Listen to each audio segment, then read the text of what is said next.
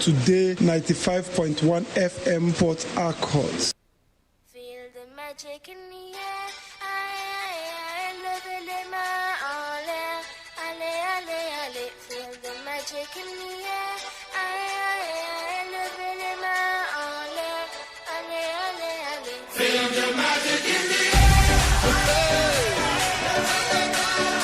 Magic system. Everyone, show key.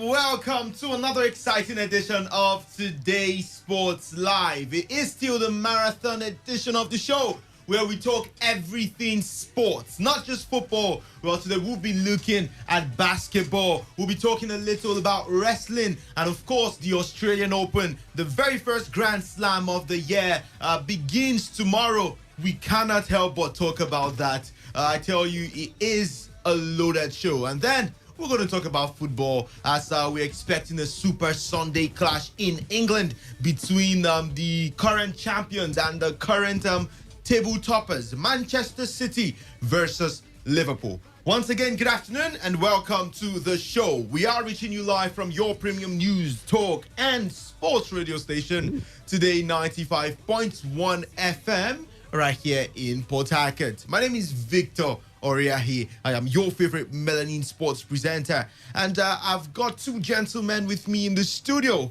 Henry Ogugwa is here in the studio. Henry, good afternoon to you. Welcome. Good afternoon, Victor. Good afternoon, our listeners and followers, and a great Sunday to be here. Super Bowl Sunday for those who are NFL fans. I know what I'm talking about. Exactly. So. I wish we could talk about that. Yeah. I want us to talk about that, but I feel like a lot of our listeners don't really watch the Super Bowl. I love the Super Bowl. I love watching American football, the NFL, you know. But then, well, we have to give the people what they want. So we just don't stay here just talking to ourselves. But yeah, that's true. Great Sunday to be here, and I hope you enjoy the show. Okay, Priye is always also here in the studio. Priye PZ, the man who does everything. Political analyst, sports producer, music producer. I hear. Priye, well done. You're doing well. Good afternoon to the beautiful city of Port Harcourt. It's always great to talk sports. Yesterday I missed out. I was still doing unofficial work for the office, so political definitely something like that. But it's always great to be in the studio talking sports. The Australian Open is by the corner, and definitely we will enjoy every bit of it. The first Grand Slam of the year, and we've missed it a lot. So let's see what the likes of Rafael Nadal and Djokovic have in store for us, and also we'll be talking about Nigerian basketball, and also there's a lot for us to talk about today. We have live on our screen and the game between Tottenham and West Bromwich Albion. Tottenham form has been very, very bad of late. Let's see if they could actually pick something from this game in the absence of Harry Kane. Well, Harry Kane is actually playing, surprisingly. I don't know what happened. I feel like I hope Jose Mourinho doesn't regret this because it feels like Harry Kane is rushed. This is crazy. It feels like Harry Kane is rushed from injury. Yeah. But the man is starting the game. As I'm talking to you, he's actually here. The game against Brighton, they looked so blunt up front, and I just feel that after that performance up front, attacking wise, they just felt they had to rush Kane back to the team because Son was isolated and was ineffective against Brighton. So And Vinicius, And you could see, didn't really do and you could see the movement of Vinicius. There was this move, the game between Chelsea and Tottenham Hotspur. Yeah. You could see the move from Son. He could not read the body language of Son at that particular point in time. So there's no communication between Vinicius and Son Heung-min. So definitely the club were thinking about bringing in Harry Kane. But I think personally it's a rush for me because the man is not totally fit. Maybe they're giving him some painkillers and all, but I think they should just wait till the man get proper fitness for health's sake. Well, too late. Too late because Harry Kane is actually on the pitch for Tottenham Hotspur. Let's start with that game and just run through the lineup. Hugo Lloris starts in goal for Tottenham. Serge Aurier, Davison Sanchez, Toby Alderweireld, and Ben Davies. While the two defensive midfielders will be Pierre-Emile Højbjerg and Tanguy Ndombele, while Lucas Moura would be starting from the right side of attack, Son Heung-min from the left, and Eric Lamela would be playing behind the lone striker Harry Kane. On the bench for Tottenham is Matt Doherty, Gareth Bale, Joe Hart, Joe Rodon, Eric Dyer, Musa Sissoko, Stephen Bergwijn, Vinicius, and Dane Scarlett. While for West Bromwich Albion, Sam Johnstone starting goal for the team. The four-man backline, Semi Ajayi, would be holding things at that central defensive position alongside Kyle Bartley, while Connor Townsend would play from the left back and Lee Peltier in the right back position. Romain Sawyers would sit just in front of these defensive line, and up front will be Karlan Grant, Conor Gallagher, former Arsenal man, or actually Arsenal man, Ainsley Maitland-Niles, and as well as Robert Snodgrass, not forgetting Mbaye Diagne, who is the lone striker for West Bromwich Albion. On the bench for the team is Al Robson Kanu, Callum Robinson, Jake Livermore, Matthew Phillips, Matheus Pereira, David Button, Dara O'Shea, and Oke Yokusulu. We've been seeing most of these new boys who just came into the teams. Almost every single one of them have gotten goals. Good. Jesse Lingard, in his first start for West Ham United, got a brace. Yeah. Yesterday we saw Takumi Minamino scored a goal for Southampton, and also Joseph Willock got a goal for his new side, Newcastle United. So are we expecting something, or should we be expecting something from Ainsley Maitland-Niles, even as we see Tottenham try to curl it into the back of the net? Eric Lamela, the man there, beautiful chance, but he wasn't able to hit the target. Okay, so Henry, do you think Ainsley Maitland-Niles will be able to pull up one? I mean, follow the likes of his fellow Loonese. If the opportunity presents itself, why not? He would love to take it. After all, they promised playing him in his preferred midfield position, so he should pay back with a goal after all. That's why he was brought. It's one of the reasons probably he was brought into the team. They needed the quality, and he has the quality to score goals, so he should be able to score if the opportunity presents itself for him today. Okay, well, we won't be starting with football. This was just a side distraction, and we are going to keep you updated as that match progresses. Just 12 minutes thereabouts gone in that game. We will keep you up to speed on what is happening. Well, on the menu today, we'll be talking about the Olympics, the 2020 Olympics. How exactly what do you think of the preparations for the Tokyo Olympics by Nigerian athletes? Are you expecting, or do you believe that Nigeria has a chance of winning any medal in the Tokyo Olympics? And we will then move to basketball for the D Tigers, the Afro Basket. The qualification will be starting pretty soon, while for the D Tigers, the female basketball national team, well, ahead of the Tokyo Olympics, they already know their group, and I tell you, it is the group of death. If there is something worse than death, it is that group, because they've been drawn alongside the very best team in basketball, female basketball currently, that is the United States of America. France as well, which is the 5th best team in basketball in the world. And then the host of the Tokyo 2020 Olympics, Japan. So you have the D Tigers of Nigeria, the United States of America, France, as well as Japan in the same group. Well, do you really think there's a possibility of the D Tigers making it out of that one? Do you think they can pull up something, maybe a miracle, maybe an impressive performance? I don't really know what I would call it. And then we will just talk a little about the NBA. Yesterday or in the early hours of this morning, we did see some games. We'll talk about that one as well. Not to forget the Australian Open. What are your expectations? Do you think Serena Williams would finally be able to equal that Grand Slam record? She's been chasing it for 4 years now, trying to equal that record. 24th Grand Slam. Do you think this year would probably be the year for Serena and this Australian Open would be the Grand Slam that makes the difference? Or you think she might just be waiting a little, maybe a little while longer? And then there's also the likes of Sophia Kenin and Naomi Osaka, the Japanese, who I think she's the defending champion. Yeah. Australian Open. Australian Open. It should be Sophia Kenin or Naomi Osaka. I think it's Kenin. Sophia Kenin. Kenin. And then we'll talk about football. Yesterday, we saw quite a number of exciting matches. Manchester United drawing 3-3 with Everton. And the coach of the side, Ole Gunnar Solskjaer, said his team are not title contenders. They should not be seeing them as title chasers. We're going to be playing that one for you and also getting to hear your thoughts on that statement by Ole Gunnar Solskjaer. Well, the show is packaged to be interactive, so we urge you to be a part of the conversation. You can do so by sending us a message through our text or WhatsApp line. It is 0701 933 9962. I take it again, 0701 933 9962. That is the number to send in your text or WhatsApp messages.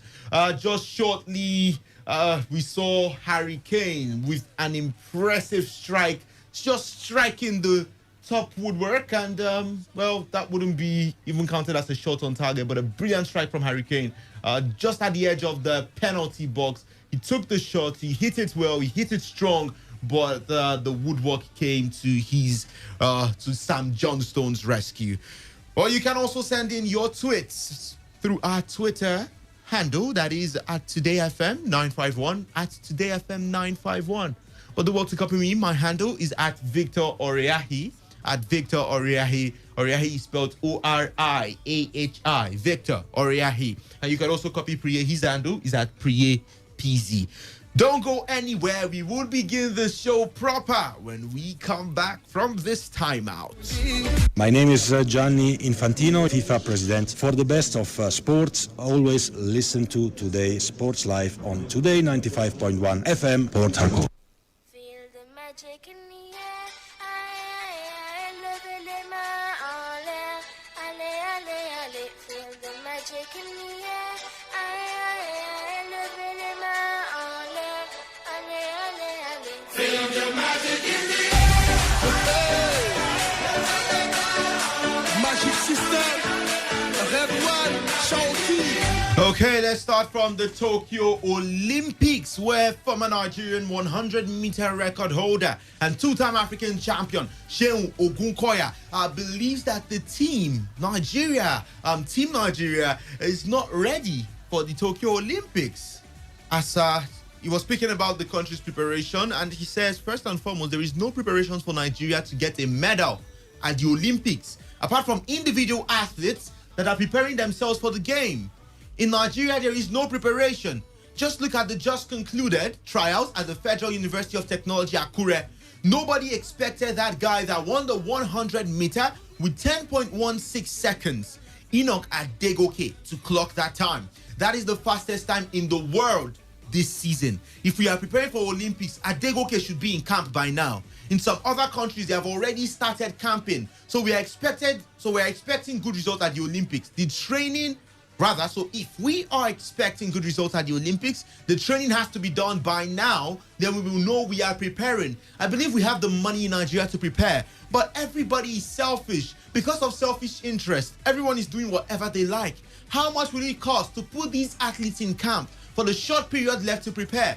I know they will use COVID-19 as an excuse, but they can put all the athletes together, monitor their program, and give them the full support that they need. Priye, let me come to you. The 2020 Olympics is just around the corner. Do you believe Nigeria has a chance of winning any medal in the competition?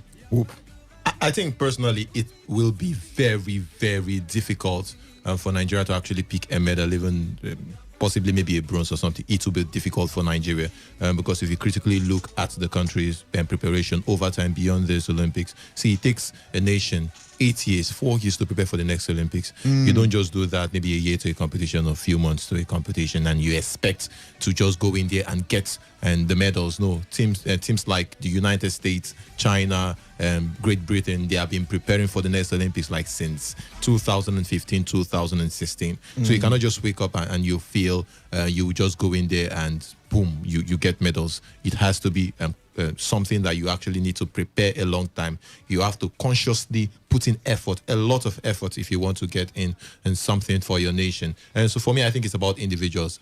I will say a little bit of spark. I think I have confidence with the wrestling federation these days. I think they are doing very, very well when it comes to preparation as a federation. If you look at the likes of Blessing Okorodudu and some other Blessing Okagbare. Blessing Okagbare. No, I'm not talking about the athletics. I'm talking about wrestling. Ogorodudu and some other wrestlers, especially the female wrestlers. I think we have a little bit of a chance because if you look at the world ranking right now, we are doing pretty well in wrestling. But for me personally, I think we are not yet prepared for anything concerning winning medal as a nation. But I think individual federation are putting in a little bit of an effort to try to see if they could get in something. But personally, I think for me, the brightest sports that we can actually get something from is wrestling and not athletics. This is not the Blessing Okagbare. I think she has gone past her prime. For me personally, I think she has gone past her prime. Maybe Divine Oduduru, maybe little possibility, but it's quite slim in all competition, and that's quite poor for our country right now. Some couple of Olympics back, we'll be thinking about the football event for the men, but this time around, we see what is happening. So I think it will be very, very difficult for us. Okay, well, I just had to go down the archive to get one statement so I could ask you, Henry. Back in 2019, particularly the 15th of October 2019, the sports minister, Sunday Diary, says Team Nigeria will begin their Tokyo 2020 Olympic Games preparation today. He said that on the 15th of October 2019. This was, I think he said this, I'm trying to remember the particular event that made him say that one. Well, let's just read through the report. It says, speaking in Lagos, Dare said he was optimistic that the team's progression, which started at the 2019 African Games and IAAF World Championships, will be climaxed in Tokyo, with the country recording its best performance at the Olympics since Beijing 2008. Nigeria did not win any medal at the London 2012 Games, while it could only get a bronze medal through football at the Brazil 2016 Games. The minister says, I'm an optimist and it is too early to call the scores of the medals for this country in Tokyo.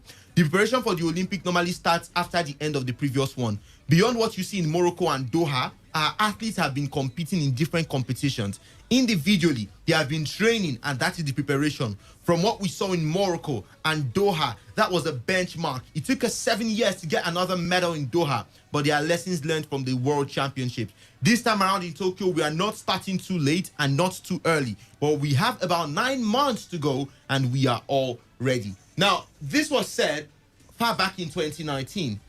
The year 2020 went by, just like the statement I read earlier from the former Nigeria 100-meter record holder, Seun Ogukoya. He says, we know that they will use COVID-19 as an excuse. Now, taking out the COVID-19 factor, looking at what the minister said, are you expecting another woeful performance at the Olympics for the Nigerian athletes? 2012, no medal in any way. 2016, we got just the bronze medal in football, which we are not going to even be represented in. So, are you expecting any medal, really? Definitely no. I don't. I'm not going to raise my hopes for something I know probably won't happen. That was October 15th, 2019, right? Yeah. And then we all thought the Olympics would be held in July 2020. Yeah. So you're talking about 8 to 8 months of training, give or take. And you don't use 6 or 8 months to train and go and win an Olympic gold medal. It's not done anywhere. It will be a miracle for you to get that medal. you see a lot of these athletes out there, our Western counterparts, and in other African countries where things are done properly, like in South Africa and even some of the North African nations. These people have been introduced to this sport from young age. The person that is going to win the Olympic medal, that's probably going to be a swimming champion this year, probably the next Michael Phelps or whoever you want to call him, has been practicing for that day in his life, has been making preparations for that day in his life for the past 8 years, give or take. 4 to 8 years, give or take. It's a steady progression and climb. And when you just come and put out a fire brigade approach and you expect to, I'm seriously confused, because it's the same thing over and over again in this country. We prepare with little or no time left, and we expect our athletes to perform miracles. I mean, it's not done. Look at 1996 Olympics in Atlanta. We finished ahead of Great Britain in the medals table. Fast forward 12 years later, in 2008 Olympics, the Great Britain finished ahead of us in the Olympic medal table, and they finished in the top 10, if I'm being precise. Yes. Yeah, you're right. Yeah, they finished in the top 10. That was the first Olympics, 2004-2008, I remember very well. They finished in the top 10. It was steady progression. It was steady work. It's not something you just wake up one day, you expect Anese Brume to just go and give the jump of her life when you're not putting anything in place for her to work on her skills and improve her timing or improve her leap and all those stuff. It doesn't work like that. And until we start preparing in advance, start preparing on time, I will continue to expect woeful performances from our athletes at the world stage. And to add to this, when it comes to major sports in the country, we don't have deliberate policies from secondary school level to actually groom and monitor these kids. A typical example, Michael Phelps had been monitored since he was like age 8. Yeah. So I think personally it's no magic here. You don't expect athletes to be prepared 2 weeks or a week to 2-3 months to a competition and expect them to go there and get you medals. It doesn't work anywhere. Even you could even look at the Kenyan federation, how they prepare for competition. The Kenya as a country, you will observe that they know their strong points. They invest a lot in their strong point, which is long distance race. Yeah. And they put in a lot when it comes to competitions, when it comes to structure. So in the next 8 years, they know that they're actually bringing out talents. They had competitions from Ethiopia and some other nations. So they know that they need to put in work for them to get medals. And they are doing that. I've been monitoring when it comes to their progress in long distance of late. They are putting in effort, deliberate effort for like 10, 8, 6 years for them to prepare for the next Olympics. So for me personally, I think we are still sleeping when it comes to organization of our sports and deliberate policies in this nation. And you know, one funny stat, it's not like we don't have the talent. The talent is there. I was reading something the other day, earlier, was it last year? I think it was last year. Yeah. There are 4 countries with the best records in 100 meter sprints that run sub 10. The US and Jamaica, the US number 1, Jamaica number 2. Nigeria and Great Britain are tied at 3rd. We've had 10 over, I think about 10 athletes who have run sub 10 on the world stage. That's massive. That is massive. We have it shows that the talent is there, but we are not harnessing it properly. Enough is not being done to groom these talents and to prepare them to be the best among the best in the world. Okay, well, still talking about the Olympics. Now let's talk about the structure in general, not just the performance of the athletes, and look at it on a broader scope.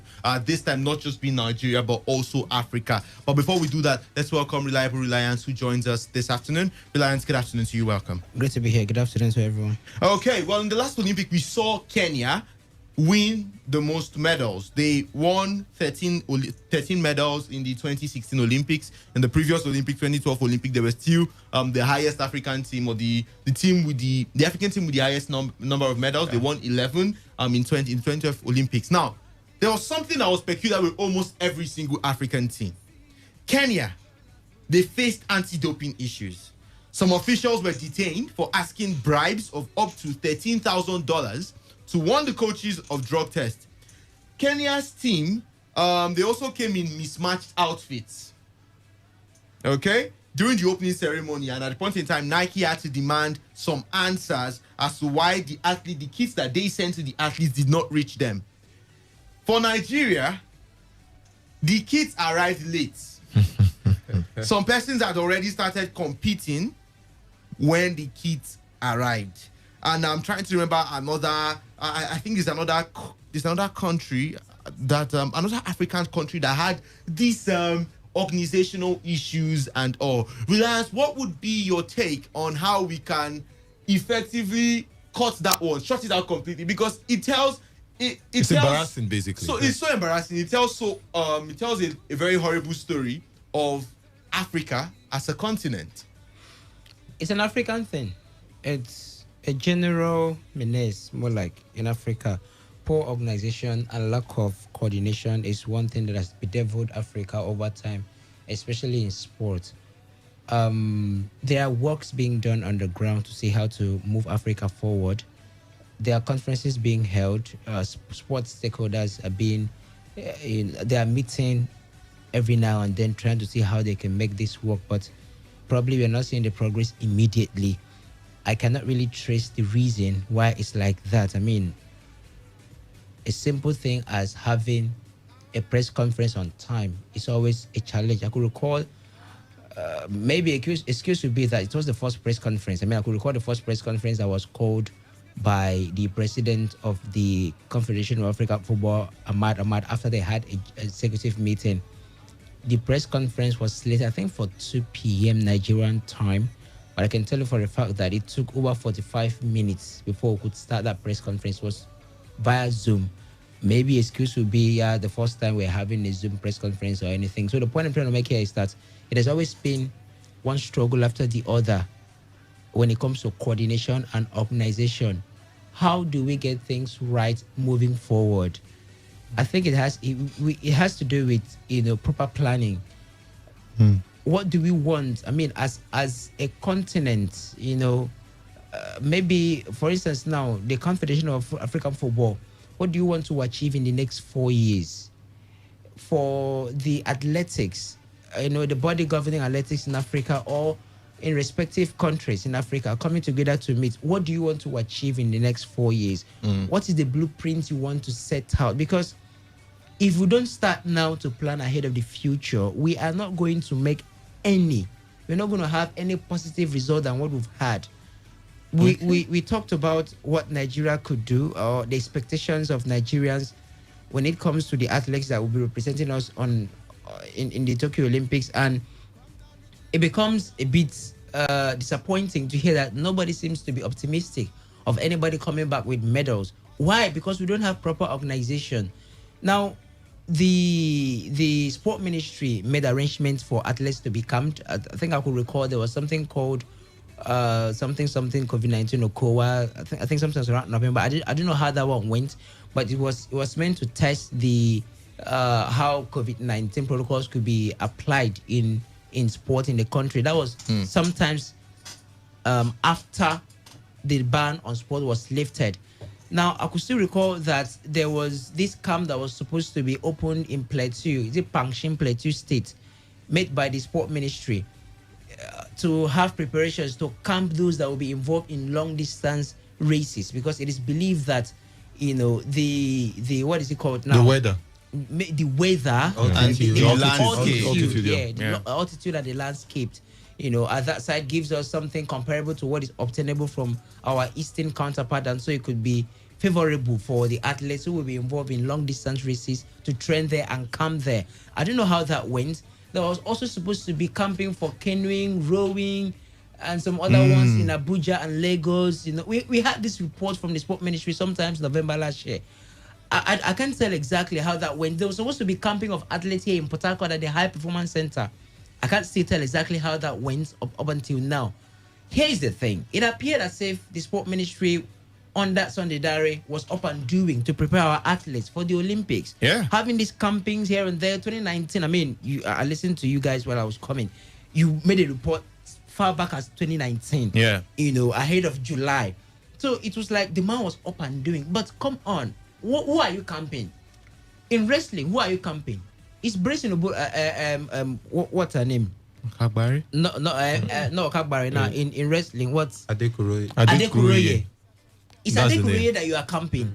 it's almost what's the other person that I think Amas Daniel that you are camping. That's in wrestling. You go to athletes, it's Divano Duru that you are camping. You are camping the regular athletes that we've had over the years represent us either here in Africa or in Diamond Leagues in Doha, in World Athletic events, and they'll keep coming back with the same result. So what have you done as a long-term plan to have? Because if we don't do anything in terms of looking at longevity, we can't go anywhere. We can't be expecting medals in Olympics. We can't even be expecting medals in World Athletics organized events in different countries, in different hosts, because we don't have that grassroots foundation. Wow. They are camping the regular names that we know. Okay. And what are you expecting from them? So if Africa, this mismanagement and all this first stuff, we need to take sports serious in Africa, which is becoming a problem at this point. We need to look at sport as a lucrative business. We need to do more of privatization of sports in Africa. The government, there are just few countries that in Africa that you talk about and you see that sport is a lucrative business. Maybe you could mention South Africa, which I will always mention. Okay. Maybe we could mention Egypt. Egypt. Maybe we could mention Morocco. These days, even Kenya. These days, especially with Kenya, their long distance. Fine. They are looking at sports as a lucrative business, and you see private bodies coming in. So Africa will need to look at the government creating the enabling environment for sports to thrive. And with that being created, you see private investors coming in. Once they come in, if you are a CEO of a particular company, Victor, and you are being given, let's say for instance, the sport minister, Sonny Dare, has conceded one of these stadia to you, a part of it to manage. Brother, you are making money from there. This is where you are paying your staff. So mismanagement will be eliminated. All right. Because that is where you are making your money. So look at sport as a business. Privatize it. See, have as most private investors coming into sport more than having government handlers. Until these things are being done, and let there be a proper long-term planning. If Nigeria want to win medals in the Olympics, let's start now to plan for the next Olympics. You can't just come a year toward the Olympics and camp people everywhere, and then you believe that you're going to do miracle. Maybe miracle could come, yeah, but I don't think it's rocket science for anyone to know that proper planning when it comes to events like this, where talent will be coming from all nooks and crannies of the world, from those who have qualified to the Olympics to compete. So until these things are done, I think we'll keep going back and forth in terms of our sport, generally on the continent of Africa. All right, thank you so much, Reliable Reliance, for your thoughts there. Well, still talking about the Olympics and taking the statement by Sheun Ogukoya. He was asked if which of the Nigerian athletes he thinks have the highest prospect of winning medals at the Olympics, and he says if the likes of Tobi Amuso, Blessing Okagbare, and probably Divine Oduduru are properly programmed, they are the ones I believe stand a chance because they are not based in Nigeria. The three of them are the ones actually preparing for the upcoming Olympics. If Enoch Adegoke and others are put in camp early, they also stand a chance because we have some of the most talented sprinters in Nigeria. We are around the top 2 or 3 when you talk about talent across the world.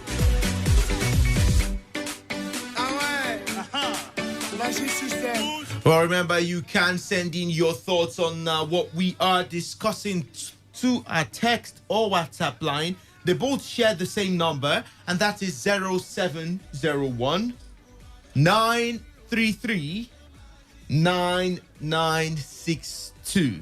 I take it again. You can send in your text or WhatsApp message to the number 0701 933 9962. You can also tweet at us. We are at Today FM 951. And in England at the Tottenham Hotspur Stadium, 37 minutes gone already, and it is still goalless. Tottenham Hotspur have been doing the attacking, but West Bromwich Albion have been so compact in that defensive line, and they have prevented every single attempt by the Spurs team from getting into the back of the net. Even as you see, yet another attempt cleared by, that should be Semi Ajayi. Yeah, that was Semi Ajayi. Cleared by Nigeria, Semi Ajayi.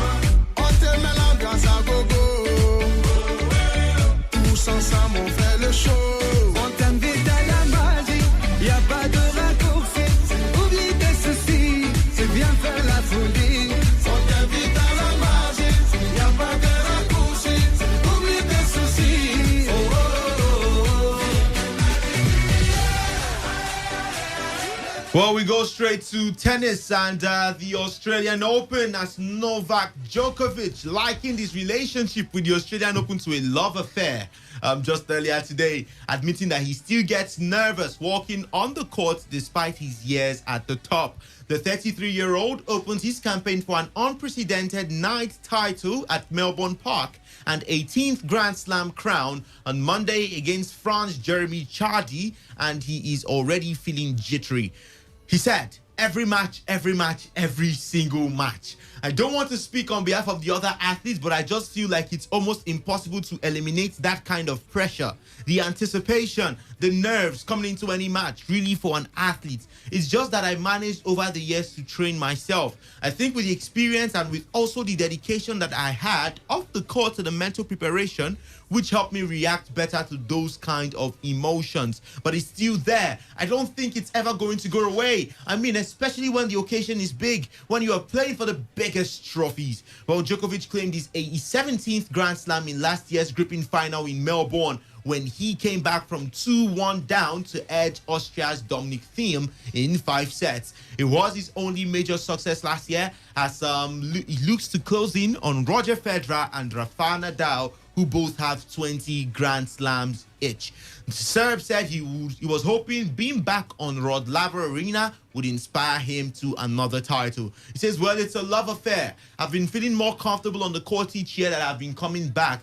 I mean, the more you win, obviously, the more confidence you have and the more pleasant you feel on the court. It just feels right. When I stepped on the court this year for the first time in a practice session, I relived some of the memories from last year. Also, the other years that I won the tournament. It just gives me great sensation, great feeling, great confidence. Hopefully, we can be, and hopefully this year can be another successful year. Well, Shadi is the very first hurdle in the Monday night session on Rod Laver Arena, which shouldn't pose too much of a problem as they have met 13 times and the Serb have won all of them.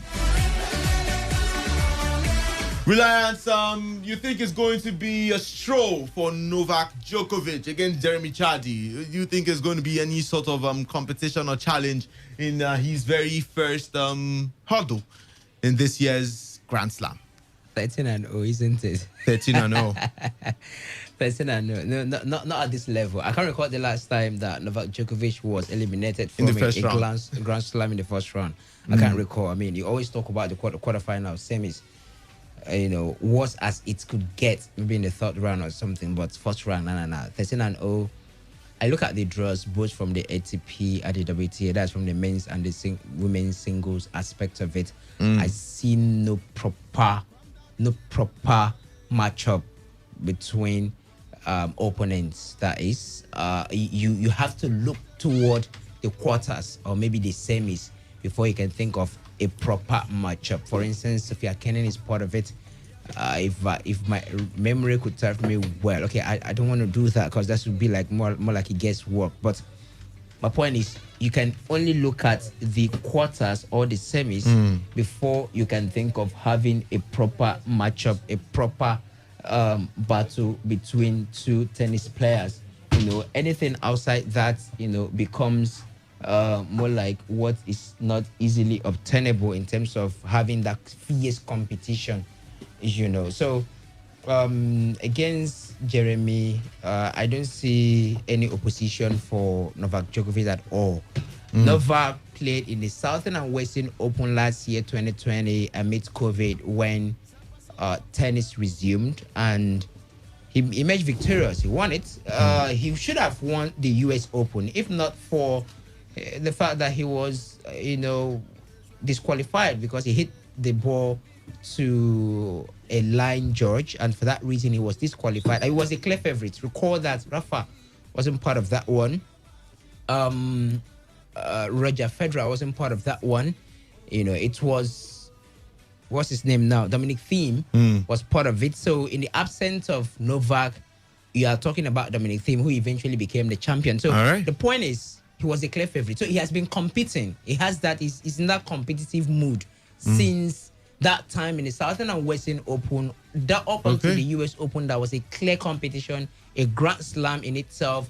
So, I mean, it should do 13-0. I'm already seeing 14-0. All right. For Novak and Jeremy. Well, we'll get the thoughts of the guys when we come back. Ah ouais. Magic system. Bonjour nous. Ah, ça change pas. Ah ouais. Ah, Shawky avec Red One. Est-ce que ça marche? Ça marche pas.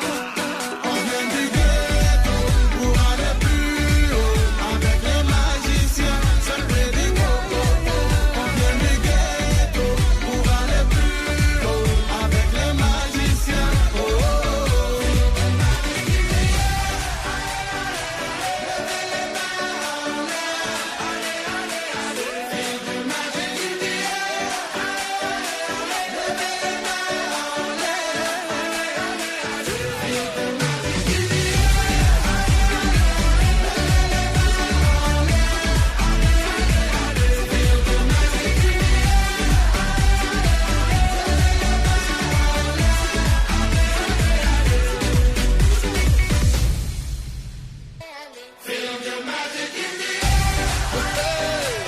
Well, welcome back. It is still your premium news talk and sports radio station, Today 95.1 FM. And we're talking about the Australian Open as, it begins tomorrow.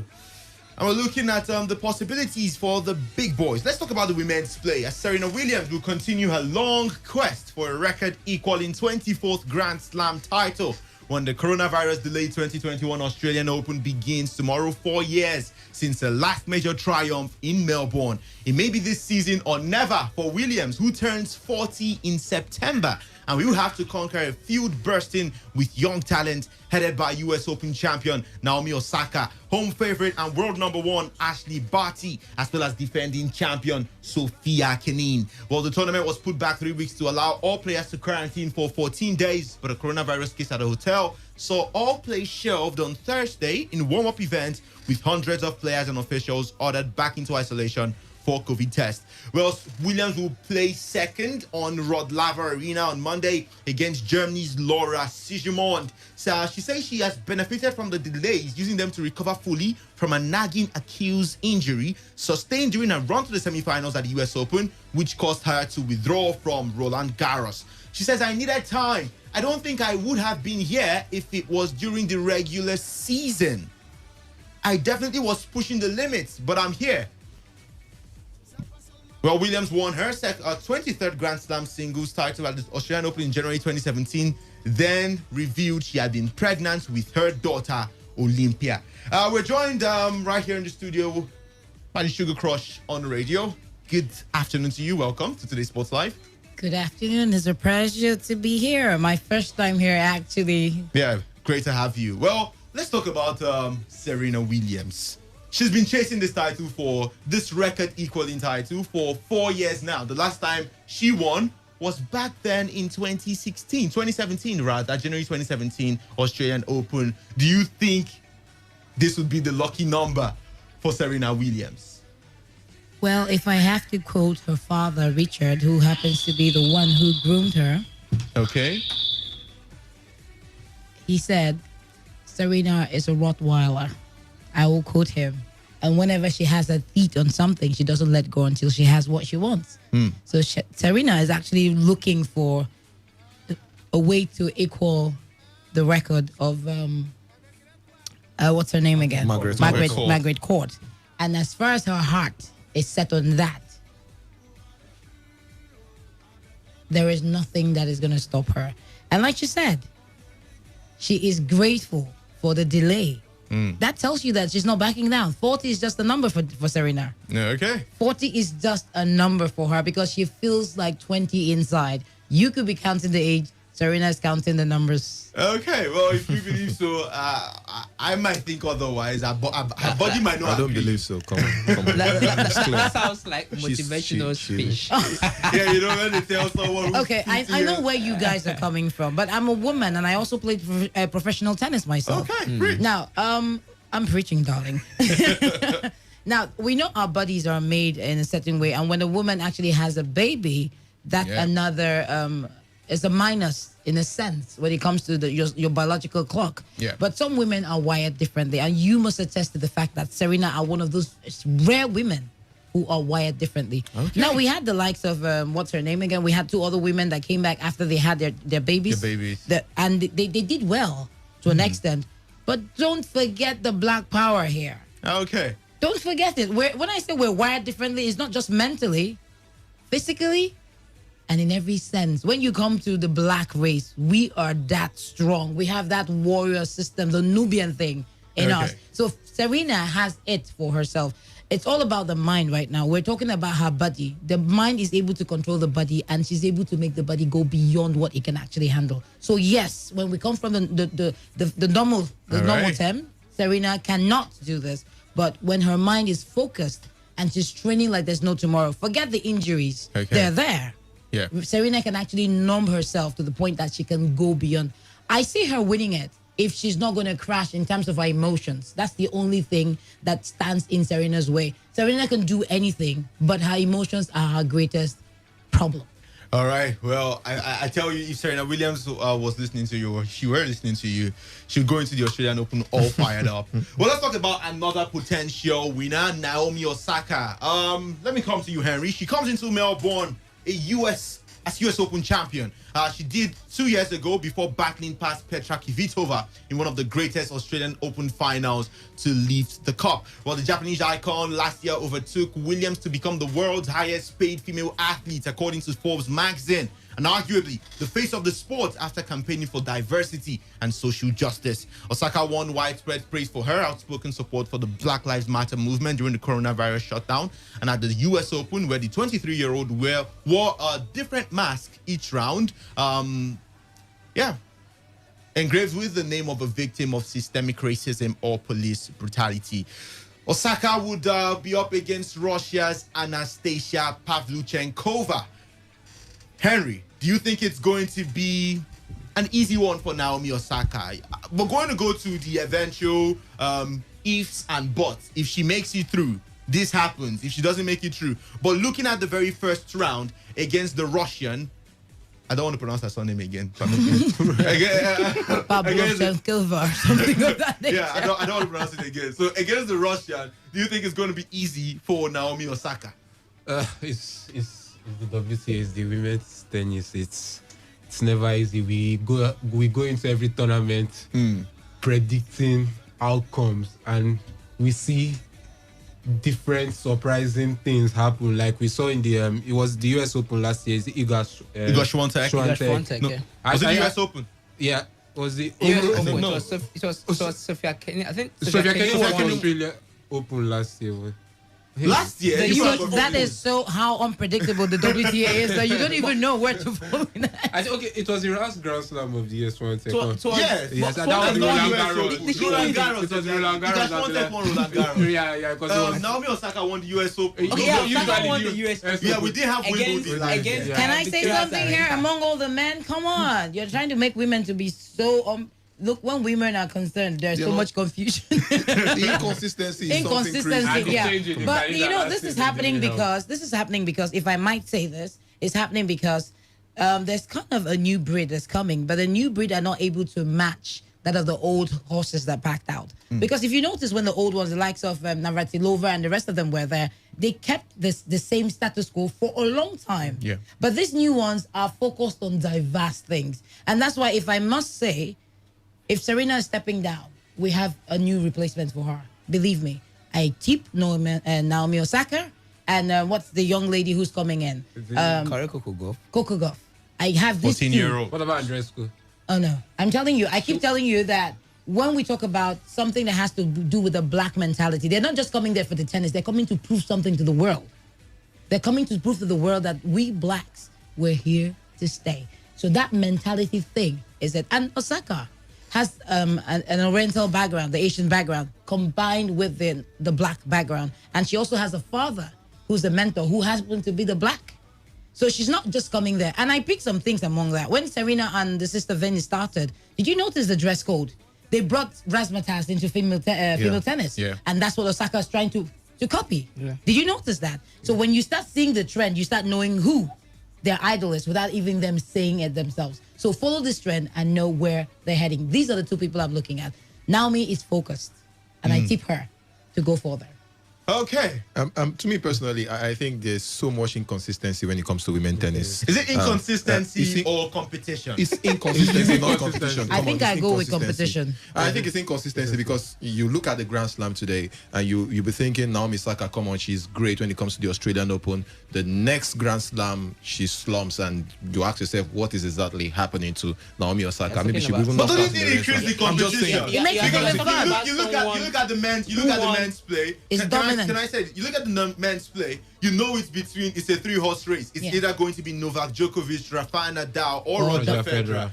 It was just this last Grand Slam that we had the Dominic next Thiem gen and the rest of next gen the just coming even in. even the likes of Murray could not even be consistent enough to remain there. And the Murrays. And Yeah. And the Murray. But my point is, when it comes to tennis, I feel there should be that level of consistency at that particular point in time. When you're at that space, that's fair. You are at the top, and so you need to put in more effort when it comes to your performance, your improvement, and they are not doing it. And I think it's a problem to me. I feel the women tennis players these days are not that consistent. So for me, I think they really need to put in a lot of effort, a lot of work. A typical example, Naomi Osaka, one of my favorite. I think she still needs to put in a lot of work. After this Grand Slam, think of breaking it. Now let's look at what Djokovic said. He made it clear, I love the Australian Open. I want to win. He has that mentality going into every Grand Slam, every competition, every ATP and tournament. That's the mentality I think most of these ladies need to imbibe if you really want to go far when it comes to tennis. Not just thinking about preparing yourself for one competition and the next thing you are not there. The next one you come in, you are knocked out in the semi-finals. Before we see you again, it's like the next 2 years and you come up with another Grand Slam title. Come on, I think you need that little bit of consistency so at least the bad guys can win. okay, that's where you're coming And I'm from. into that thought I'm line just of thought saying. because we see female tennis players nowadays. That mentality, that mental is let me call it mental fortitude is not there. We've seen a lot of female players over time, like Justine Henin, she was like one of my favorites when I was very small. And we also saw Kim Clijsters, the whole and what is this woman's name again? And Steffi Graf in the 90s, and these were women at the top of their games and they stayed there for long. Going into any Grand Slam, you expected a lot from them and they always delivered. But now you expect a Naomi Osaka to do something, or even a Sophia Kenin, or call any of their names, and they just go in the third round, a name you've not even heard of before. Yeah. Like Comes he got out from nowhere. Swantek. Like he got Swantek winning the Roland I was Garros. thinking- Like from where? I was like, who is He's this like one? 130 something and comes and takes over the Grand Slam. But something he said, he's also echoing my thoughts as well. I said it's a mental thing. Most of them are not mentally focused for this. And then don't take away, I keep saying it, the women are wired differently, the emotional part of women. There's a point they get to and the emotions overwhelm them. Yeah, I think it's one of the biggest undoing of Yeah. Korean Yes. football. Yeah. And I also said it about Serena. As much as she's mentally focused and she's got the drive and she wants to do this, and I quote her father, who knows her so well, better than any of us, that Serena, when she sticks her mind on something, she goes for it and she makes sure she doesn't care how many times she loses. She must get it. But her emotions. Remember what happened to her when her coach, the recent coach, said she even had to go to a dark place. Yeah. Serena had to go through a dark place. Not that because she couldn't do it, but the moment she loses beyond lower that she performs lower than her expectations. She is our worst critic. Serena becomes her worst critic and she just goes on there. But I think the new coach is doing something good. He's trying to put her out there. So that's why I have some sort of hope that she can actually achieve it. But if she doesn't, I still have somebody to fall back to. Victor, Naomi I think Osaka. I've decided to reconsider my opinion when talking about the WTA, the women's tennis. Here's my reason. We keep talking about inconsistency in the women's tennis, but you come to the men's tennis, how many person will guarantee you consistency in the men's play? 3. Yeah. Season in, season out. You have Novak, Roger, and Rafa. Apart from those 3, the other ones are playing catch up. The rest of the The pack. so-called next gens are just elaborate inconsistency on their part. Milos Raonic was at some point considered as a next gen. Yeah. I had so much hope. I had so much hope He with failed. the boom servers. He fell by the wayside. So I've decided to reconsider my thought. Now I'll switch my attention to the WTA, the women's tennis. Serena is at the top of her game, no doubt about that. Now, if we have 3 from the men, at this point, I think I can say that we have only one that will guarantee you season in, season out, top level performance in the women's tennis, which is Serena Williams. The other ones are also playing catch up. Naomi Osaka is fast rising. At this point, I can't even consider Naomi Osaka to be inconsistent. I mean, we are talking about someone who won back-to-back Grand Slam, 2019 Australian Open, 2020 US Open.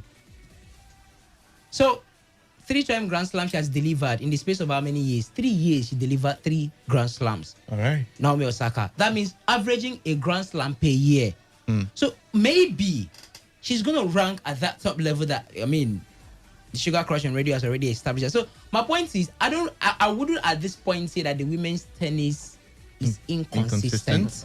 Okay. We have, just like we have in the men's tennis, because if you want to go by that, then the men's tennis are also inconsistent. All right. Because if not for the absence of if not for the, like I mentioned earlier on when I talked about tennis, it's not for the disqualification of Novak. He was a clear favorite to win the US Open 2020, but he was disqualified. That was the only thing that paved way for Dominic Thiem to win it. To come in. So if you want to go by this theory of inconsistency, then the men's tennis is also that inconsistency, because apart from the expected 3, the other ones are also doing nothing. Okay. In the women's tennis, apart from Serena and maybe Naomi these days, the other ones are also doing nothing. No, I think it's quite different now. Show me the difference. Let's take a look at Dominic Thiem. He may not be the biggest when it comes to like competing with those guys, but we know him when he plays on the clay court. You know what he can give you. So what you're saying is he's a clay court player. Because he's not an all-round player. When we talk about the outstanding players, we're talking about the all-round 4 Grand Slam players. Yeah, exactly. My point is that, like, you know, which was what Rafael's issue was, and he built himself beyond that and was able to conquer the 4 Grand Slams. My point is that every given Grand Slam, you have your strong point. Yeah. You have your strong field. Be consistent in that area. And Come then on. What about tomorrow the rest? You win Australia and you cannot be struggle. Here's the thing. Go to the ATP. You have the ATP tour being won by various tennis players. Yeah, true. Go to the WTA. All right. You have WTA tour being won by various individual tennis players. Go to the Grand Slam. You probably have one that will stand out. Okay. If not for emotional challenge, because I mean, I completely agree that the problem of Serena is not even about age. It's not even about her tenacity on the court of play. It's about psychology. It's about emotion. All right. If not for that, Serena would have won 2 Grand Slams. I mean, how many Grand Slam semi-finals have she gotten herself into? And even the finals, you know, in the past 4 years, she would have been able to at least secure at least 2 Grand Slams, even surpassing Margaret Court's career. So compare them properly. You see that it's about the same play, both in the men's tennis and in the women's tennis. No one, apart from the established guys, can guarantee you that much Grand Slam like Serena. Okay. None of them. So it's that means about the 3 guys are consistent. The only thing, the 3 guys are consistent. That's the point. No, that's not the point. Hold on. In the women's I think you could just have 1 or 2 also being consistent. We just have one, Serena Williams. Now, for the past 4 if you years, she has keep not been saying consistent. about consistency, remember the fact that Serena has had her own time with injury, which also caused the fact that she's not able to beat Margaret Court's record. Now, Nadal and Federer have been in the top of their game, but Nadal has been the one who's suffered most when it comes to the niggling knee injury, which has taken him out, or else he has done better. If you have to count the amount of Grand Slam he would have won. Now, Federer had it good. When I said some people are wired differently, their biological makeup are different. They're not like us. They are like inhuman, which is what Federer was blessed with. Now, when he got to a point, the body could no longer handle. He has had it to his optimum, and now he's beginning to go through it. And is he losing out? He losing out? I think he's managing his body now system. He's beginning to manage. Come on. To be very honest and to be very sincere to Roger Federer, he's dropping in form. Yeah. Federer is dropping. You see the dwindling. So at some point, we're gonna have the men's tennis be a 2-horse race. Thank you. Just Rafa. That's and where Novak. I was heading And to. then He's we over return 40 now, we come return on. to that issue. Oh, he's over 40. We go back- Serena is a mother, 40, and she's Serena doing is that. only Come on. 2014 Serena is September. A woman who has put to bed and So she's once- 40, and once you the- compare a man who once has the never gone through ATP childbirth? Come on, Once bro. the ATP becomes a 2-horse race, Okay. we go back to that consistency discussion again. Exactly. All right. We begin to compare both category. Well, we'll get the thoughts of the guys on their favorites to win the title, but let's just bring you an update from England as Tottenham Hotspur are still goalless against West Bromwich Albion. The second half on the way, and just as the game just after the restart, we saw Harry Kane with a defense-splitting pass to Son Heung-min, but Heung-min was unable to bury it into the back of the net, even as we see another chance squandered by Eric Lamela. Okay, so guys, let's get your predictions, your favorites, both in the men and women's play. I wanted to also talk about the likes of Ashley Barty and Simona Halep. They're also going to be, So, in no particular order, who do I start with? Henry, men's play, who do you think would win the Australian Open? And women's play, who wins it for you? Men's play. I'd have loved Nadal, but it's Australia. That is Djokovic's favorite court. You can't beat him in his own backyard. It's his backyard, like you said. It's his fortress, his castle. So Novak for me for the men, and then for the women, well, I would love to see Serena equal Margaret Court's record, definitely. But I just feel like we've said over and over again in different ways here in the studio that mentally something is just not right. And what thing is Naomi Osaka breaking boundaries. Now she looks in a better place than where she was after she won her first Grand Slam. We're not seeing those rants again from her, or those like the rants. Let me leave it at that. The rants from her again. I know what you wanted to say. Just so you know. Let's leave it, the rants. And we see her in a better place now. And the reason why she didn't participate in the French Open, because if she had, I felt she would have won it last year. So I'm giving it to Naomi Osaka and Novak Djokovic. Priye, how about you? I think Djokovic, same with him. I think it should be Djokovic. He has been consistent in Australia over the years, the first Grand Slam of the year. I think he will do the same. He has the mental strength, he has the ability, and physically is ready for the Grand Slam. So for me, I think it should be Djokovic. And in the women's division? Very difficult to call. You could just see a fringe name actually just pick one Grand Slam. So for me, very difficult to call. Very difficult to call. But let me just stick to Gabriela Muguruza. It's possible. Anything can still happen when it comes to women and Grand Slam. So, but I will still pick Naomi Osaka because I love the way she plays. I love her looks. Let's leave it. I knew it. It's not just about the way she plays for Brie. Victor, honorary mention for me, Ashley Bartley.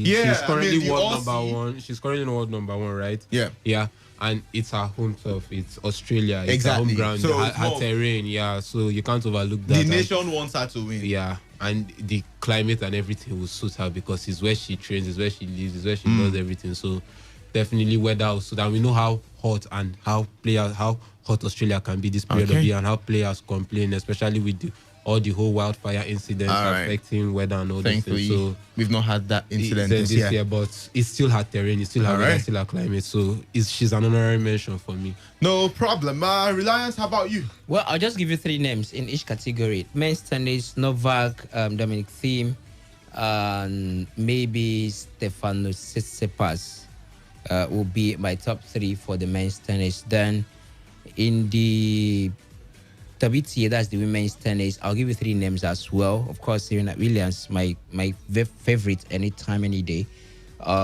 Ashley Barty, she just won the Yaravari Classics, beating Gabi Muguruza in the finals. Of course, and we've already mentioned that it's her home turf, and at the same time, she's world number 1. You know what that means. Although she has not played competitive tennis for over 11 months until the Yarra Valley Classics as a pre-tournament toward the Australian Open, but I mean, Ashley Barty, world number 1, she's been able to sustain that at that level for over a year. So she's another name. There's nowhere I won't mention Naomi Osaka. There's just nowhere I won't mention that lady.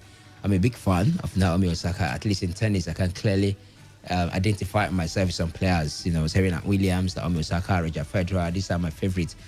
So That's just how it is. Naomi Osaka, Ashley Barty, and Serena Williams for bias reason. That's why I'm adding Serena. Else I would have picked Sophia Kenin. But for bias reason, that's why I'm adding Serena Williams. Then in the men's play, I'll go for Novak Djokovic, Dominic Thiem, and Stefanos Tsitsipas. Okay, and Sugar Crush, how about you? Okay, I'll go with a recurrent decimal for the men. Novak Djokovic, it's his home turf in the sense that he loves winning there, and the Australian crowd loves him that much. So he's got the crowd behind him, and he's hungry after losing. He had the chance of winning another Grand Slam, and he lost it. So he's super hungry coming back here. Then I'm gonna call on Rafael Nadal. There's no way I would take him out of the picture. He can actually be unpredictable when he chooses to be. Yeah. The third person, I'm gonna go like you three. Dominic Thiem will be my third choice. So the it goes as thus. Novak, Rafa, and Dominic. For the female, there's a recurrent decimal there too. Only one person is biased picking Serena, but I'm going with Serena. Then I'm looking at Naomi Osaka. Then I think Simona Halep. Everybody's not looking that way. I might be wrong, I might be right. She has a way of coming from nowhere to do something. That's one thing about her. And she's nursing a back injury. Yeah, but either her or the Australian kid who also have the back of the cart behind her. So that has a lot to do with it. So when you have the crowd behind you, it gives you the extra momentum to go a bit further. So that's my prediction for Australian Open. Okay, so guys, you listening, we would love to also hear your prediction for the Australian Open as Harry Kane, the Englishman, has finally put Tottenham Hotspur ahead in the 53rd minute of that game. Harry Kane has given Jose Mourinho's men the lead in that game. It has been end-to-end stuff, but a beautiful build-up to the goal and precise pass. And Kane just easy goal. Just slot it in. Come on. Now you understand why they had to rush him back to play. Because according to earlier reports, it wasn't supposed to return. And the previous games that Tottenham have played, look at the performance up front, look at how they are faring, how Son Heung-min is faring in the absence of Harry Kane. You truly and obviously know that the man is missing him. He's missing his partner, his party, that they do this combination at times to get goals. So it clearly shows why I had to come back. I said it earlier on that I'll be looking forward to how Jose Mourinho is going to manage his Tottenham team if either of Son Heung-min or Harry Kane gets injured. But Harry Kane got injured, and right now they just had to rush him back because Mourinho wants to get results, and of course it's clearly showing back-to-back losses. And I think it's a problem. Yeah, beyond them winning the game, I think it's a problem for the Tottenham side, for Jose and his boys. A player is out, one player is out, and they struggle. Well, it's always been this way. You saw it last season with Harry Kane. Different. They brought in Llorente. Llorente in 2000, the year they got to the Champions League finals. That particular season, we had Harry Kane had some injury crisis towards the quarterfinals and the semi-finals of the Champions League and there was Llorente and Lucas Moura. Yes, they were getting the goals. They were getting important goals for the team. And people actually criticized Mauricio Pochettino for even playing Harry Kane at the finals because they felt Llorente would have done a better job than Harry Kane. So for me personally, I think they had generated transfer for them to get a player. They brought in Gareth Bale. He hasn't performed. They brought in Vinicius. If you ask me, Gareth Bale is just a name, no longer the man he used to be. Bale has not properly played football for a year plus. It's like throwing him. You're just bringing Bale in and expecting him to perform. Are we going to make excuses for Gareth Bale? We're not making excuses. We're stating it as it is. It's just like an Ozil. We're stating it as it is. It's just like Ozil in Fenerbahce. Yesterday, he didn't even start for Fener. He came off late, and Ozil wasn't at his best. I watched the highlights of the game. He was struggling. You have not played. No matter how much you train, you're not doing it regularly week in week out on the field. It's at that level it's different. You have to play your way back to that, and players need rhythm. They need to play longer amount of games to develop rhythm and form. And Bale, as sad as it is, Bale cannot get that in sports because they are chasing Europe or probably the title. Okay. And the issue is that I look critically at Bale's pace. The pace is no longer there. We know him to have that energy and that force when it comes to speed. And the speed is no longer there because critically, when he was in Real Madrid, getting important goals for them, and when he was at Tottenham, the time he was at Tottenham, we know his pace. He could actually take those runs, counter-attacking and pace, but it's no longer there anymore for the man. I think it is a problem for him. Right. He needs to increase his speed. Maybe age is actually catching up. I don't know, an injury crisis. I think I agree with you on there. But I really think the pace is no longer there. So maybe they should actually play him on a center role these days, more as a point man than playing him from the flank. Okay, well, we want to hear your thoughts about the Australian Open, who your favorites are to win the title. We also did talk about the Olympics earlier in the show. We want to get your thoughts on that one as well. So you can do so by sending us a text or WhatsApp message to our line. They both share the same line, that is 0701 933 9962. 0701 933 9962.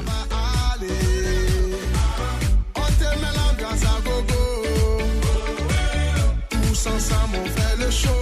On t'invite à la magie, y a pas de raccourci. Oublie tes soucis, c'est bien faire la folie. On t'invite à la magie, y a pas de raccourci. Oublie tes soucis. Oh, oh, oh, oh.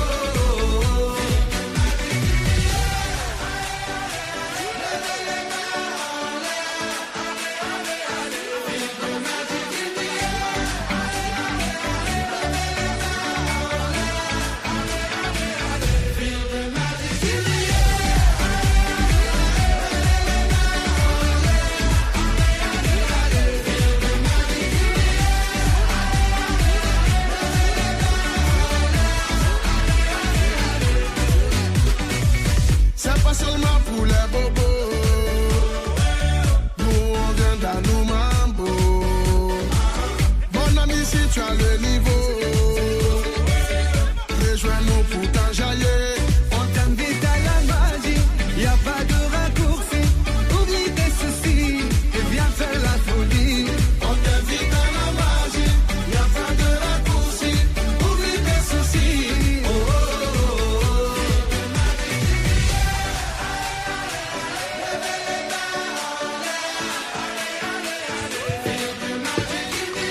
Well, Tottenham Hotspur have doubled their lead, 2-0, and it is Son Heung-min. Who gave him the assist? Is it Harry Kane? Well, No, Mora. I didn't see that one. Okay, Lucas Moura. Lucas Moura pass. Okay, so Mora for Son, and the result was a goal. Classic Tottenham Hotspur. Both Someone is Kane injured. and Someone Son is limping finding out. their name on the score Looks sheet. like Well, that's Tonga Ndombele. Tonga He's Ndombele. struggling. So she starts substituting and bringing Stephen Bergwijn or someone else. Okay, well, let's go talk about basketball. We will get to the phone line shortly, but we've got to talk about basketball as the Tigers, the female national team, female basketball national team. Well, let's start with this one. As the president of Nigeria Basketball Federation, Engineer Amadou Musa Kida, has said that the Nigerian women basketball national team, the D Tigers, will commence the first batch of preparation for the Tokyo Olympic Games by the second week of February. That is next week in Atlanta, USA. While the men's final Afro Basket qualifier will be for just a week in Tunisia. Did I see West Bromwich Albion getting the ball at the back of the net? Yes, but I think it has been called out for an offside. But let's see if the VAR will actually change that decision. Okay, Lucas Diagne, yes, it was offside. Lucas Diagne did put the ball past Hugo Lloris with a brilliant header. Sadly, he was in an offside position and that goal would not count. Well, Kida says Kida was given the plan of the Nigerian Basketball Federation with regards to their readiness to face the activities in view, and he said they will do everything possible to be well prepared. He assured that the Federation is good on the technical side while they continue to grapple with the issue of funding to make things better and smoother in their bid to ensure that the teams are adequately prepared. Kida says the preparations are actually on. I can just tell you that the women's team, for instance, is starting camp next week in Atlanta for the players that are available. For the men's team, we have already shortlisted 25 players. Starting with you, Henry, let's look at the female basketball team, the D Tigers. They have been drawn in a group of death, a sure group of death. You have Nigeria, you have the best team in female basketball at the moment, the United States of America. You have the fifth team, the fifth best team in female basketball. You have France. Yes. And then the host of the Tokyo 2020 Olympics, Japan, all in the same group with Nigeria. And they're the 10th In best your team. mind, do you think any miracle can happen for the D Tigers to make it out of that group and into the next round in the Tokyo 2020 Olympics? Personally, yeah, miracles do happen, but when it comes to sports, one who believes that hard work and preparation is what gets you through the line. And we've seen our D Tigers progress a lot, especially of recent back-to-back Afro basket champions, went to the World Cup and reached the quarterfinals, even defeated Greece in the process, if I'm not mistaken. Yeah, true. Yeah, and Greece are one of the big nations in basketball in the You world. can't And compare them to USA. I know you can't compare them to the US, but you can't still overlook the fact that it's Greece. Yes, Australia beat us black and blue in the first match, but at least we beat Greece. That counts for something. And there's a lot of confidence in these girls and in the camp. And you can see that if you prepare properly and you're confident in your abilities, because as much as you can prepare well, if you're not confident in your abilities, you sell yourself short. It's one reason why we've seen ourselves on this continent fail to make any impact on the global stage in sporting wise, both in football and many other sports, because we lack that extra self-belief we need to take ourselves to the next level. So if they can get that belief and prepare properly, like you said, they are starting camping, then why not? They can beat Japan is beatable, and France is actually beatable. Where I feel realistically, I feel we don't even have a chance of even getting a win is moving the USA, because we know how That's far impossible. ahead. Come on. It's possible. Greece beat Portugal in 2004 Euros, both in the opening match and in the finals in their own backyard. So anything is possible in football. We've seen crazy. I say in basketball. We've seen even in any sports. We've seen crazier things happen in sports. Is what you bring on that day is what matters. Can you tell the frame of mindset the American players will go into that game with, or our girls will go into that game with? And after all, the two third best teams can still qualify for the quarterfinals. So it's not beyond us to cross the group. So Definitely, you think we should focus on being probably one of the third I best think teams? they should focus for finishing top, but you should also have to be realistic and weigh your options. You know where you need to, you know what you plan to do. After I give you an example.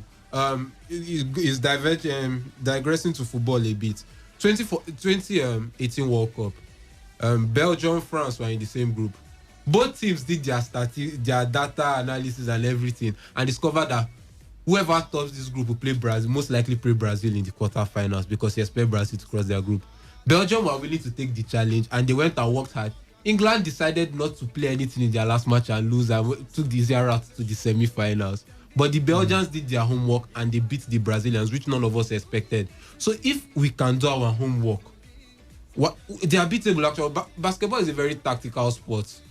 Many American sports are very tactical. So you just need to do your homework, do your groundwork, and you get the results. So I believe we have the players, and some of our players also play in the WNBA like the American players do. So it's not beyond our reach, and it's not beyond us. So they should go for it. We can cross that group. Okay. Well, you believe, Henry believes that Nigeria can actually make it out of that group of death. Does any other person have the faith of Henry? I don't think so. I think it will be very difficult. Let's speak from a realistic point. You look critically at the United States. Come on, to be once in a million years for them to actually lose a basketball game against Nigeria, and it's beyond just the game. Even though they have the poorest of mental strength, when it comes to that stage, I think there's a big problem in Africa, because it seems like when you expect them, even with their biggest of form, they tend to want to fizzle out. I could remember the 2002 World Cup.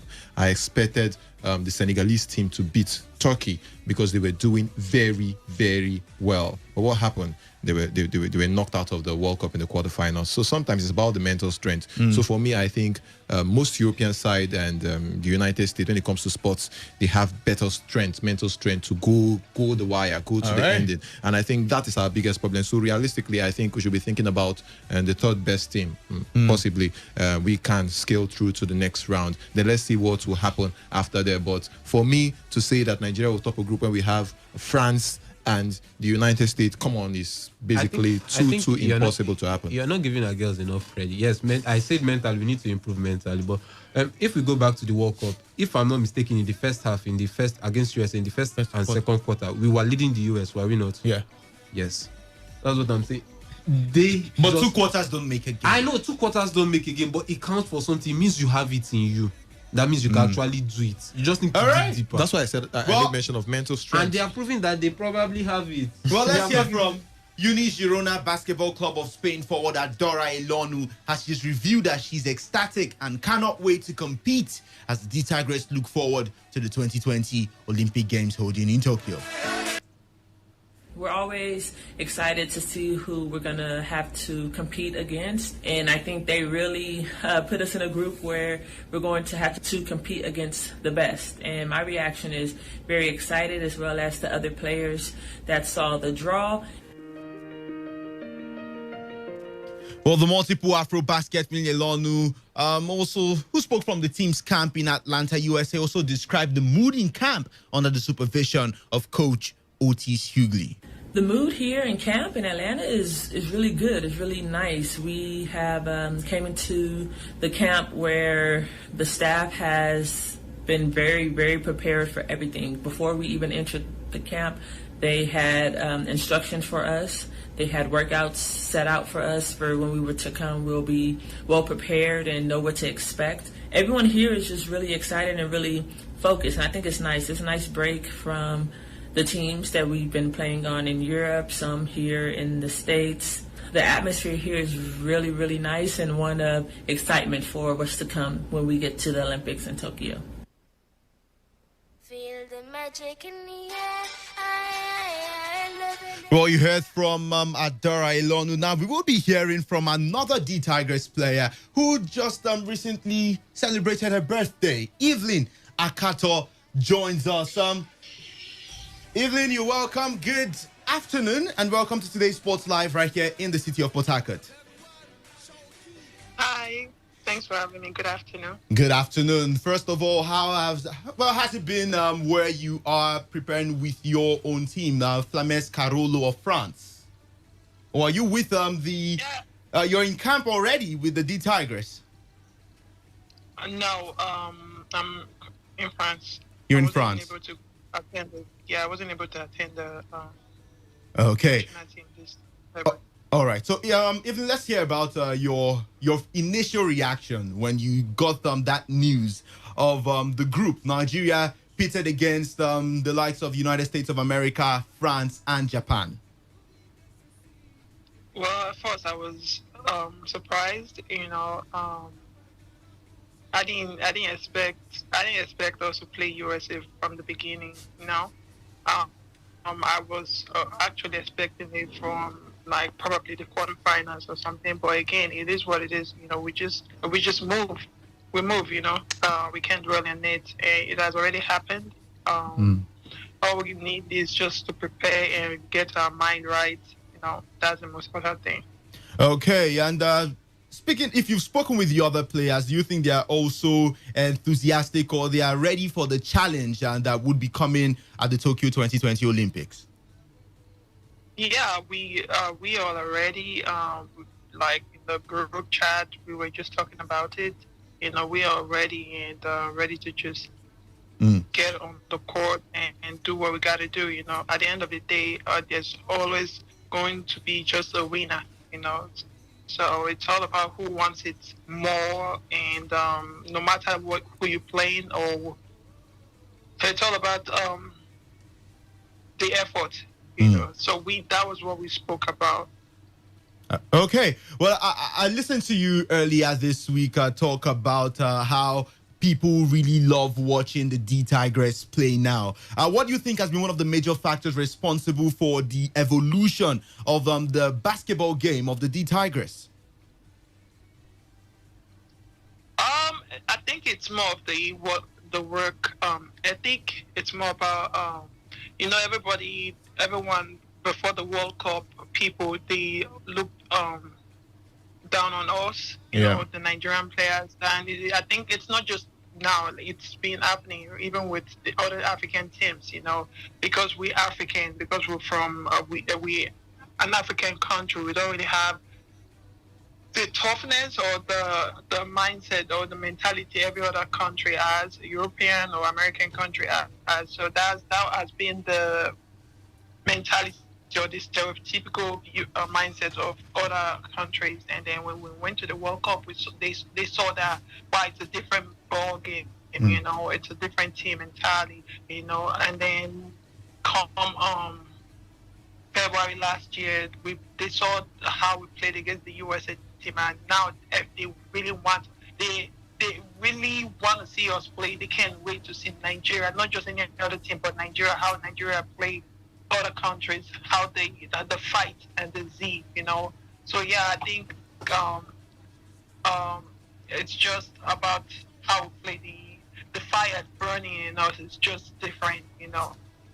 All right. Well, my colleague here also has a question for you. Reliance, over to you. Evelyn, this is Reliable Reliance. Coming back home, what do you think needs to be done to develop basketball here in Nigeria? Well, if I'm to judge based on me playing overseas and also in the States, like, I think one thing is all about, for one, it's all about the marketing. You know, how we market the brand basketball in Nigeria. You know, if I'm to compare with, I know Nigeria per se, some African countries well known for football, you know, but so that's where the marketing comes in. But if we don't have a strong team who are willing and able to push the basketball brand in Nigeria, it's an issue. And also, like, the willingness of others, the people on board, the federation or the people in charge of the local league or something. It's all about their willingness to provide and give back, you know, to produce a good facilities and equipment, and like just motivate the players to want to push. I think that's something.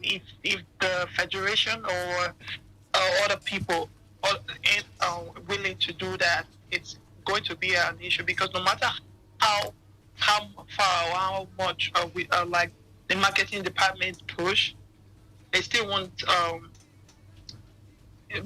do any good, you know. I think it's more about everybody just coming together. All right. The players, the federation, and everybody just coming together with one goal. You know, if you have different goals or different agendas, and as a team, you won't achieve anything. So if you come together and say, okay, you know what, this is what we need to do. This is the goal. No other goal. We need to push every other goal aside. But this particular goal, I think it's going to help the brand in Nigeria. Okay, thank you so much. But just before we let you go, do you believe Nigeria would qualify from that group? Nothing is impossible. Nothing is Smart answer.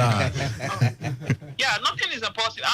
I'm just saying, you know, based on the past achievement. Though I can't really dwell in all those achievements or what we've done, because I know the main thing, you know, as an athlete or as anybody, is to keep growing, you know. And I'm pretty sure from a year ago, like, we've done a good job, or as personally, you know, as a player, we've done a good job trying to improve our own self. All right. You know, so if we come together and just say, okay, you know what, this is the goal, every step at a time, from training camps all the way to, you know, the first jump ball. You know, I think anything is possible. It's just, again, like I said, it's all about living it up on the court. All right. You know, everyone is scared about, oh my God, USA. Oh my God, USA is in the group. Oh my God, Japan, they are very annoying. You know, they are annoying set of players. You know, the way they hustle. But most people, they haven't really. I know France, they played us during the World Cup. Yeah. But they haven't really met us now. They don't know, like from 2 years ago, or the What 2 has years, changed? 3 years ago. Yeah. See, now they don't know how much improvement we've had. Okay. You know, so now it's like a different ball game. I think only USA can testify because it's just last year. But again, we've improved. Okay. So anything is possible. All right. Well, thank you so much. We hope to do this with you again. Get you or hear from you live on our show right here in Port Harcourt. Thank you so much for having me. And belated birthday wishes to you as well. Queen Double. Thank you. Thank you so much. Thank you so much. Well, you heard from her, Evelyn Akato, joining us all the way from her base in France, the D Tigress and Flem Carolo of France forward. Well, you can actually read in between the lines. Come on. She made it clear. She's just being optimistic. It's very, very difficult for Nigeria right now to actually qualify from that group. You look at the United States, you look at Japan, and of course France. It will be very, very difficult for the team. But with cohesion, with consistency, with improvement in training and technicalities and all, we can actually go down the wire and qualify from that group. But realistically, I think third best will not be a bad idea. Qualifying from the group. Well, we will go on a short commercial break. When we come back, we'll get to hear from you listening. So don't go anywhere.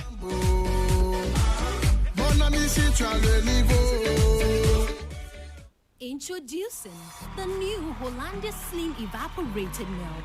Hollandia Slim Evaporated Milk has all the nourishment of milk with 50% less fat.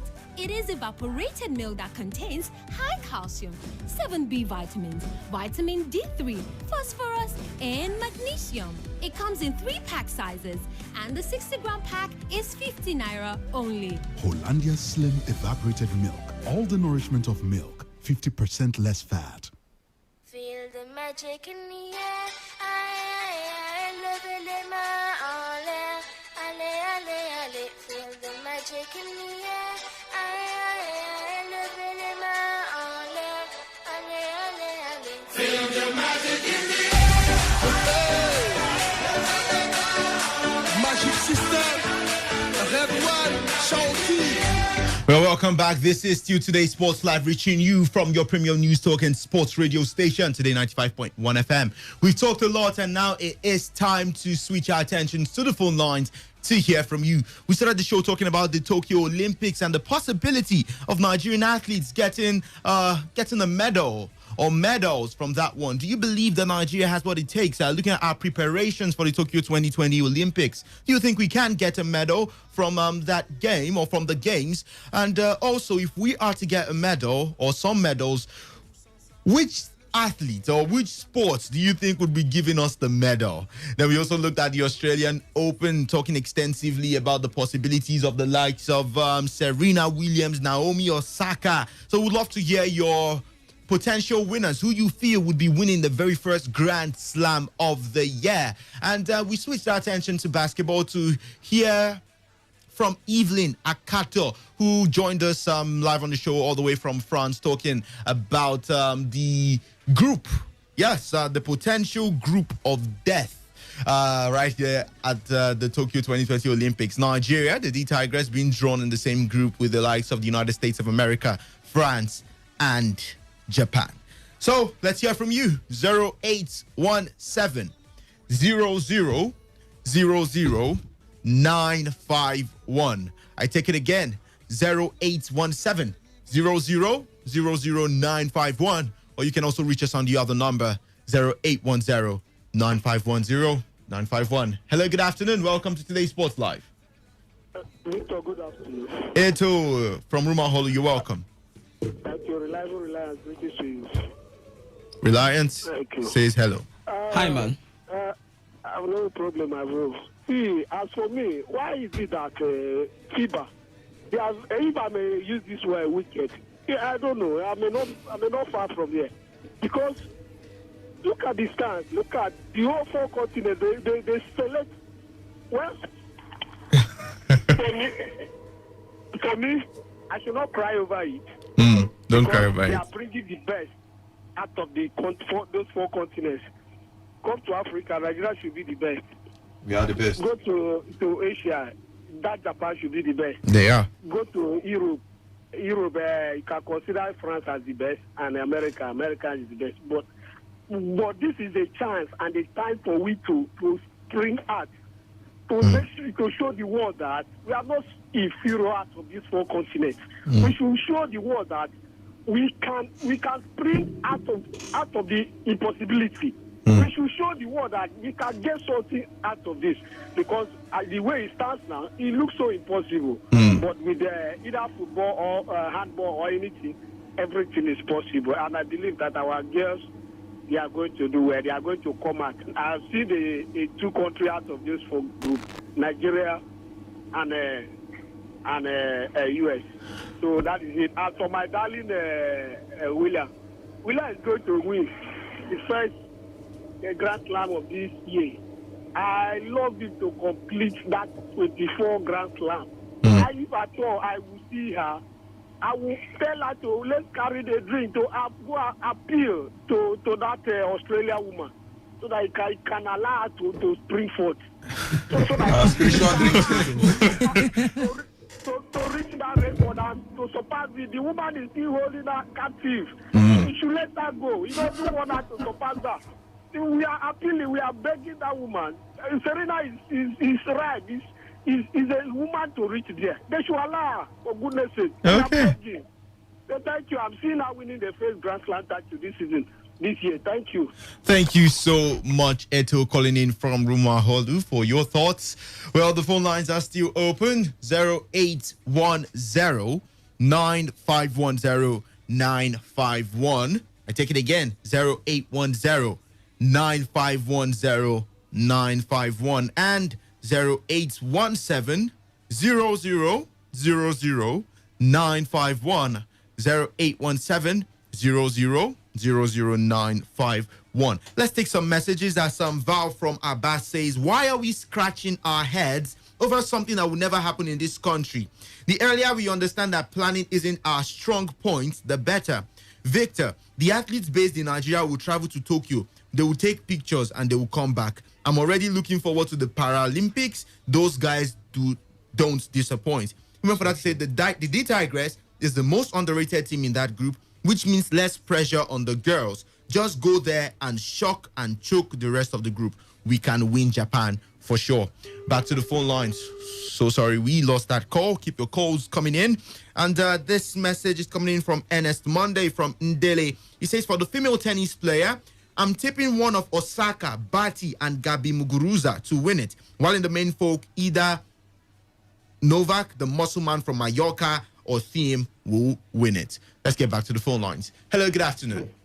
Thank you very much. Jerry calling in from Alu. You're welcome. I appreciate it. And greetings to all of you. Good afternoon. Good afternoon. If one of your analysts said that one of the reasons why Nigeria may not do well in this Olympic basketball tournament is due to mental strength. So I want to ask you a question. Do you think how many of them are home based? Can you give me an idea of how many of them are home based? Are you talking of the Olympics or the basketball? Basketball. The basketball team. Well, we don't know the players that they will be taking to the Olympics. But we know that most of them are foreign based, isn't it? Yeah, most of them are. Yeah. Most of them are foreign based. The issue of mental strength does not come in because they are already there with them. So what they do there is what they are. So people that are not in Nigeria, they automatically have mental strength. Thank you very much. Thank you so much, Jerry. Well, he believes as long as you're not in Nigeria, you have mental strength. Okay, still taking some messages. This one says, still Jerry from Alu. He actually sent that one as a text message. And then Amos in Calabari says, Michael Phelps set a target of 8 gold medals with 5 years preparation and got it. While Nigeria then set a target of 3 gold medals with the high jump team using 3 months preparation, and we did not get any gold medal. We will fail again because of lack of preparation. A very good afternoon to the sports crew. Well, thank you so much, Amos. Good afternoon to you as well. 85th minute of action gone at the Tottenham Hotspur Stadium, and it is still Jose Mourinho's men cruising with all 3 points. 2-0. Both goals scored by Harry Kane and Son Heung-min. We head back to the phone lines. Hello, good afternoon. Eto, you're welcome back. Thank you. So the fact that things are not moving well in this country. Our leaders are not putting things in order. We should not use our mouth to promise ourselves that we are going to fail. I want to tell that young guys that particular guy that said that SMS that Nigeria is going to fail. I bet my life that Nigeria is not going to fail. We are coming back. We are coming back with less than 10 gold medals. All right. We can even say 8 because we are not going to fail. You use your Bible said that take responsibility to yourself. I think 340 will come to pass. How can you be sitting down in one corner in your comfort zone and be telling that Nigeria is good? We are not going to fail. We are going to flag up the flag of this country and this nation and this continent at large. That is me. We are going to do it. We are going to succeed. Serena Williams is going to make it 24 this season. Thank you. Thank you so much, Eto from Rumaholu. Well, yeah, big Serena Williams fan, and I really don't know why. Well, I'm going to leave you with your fanship. Let's just run through the games to expect in England. We talked about Tottenham Hotspur leading Wolverhampton, West Bromwich Albion 2-0. By 3 p.m., we'll see Wolves up against Leicester City. By 5:30, the Super Sunday fixture. Liverpool taking on Manchester City at Anfield. And then later on in the evening at Bramall Lane, it will be Sheffield United versus Chelsea. The La Liga, Real Sociedad are currently 2-0 up against Cadiz. Athletic Bilbao will take on Valencia by 4:15 p.m. And then Osasuna up against Eibar, with Real Betis doing battle with Barcelona. In Germany, Hoffenheim would take on Eintracht Frankfurt by 3:30 p.m., while the game between Arminia Bielefeld and Werder Bremen has been postponed. In the Italian Serie A, Benevento will take on, Benevento played out a 1-0 draw with Sampdoria. By 3 p.m., we'll see AC Milan up against Crotone, Udinese versus Hellas Verona, Parma Calcio versus Bologna, and Lazio taking on Cagliari. While in the French Ligue 1 at the moment, Brest are 2-1 up against Bordeaux. Montpellier will face Dijon, Nice versus Angers, Nîmes up against Monaco, Saint-Etienne versus Metz, and Nantes also doing battle with Lille, with Marseille facing Paris Saint-Germain later on this evening by 9 p.m.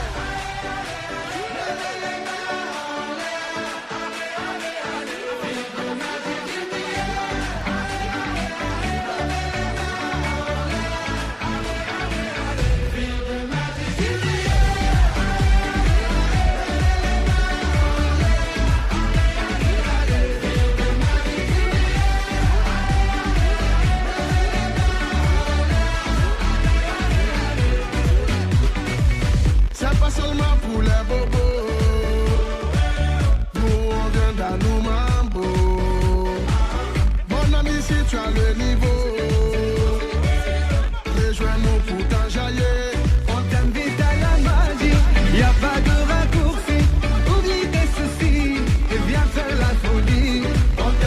Well, you are still listening to your premium news talk and sports radio station, Today 95.1 FM. Victor Oriahi right here with the sports crew and your Sugar Rush on the radio. And Sugar Crush, not Sugar Rush, Crush. baby. Why did I say Sugar Rush? I'm sorry, pardon me. It's okay. The C went somewhere. Were you having a rush of sugar already? Proudly. Well, with your Sugar Crush on the radio. And now we'll be going to some grassroots to talk about a grassroots competition that would be ongoing pretty soon. It's called the Power of Love Unity Wrestling for Akpo Kingdom. It's been hosted by Ogbogoro community under the youth president, Comrade Azubike Amechi. And I'll allow your Sugar Crush to tell us a little bit more about this event. Over to you. Okay, a point of correction there. It's actually Comrade Azubike Amadi, not Amechi. Oh, apologies. Okay. All right. Amadi, yeah. This is the Unity Wrestling bout that's taking place in Ogbogoro and here in Akpo Kingdom. It comprises all 10 communities in Akpo Kingdom. Initially, it was first held on the 4th to 7th of January by the Ogbogoro community under the command of the youth president Azubike Amadi, Comrade Azubike Amadi, who was then the youth president of the Ogbogoro community. And the essence, as you can see, is called for unity. Now, it was made to restore unity and peace back into the Ogbogoro community and, by extension, the rest of the Ikwe communities. So when this was held, it was really an interesting wrestling where they had about 3 or 4 guest wrestling communities in Akpo Kingdom, and it was beautiful. We had non-indigenous people enjoy themselves just like it was back in the days when grassroots wrestling was well attended to. Now, when we saw it, and it actually got to what we wanted for peace and for unity, and we saw the way everybody enjoyed it. Non-indigenous and indigenous alike were happy to see what they missed a long time ago. So we thought about it. The Valentine period is coming. We call the month of February the month of love. So how about we not just go about there carrying roses and flowers and bouquet, just the Westerners do it. Why don't we do it the local way? Why don't we bring back wrestling? You know, how do women get married? How do men find their wives? Are you getting the idea? Back in the days, back in the days, the men go out there, and if they say this is the woman that's got their eyes, then they like, show us what you can do. Can you protect her? How can you show us that you can care for her? You can actually provide for her. Then the wrestling match is scheduled, and the men come out there and say, look, lady, I'm doing this for you. And she said, okay, let's see if you can do it enough for me. And if he does it, the motivation behind it is her love. And then he's ready to tackle even the mountain. And that's what we're doing. We're bringing back history, culture, but we're also adding with a bit of modern issue, because from here we're also having professional wrestlers in the grassroots term who are among us, and yet they are still part of this community. So we are now bringing the 10 communities of Akpo Kingdom to fight for 10 maidens representing each of the Akpo Kingdom. Can you just repeat that again? They'll be fighting for 10 maidens. 10 maidens of Akpo communities. And not only that, we're also having the side attraction to see 10 maidens also show what they've got. We don't have women who go out there wearing trousers and all makeup. We're having young girls in the native attire the way they used to be, showing what they're good for and wiggling what their mama gave them. Okay, you're speechless. I am actually speechless, breathless, but I don't want to miss that one. It's on the 13th and 14th of this month, by the way. That's this week. On we're Saturday coming in Saturday and Sunday. Sunday. The venue is at the Bogoro wrestling ground just by the market. So if you're coming from any direction from St. John's, you just, when you get to St. John's, from Romola St. John's, you get a cab or a keke and just tell them Bogoro wrestling ground. That's the market. And everybody knows. If you're coming from the Ozoba area too, you just take a taxi, Obogoro, and you just find yourself there. It's gonna be amazing. So I will want the wrestlers. Some of them are here. Yeah, we have some of the wrestlers here, able-bodied men who will be fighting for some maidens. Be fighting to protect their women here. So go ahead, please. Okay, so let's start with the gentleman just closest to me. Good afternoon, and can we know your name, please? Okay, good afternoon. My name is Godwin Amadi, aka Money in the Bank. Money in the Bank. Yeah. He actually looks like it. Back then when we watched, we're talking about that not that fake one. Not this wrestling is different from the WWE. That one is entertainment. But when you watch WWE, there's something called Money in the Bank, and they climb the ladder, get the money. He looks like those kind of wrestlers. Well muscled. And do you believe you'll be able to, would I say, win a maiden or protect your maiden? He is actually fighting to protect the maiden. Okay, he's fighting to protect the maiden. The maiden. Now, if he is not able to do that, which we know that is not possible because the men you see here have never had their back thrown to the ground professionally anytime since. They are undefeated. They are undefeated champions. Now, if you're not able, if you go pick a lady and you're not able, you disgrace her. For those who are coming, because we've got so much confidence in our men. Money in the Bank has a reason why he bears that name. You will show your love by the power of your account. So you don't just come there and disgrace the girls. Tell us the story behind that name. Okay. Wrestling. This wrestling is about peace and unity and units. And we have fine ladies. Okay. And we are waiting for outsiders to come and defeat us, and we are ready. He is ready. Believe they can defeat us because I'm here to defend my guests, your maiden people, my community. So we are ready. Well, that is Money in the Bank. If you think you can actually get his maiden, Priye, are you sure you don't want to take him? Look at the size of my hands. Now, there's something else that's missing.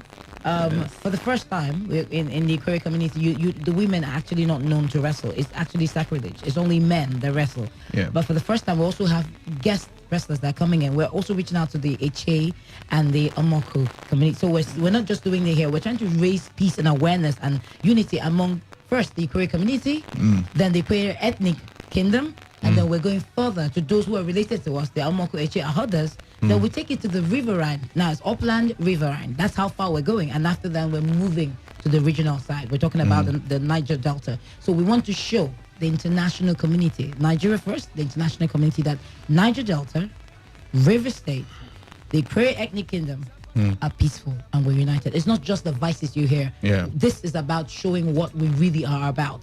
So we're doing this, but in a very peaceful and united way. Okay. Well, that is massive, I tell you. We're also going to be hearing from one of the guys here. The size of his arms, the size of his bicep is like Henry's head and Priye's head joined together. Good afternoon to you. What's your name? My name is Anthony, aka Batorat. Can you say that again? AKA Batorat. Batorat. Yeah. What does that mean? Battle rat. Battle rat. Battle rat. Yeah. Wow. Oh, okay. I feel for whoever is going to be taking. I actually feel for the person. For those who want to see them, you can actually join us. We're live on YouTube, so you can actually join us on YouTube Today FM 951, and you'll be seeing us live on the right here in the studio. So you get to see Battle Rat, and if you think you have what it takes to get his maiden, well, Battle Rat will be defending her, right? Yeah. You are not scared. There's no possibility. At all. I'm not scared. I trust you. I trust him. Okay. There's also, sorry, can we know your name? Okay. My name is Honorable Chikoka Ofunda, aka Sanyang. Honorable Chukwuka Obina. Ofunda. You're Ovunda. You're a wrestler. Yeah. And you're an honorable. Not You're an honorable wrestler. Well, that should be probably your real AK. You can just the honorable wrestler. You can never tell. Okay, let's hear from you. Good afternoon. Yeah, welcome. What's your name? My name is Igwe Osisi, the great wrestler of Akwa Kingdom, also the great wrestler of River State. I know by Agun as a great wrestler called by Agun. Agun. A lion. The lion. Yeah, I know the meaning of that one. You're not done with the honorable. I think you were thrown off when you heard the honorable. Was it what threw you off? Yes, I was still trying to swallow it. I was like, how can the honorable be out honorable, there? can you please tell us more about how you are fighting, how you're a wrestler, and you're also an honorable? I know the Honorable tried to entice you. I was once aspirant, councillorship aspirant. So that gave me the right to answer Honorable. Aside that, wrestling is a good thing, you know. By the grace of God, among people that is organizing this wrestling match, I'm the secretary of Obogoro Youth. So it's a pleasure. Like this Valentine period, we use it to make more the community very lively and also gather up our kingdom to bring more peace and unity and harmony in the kingdom. Not only our kingdom, you know, we have Evo and Apara, and this wrestling match is going to be a competition between our kingdom and Evo and Apara kingdom. And we are ready to protect our maidens. That is actually why we have to bring up this thing. Because we know that a lot of persons will see it as ordinary wrestling, but with all this sound attraction, we make people to come for the wrestling much, and a lot of dignitaries that we have invited for this wrestling. And we believe that our maidens, they are also prepared. Prepared them, and we are there to defend our maidens. Not only coming to take our maidens, also defend them. Also protect them. You that feel that you love them and you want to take them to your house, then we are ready to protect them. I wouldn't want you to take them like that when you cannot defeat us and win the battle. So that is why all of us, we are preparing all this way to make sure that you that is coming, we protect them so that you too will not disgrace our maidens. Because if you disgrace them in wrestling ground, then the money in the bank, who's talking about, you're not coming. Not coming, because you have to offer something because you have already disgraced them. Our girls. Our girls. So not only the maidens, we have other side of attraction. You know what we call a ripun, people that will the waist dance. Dancers, So that's why I said you shake what your mama gave you. So we're going back. And other things that we are going to showcase. That the cooking. We're going to have a cooking competition. We're going to see the men. As you see them here, they're all chefs. Wow, the men cooking. They are all chefs. They are wrestlers, they're workers, they're honorables, and they're chefs. And there are more. You're invited, by the way. We forgot to mention that you're also part of our special guest on that day, 13th and 14th of February. We'll be there. Oh, you have to be there. Because you've not seen the rest of the other biceps. No, we're not there to wrestle, you know. We're just going to. No, there's gonna be a We'll nominate one of us. There's gonna be now. We'll cast lots and we'll nominate one of us from the Today FM Sports. Now let me put it out there as the media officer for the Obogoro Youth Council, and a fellow colleague. Yeah. I'm putting out there. There's gonna be a celebrity bout between the media officers, personnel that are going to be there for the attraction. So for that reason, they're going to mellow down. So you guys will be handled. You have a lot of soft landing, so don't be scared. Priya, can you hear? Don't worry, we'll start getting Priya in shape for that one. It's in 6 days' time, so it's going to be representing the Today FM Sports Crew. God be with you. Okay, well, also, is it okay? Yeah, I did hear from Agun. I got it right? Yeah. So, Agun, what are you expecting from this particular? For the first place, I will start this way. People should help me and thank Amadi Oshem, the youth president of Obogoro community and Akwa community. So, and then people should help me and thank the CSO of Obogoro community, B. David Amadi, because they are so kind. They are the ones organizing the wrestling to bring peace and unity into Akwa Kingdom and Obogoro community. Because me, let me just say this way, it should be 30 years and start wrestling.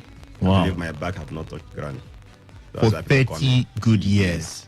Now, we talked about it bringing unity and peace. That's on one side. On the other side, too, you're listening from him saying that he's been wrestling for 30 years and we've got such talent in our own midst, and yet we're not ably represented in the federal stand. So this is another way of going out there to reach out for grassroots wrestling and pick out grassroots talent and move them to the national level. You heard the girl from the FIBA basketball. She was saying that a lot of us, we don't have what it takes. We don't go to grassroots. We're more vested in football. Now we're getting basketball and just a few. How about wrestling?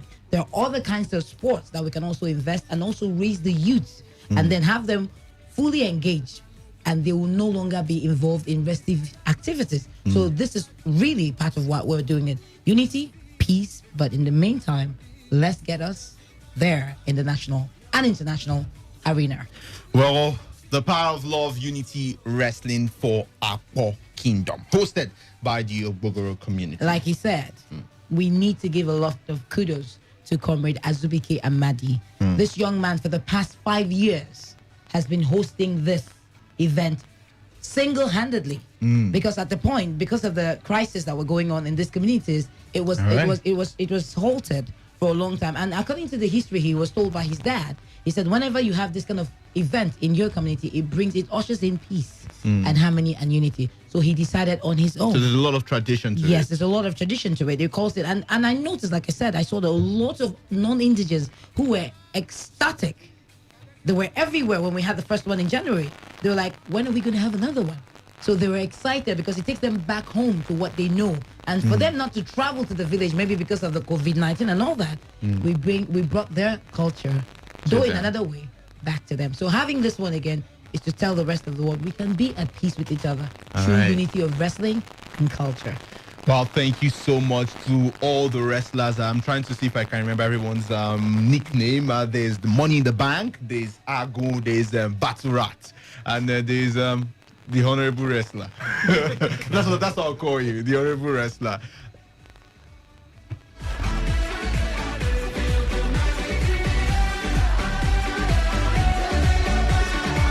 Well, just before they leave, the Zone B commander of the OSPAC in Ogbogoro in Akpo Kingdom, Elijah Daniel, celebrates his birthday today. It's a bit late, but on behalf of the chiefs, the youths, the women, and people of Ogbogoro community, they wish you a happy, blessed birthday. Praying that the Almighty God would bless you, protect you, and grant you the wisdom and strength to continue to protect us as you put yourself in line for our safety.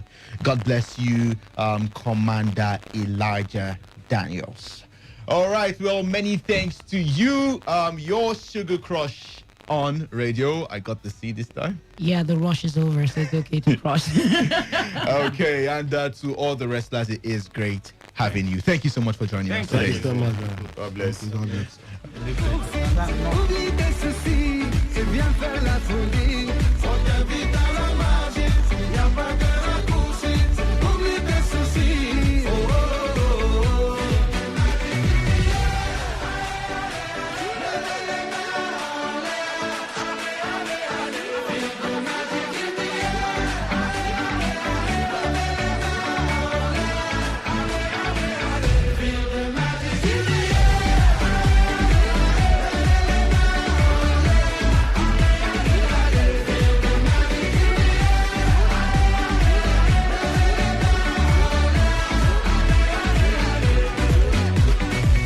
C'est pas seulement pour les bobos. Nous on vient dans nos mambo. Mon ami, si tu as le niveau, rejoins-nous pour t'enjailler. On t'invite à la magie, y a pas de raccourci. Oublie tes soucis et viens faire la folie.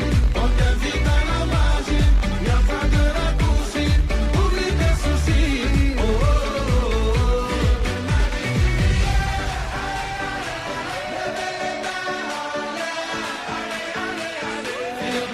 Well, with that, we head straight to football.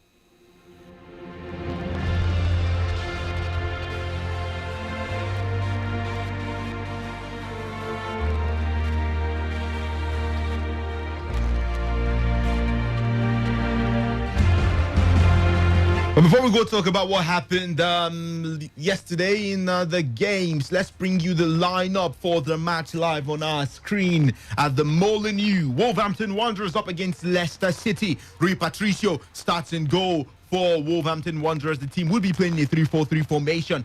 Leander Dendonker, the Conor Cordy, and Max Kilman make the three-man backline. And in midfield is Nelson Semedo, Ruben Neves, Joao Moutinho, and Johnny. While Adama Traore, Pedro Neto, and William Jose would be at the... well, will be the attacking trio trying to get the goals for the side. On the bench for Wolves is Fabio Silva, Morgans Gibbs-White, Vitinha, John Rudy, Romain Saiz, Luis Richards, Owen Otasowi, and Nigel Lonwijk. while for Leicester City, they play in a 4-2-3-1 formation. Kasper Schmeichel starting goal for the team. James Justin, Kagla Soyuncu, Johnny Evans and Ricardo Pereira make the four-man defense line. Hamza Chowdhury and Yuri Telemon would be just playing behind the midfield trio of Javi Barnes, James Maddison and Ayose Perez, while Kelechi Iheanacho would be the lone striker of the day. On the bench for Leicester City is Jamie Vardy,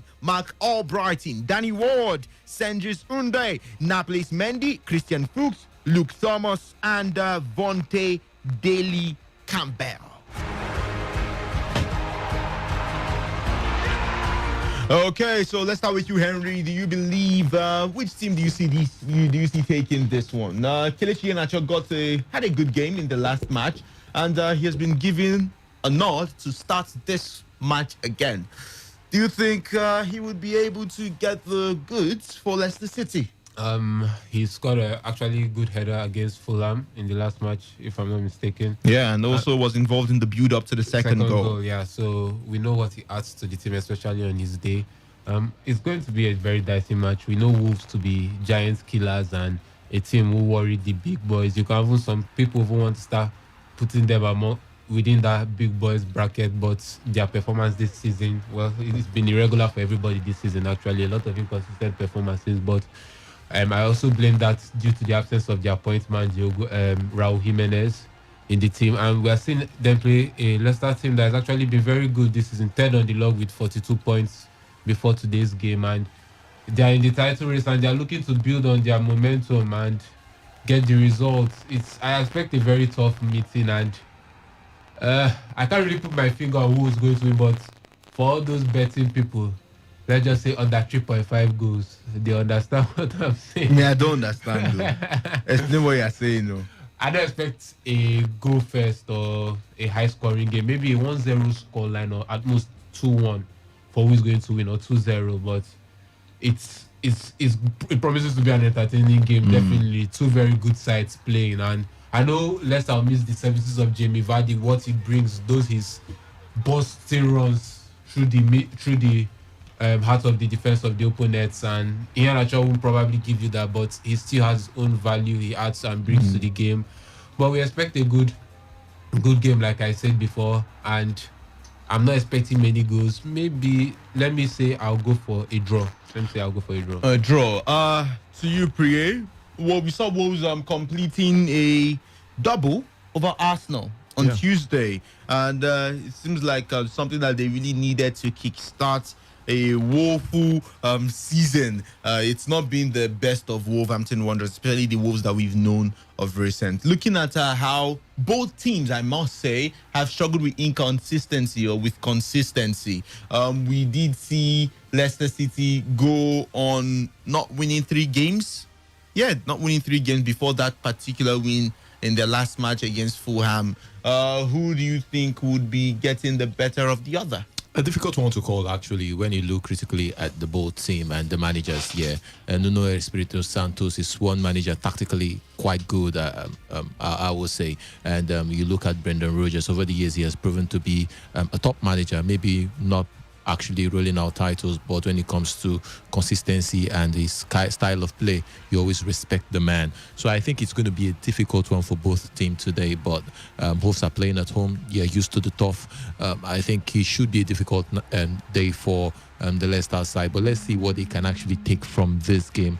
Very difficult to call, but I think personally it's going to be a Wolf day, because if you look critically after the defeat against Arsenal, it's more like momentum now. They really need to get those important points to see themselves actually competing for European spots, because it seems like they are used to that since a couple of seasons now. For the past 2 seasons, they have been pushing for European positions. So I think it will be a difficult one for Leicester due to the fact that Wolves are back. It seems like they are back and they won a very difficult side. And Leicester, yes, they defeated Fulham, but come on, anybody can defeat Fulham these days. And so for me, I think Wolves have the upper hand with consistency. I think they can actually pick this one ahead of Leicester. Maybe a slim win. I'm seeing a very slim win, a 2-1 win for the Wolf side.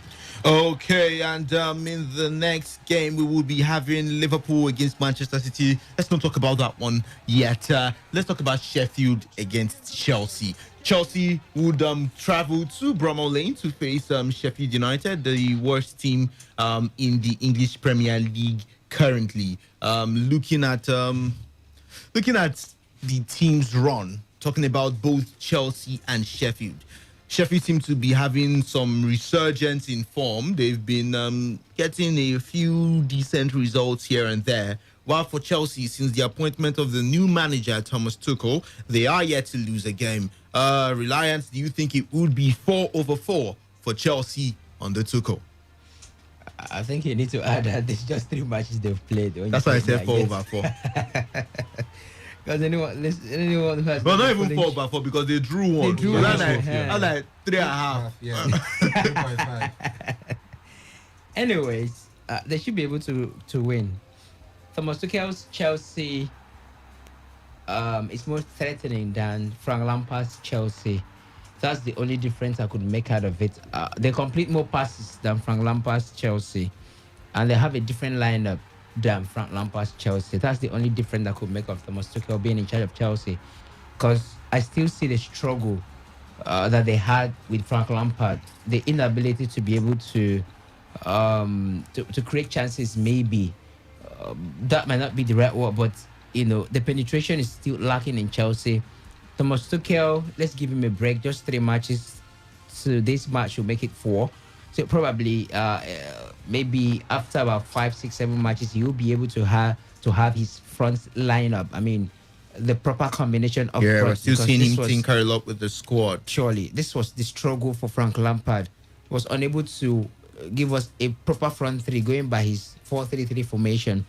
And for Thomas Tuchel, it's sure that a couple of players, are going to be cementing their position on in some departments. Maybe Aspilicueta, maybe Marcos Alonso, Thiago Silva, Antonio Rudiger, Jorginho, Kovacic, maybe.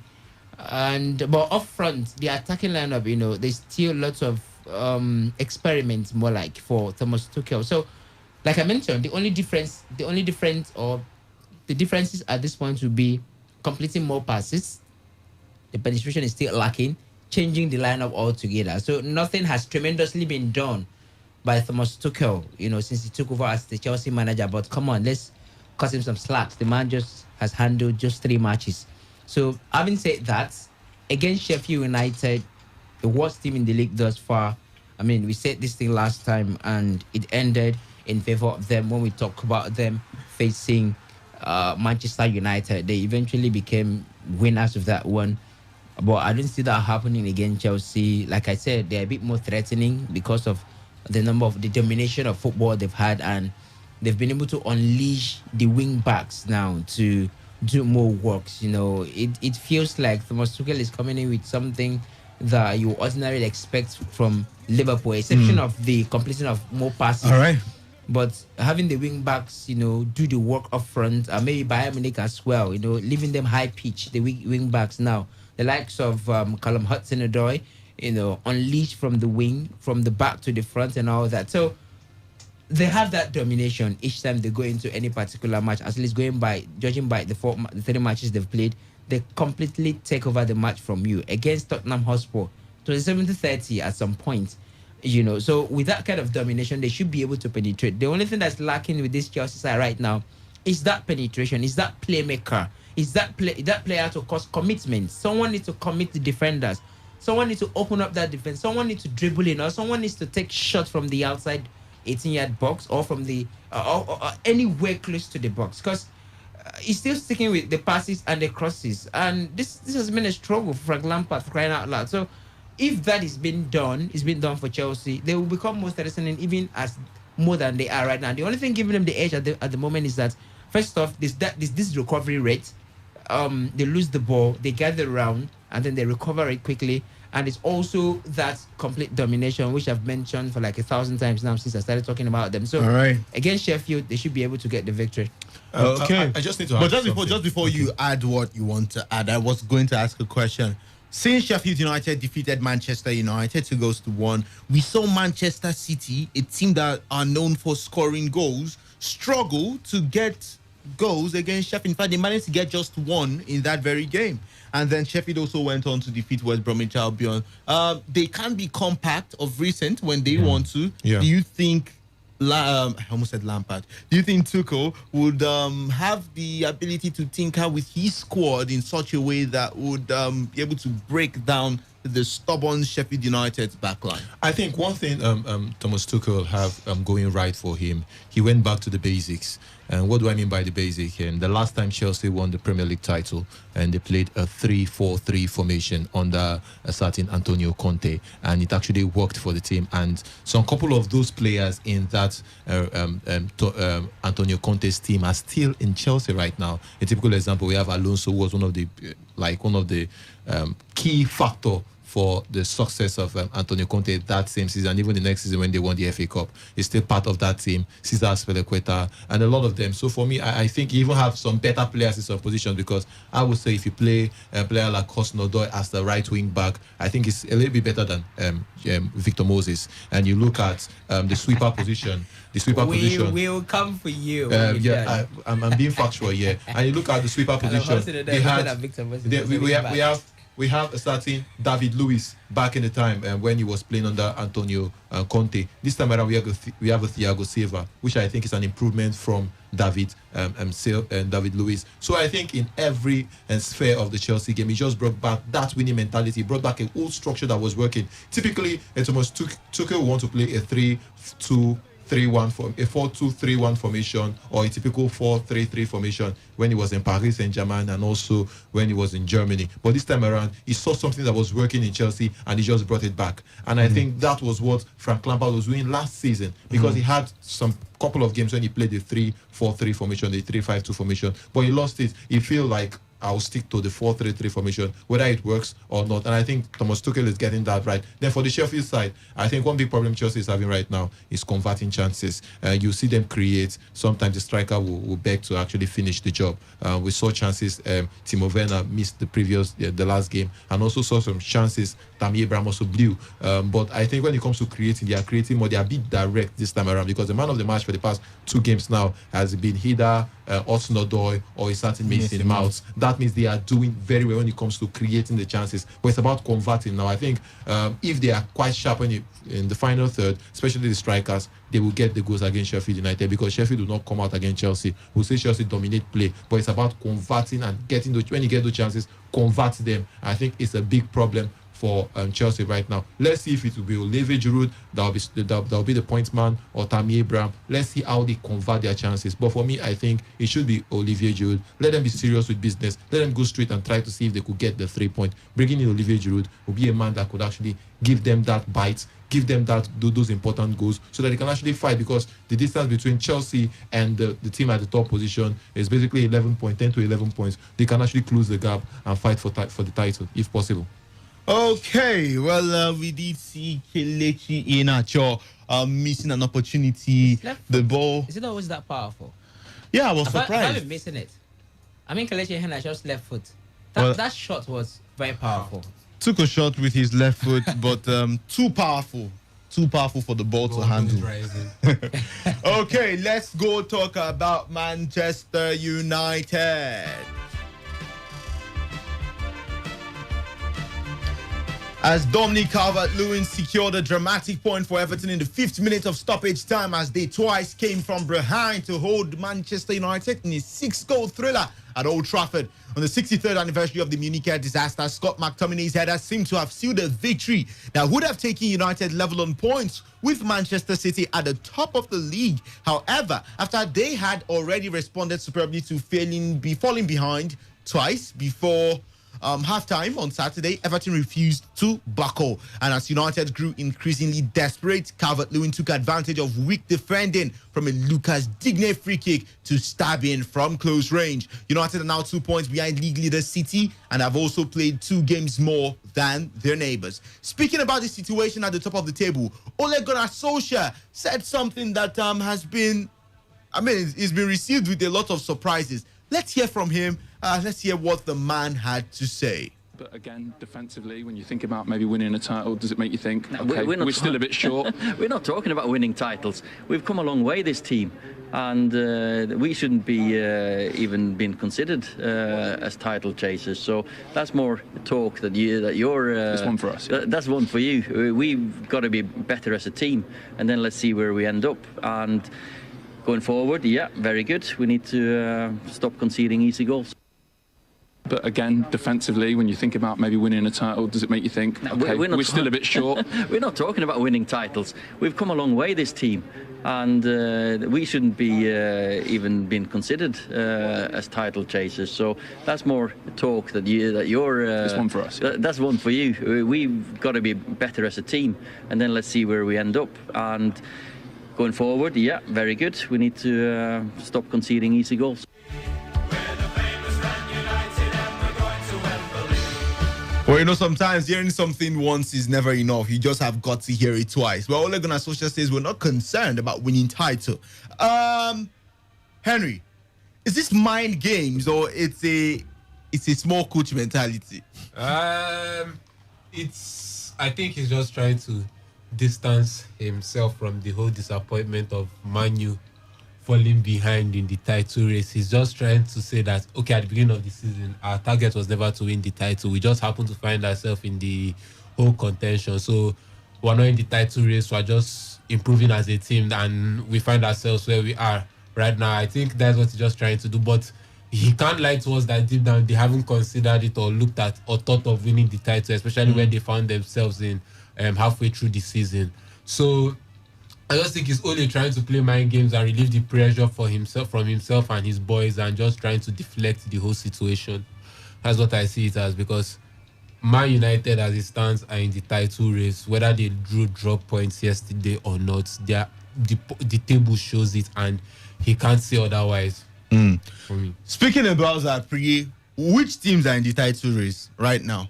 I think or is it just one team? I think it's just basically Manchester City. Manchester City are just running on their own. I don't believe so. Other people are chasing Manchester City, but come on, it's still football. If you look at Liverpool, maybe 8-7 consistent game, come on, they should be up there, and it's possible, and it's still possible for them to actually climb there. And you look at the likes of Chelsea having the Thomas Tuchel, 8 games, 10 games, other teams having bad results. You could see them still chase for the title. And you look at this Tottenham side, if they can only keep Harry Kane and Son fit, then you know that there's a problem for other teams. So I think it's still wide open for any team to actually pick. And I will say this, nobody should disrespect a certain Everton side. They have a quality manager. They have players in top positions. I would just say maybe Alan is out, but still have players that can actually fit in those positions and they can fight for the title. They have players with winning mentality. Players like James Rodriguez, he has done it before over time. We know what he can do in the field of play when he's in form. You can look at other players like what Calvin Lewis is doing right now. The man is in form. He's just replicating what Inzaghi used to do back in the day. You look at other positions in that team. Dakore is like the man chasing all the balls and winning those balls in the middle of the pack. And defensive line, they have been compact. So for me personally, I think it's still open for any of these teams. Look at this Leicester side. They are playing without Jimmy Vardy. Yeah, they're struggling, but they can still get those. Jimmy Vardy and Wilfred Ndidi, a very important player for them in the defensive midfield role. So for me, I think any team can still pick these, but when you see Pep Guardiola's side top with 4 points, you just need to be scared and respect that, because it's a man.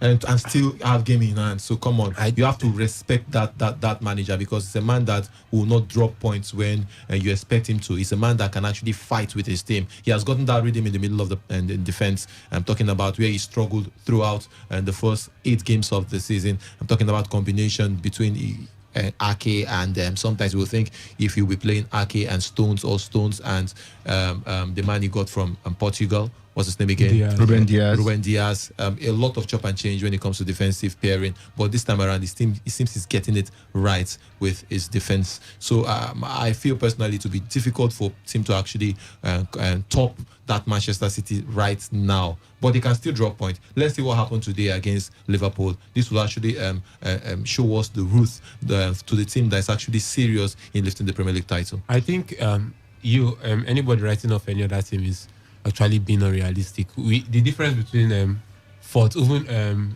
fifth, which is West Ham, 39 points, and Man City is currently 8 points. Yes, Man City have a game in hand, but it's not a point. Actually. 2 games in hand, one against Liverpool today and the other one I think against Everton. But a game in hand is not 3 points in hand. And we've seen crazier things happen in football, even the Premier League. I still remember Man City's first title, the game against QPR, the whole Aguero issue that season. Man City was topping the league with 8 points by January, February. They threw away that 8 points, and United was now topping with 8 points by March again. But Man City won the league on the final day of the season by goal difference. Yeah. With goal difference. We've seen crazy artists. Even the 1 point season, Man City beat Liverpool to the title. In January, Liverpool was topping Man City with 7 points and a game in hand. True. They lost to Man City and drew their next 3 games, and Man City climbed to the top and they won the league from there on. The season, the whole Suarez QPR season and Crystal Palace season, we saw how the title race was. Arsenal was on top for literally throughout the season, and they finished fourth. And Liverpool, everybody thought was going to win the league, capitulated against Chelsea and Crystal Palace, and Man City won the league. I'm not trying to be a conspiracy theorist or bring up anything, but it's still 16 games to go. The league is very much open. Nobody should write up, even Man United, even West Ham, even Chelsea, because the gap we're seeing between first and even third and 8 is the gap you see between first and third in a normal season. What is the gap between the first and the 8th, 9th position now? This is a queer and unpredictable season. Okay. Victor. Well, just before you say what you want to say, just letting the listeners know that you can send in your text or WhatsApp message to 0701 933 9962. What team or which teams do you think are still in the title race? Is it just Manchester City, or do other teams stand a chance? As Ole Gunnar Solskjaer says, Manchester United are not title chasers in any way. They are not contending for the title. Over to you, Reliance. I recall this kid, saxophonist, that Davido dashed 500k just about 2 days ago. I'm sure she didn't plan it. She didn't even dream it. She just did what she did with that Davido song. And eventually she got 500k. That's the situation of Manchester United. They never planned to be topping the table. But eventually they found themselves there. Maybe miraculously, I don't know. But it's just that trail of form that sends them to the top of the Premier League table. So Ole Gunnar Solskjaer is being very, very realistic. We are not title contenders. Manchester United under Ole Gunnar Solskjaer has never been title contenders, not even this season. You just watch out. You see how the gradual drop with Manchester United will come about. You look at Manchester United's team. Any day the individual brilliance of those players fail to manifest, that day is either they will throw away leads, because yesterday they led about twice. They will throw away those leads as they did yesterday against Everton, or they will either be defeated. Nothing is coming in. I mean, not absolute anyways, but nothing is coming in from Ole Gunnar Solskjaer as the manager of the team. So the man is very open. Man U have never been title contenders under Ole, not even this season, irrespective of where they find themselves at the Premier League table. But for the Premier League itself, brotherly, this season is magical, more like. You see who wins that title? Liverpool are still in this title race. Leicester City playing Wolves right now, they're still in the title race. So that thing is very much open. Yeah, Manchester City is known for extending this dominance each time they top the Premier League table, and then they will sow and continue. But this season, if you look at this season, 9 different teams have topped the Premier League table, haven't they? Yep. So we're looking at a season that's a bit magical, and you cannot at this moment predict who's going to win the league. Just watch Thomas Tuchel as he's coming. You know, just watch Jose Mourinho probably as he's coming. Or even this Leicester City that are very close with Brendan Rodgers, and see what's going to happen in the next 5-6 matches. So it's actually very open. Ole, I think I'm beginning to like Ole. He knows how to say the truth. Okay. He doesn't have what it takes to win the Premier League for Manchester United. Okay, we go on a short commercial break. When we come back, we would head straight to the phone lines to hear from you. Stay with us.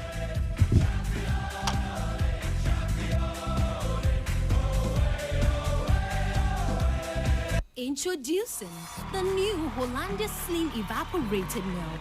Hollandia Slim Evaporated Milk has all the nourishment of milk with 50% less fat. It is evaporated milk that contains high calcium, 7B vitamins, vitamin D3, phosphorus, and magnesium. It comes in 3-pack sizes, and the 60-gram pack is 50 naira only. Hollandia Slim Evaporated Milk. All the nourishment of milk. 50% less fat.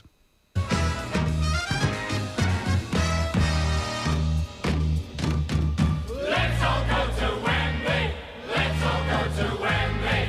Liverpool will win the cup. Let's all go to Wembley. Let's all go to Wembley. Liverpool will win the cup. Well, let's all go to the phone lines to hear from you. We've been talking from 1 p.m. We've talked a lot, I tell you, from the Tokyo Olympics to basketball to tennis to grassroots wrestling. And now we are talking football. Manchester United coach Ole Gunnar Solskjaer. These Manchester United, his team are not title chasers. They're not title contenders in any way. So do you think he's just trying to play mind games, or it's actually a small coach's mentality? And then, well, what are your thoughts on the games played yesterday? Arsenal losing yet again. 0817 00 951 and 0810 9510 951. Hello, good afternoon. Yeah, good evening, all of you in the studio. Good afternoon. Good afternoon. What's your name and where are you calling us from? This is Shedrack Amadi. I'm calling from Olamneki community. Shedrack Amadi, you're welcome. Yes, I want to react to what Oliver Gunnar said that so I'm a Mayu fan anyway. I'm a Mayu fan. That Mayu is not a contender. Well, that is, to me, that is a mind game, because if he has won this match yesterday, he would have said this. We were level points with Man City, you know. So he just want to ease off his maybe question that they will be asked upon, maybe media will be asked, what do you just want to ease himself by saying these words that the man is not a contender. The league is still open. Anybody can be there. But for now, I know that Man City is holding brief for the fourth position people in the league.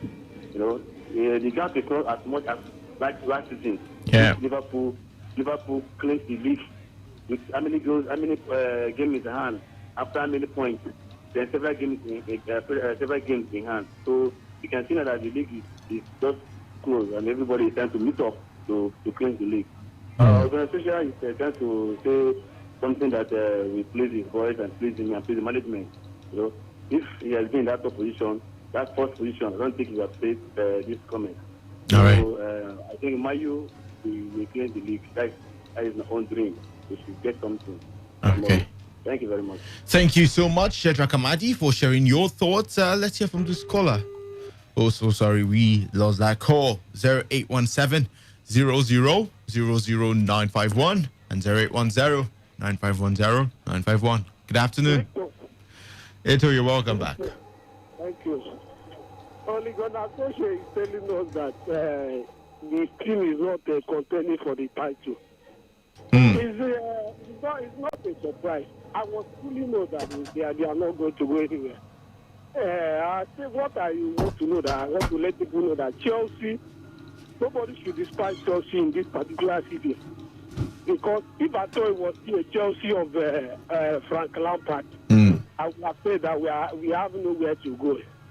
But Chelsea of Thomas Tuchel, we are going to finish or second in Premier League. Second? Probably we challenge the Champions League. If I'm seeing the way Thomas Tuchel lead PSG to Champions League final last season, Chelsea is going to reach Champions League final this season. So as for me, I'm not seeing not Atletico Madrid as anything to stop us. All right. That should be that apart. As for Premier League, Manchester United does not have any capacity to challenge for a title. I gave them 20 years before they win the Premier League again. So as for me, the man is saying the truth. He's a small coach in a small club. So as for me, he knows that he's not going to achieve. Okay. He's not going to go. Now, I love him by saying the truth. As for Thank you. It's for Premier League. He's a Premier League winner this season. Thank you. Thank you so much, Eto from Ruma Holu. Well, everybody knows Manchester United is a big club. The titles, the trophies, the records speaks for itself. But then you're allowed to say what you want to say, but just putting it out there. We know that Manchester United is a big team. Let's go back to the phone lines. Hello, good afternoon. Hello. Good afternoon. What's your name and where are you calling us from? This Sheldrak, I'm call back again. Welcome back. Just to react to what the caller says about the Mayu has no stake in the champions, in the league. They get no place to go. Really, Chelsea, when Lampard was involved in Chelsea, when Lampard came in first, Lampard was kind of winning matches. He took them to the line to the Champions League. But today, he's gone. He's starting. Now they've employed a new coach. That he's not winning matches. Very soon now, this coach is going to flop like the Lampard. Along the line, he will start. So Chelsea are good in starting coaches. Right? That is what everybody knew about Chelsea. They don't expect patience. They hardly get good players when you employ coach for 2 more, 3 or 4 years. They hardly you expect to make magic. Sometimes you need to give coaches space, let him start patient with coaches so they can get what they want. Not by 2 years when they don't get they give you victory 1 year, the next season because they didn't perform fine, you decide the coach. They are just like that. They don't have concrete idea, concrete pattern to keep coach. You just keep on like coach. How are they going to grow? How are they going to grow? So Chelsea has nothing to offer in this league. Okay. So the man is just trying to make sure that Thank you. The players are playing to make sure that they get playing time. After this period, you will see what happens. All right. Chelsea will go down. Thank you very much. Okay. Well, that is Sheldrak Amadi. He believes that Chelsea has nothing to give in this when it comes to the title race. Let's hear from this caller. Hello. Victor, I call back. Please. Hello? We can hear you, Eto. Please keep it short and simple. Thank you, sir. See, the way Abramovich is doing, is positioned the team and everything, we love it. And not only us, do you know that? The way we position our team to the extent that if he don't give us results, then we show you the exit door. That is why everybody now follow up. Even Manchester United, as I'm talking to you now, they are on our lineage. They follow up. They even love that pattern more than us. Arsenal the same thing, other teams the same thing. As I'm talking to you now, they love that pattern more than us. Before the season will end, they will start with the association. You see that they will join that pattern by starting him. Without it, what is the coach going to say they are what he stands for? He should go. So Okay. Thank you. Thank you, Eto, for your thoughts. All right, well, let's go to the text message line. This one says, good day, Sports Live. It appears Ole has lost the DNA in his gene. Only games can tell. It is time Ole is fired. We need a manager who is hungry for trophies. And Bad Commando says, you guys are funny. You say Chelsea are still in the title race, but you have also said Barca and Madrid can't win La Liga. Is it not like 10 points between those teams and the league leaders? What makes the English Premier League different? Well, that is Bad Commando with his thoughts. And I think we have some messages on WhatsApp. Just trying to confirm if we do have any message on WhatsApp. Okay, this message says, so Manchester United fans thought that they would win Everton just because they beat 9-men Southampton 9-0. A Manchester United fan has the guts to say before the match that Man United would win 10-0. Man U will be like Arsenal, who has not won the league for more than a decade. Oscar KJ from Port Harcourt. Thank you, Oscar, for your message. Well, then, with that, we head to the fixture, the Super Sunday fixture, as Liverpool would be doing battle with Manchester City.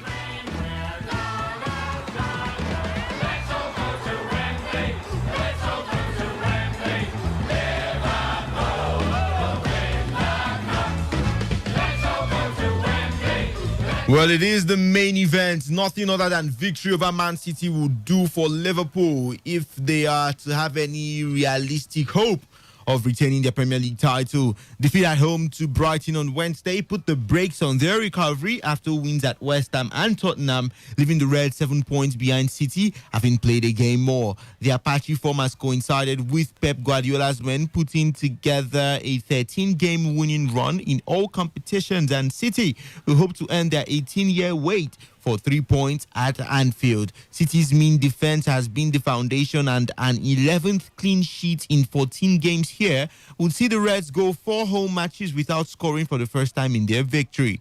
Liverpool boss in their history, rather. Well, Liverpool boss Jurgen Klopp could welcome back Fabinho, Sadio Mane and Alisson Becker back to the squad, while Guardiola remains without Sergio Aguero, who has started training but is not yet fit to play.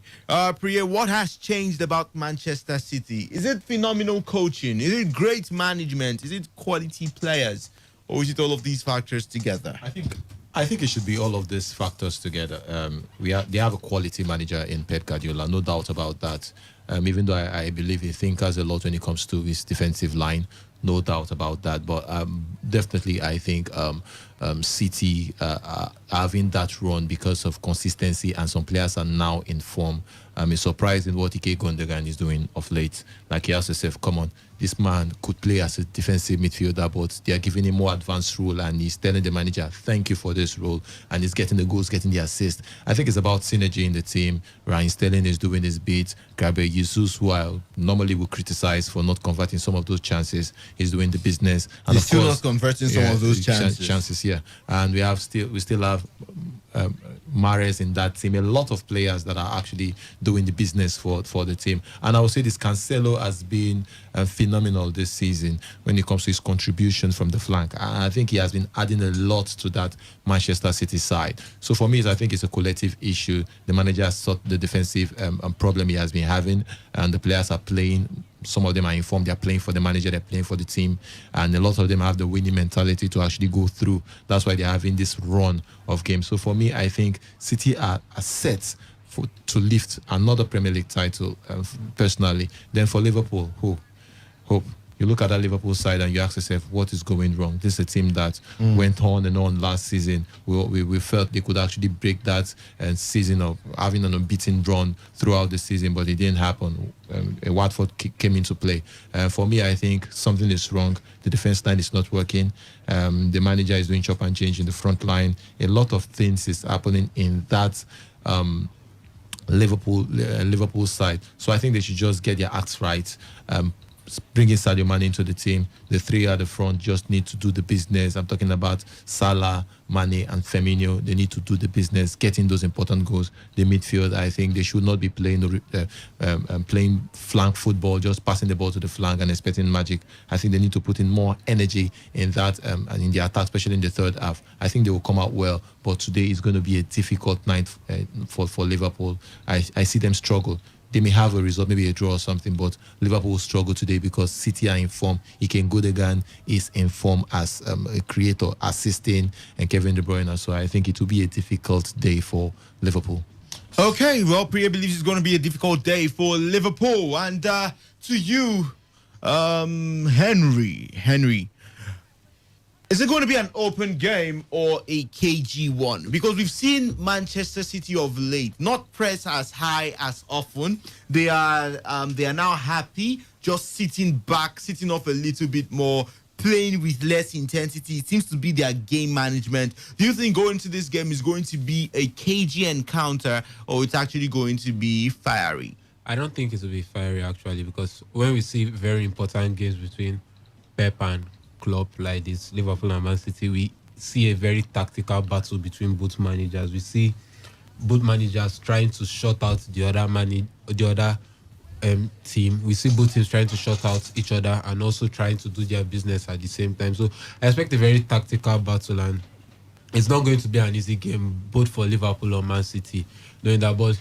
let's not also forget, at home, Liverpool have a very good record against Man City. I know, yes, of recent, they failed to score in their last 2 home games, and they've lost back-to-back home games for the first time in 9 years. But it's still Anfield, and it's still Liverpool you're talking about. And Man City know that. They know they have a poor record in at Anfield, and surely that will play on their minds. And as much as people want to give the game to Man City, that they have the advantage and all, but Man City have not been swashbuckling or playing the most attractive football.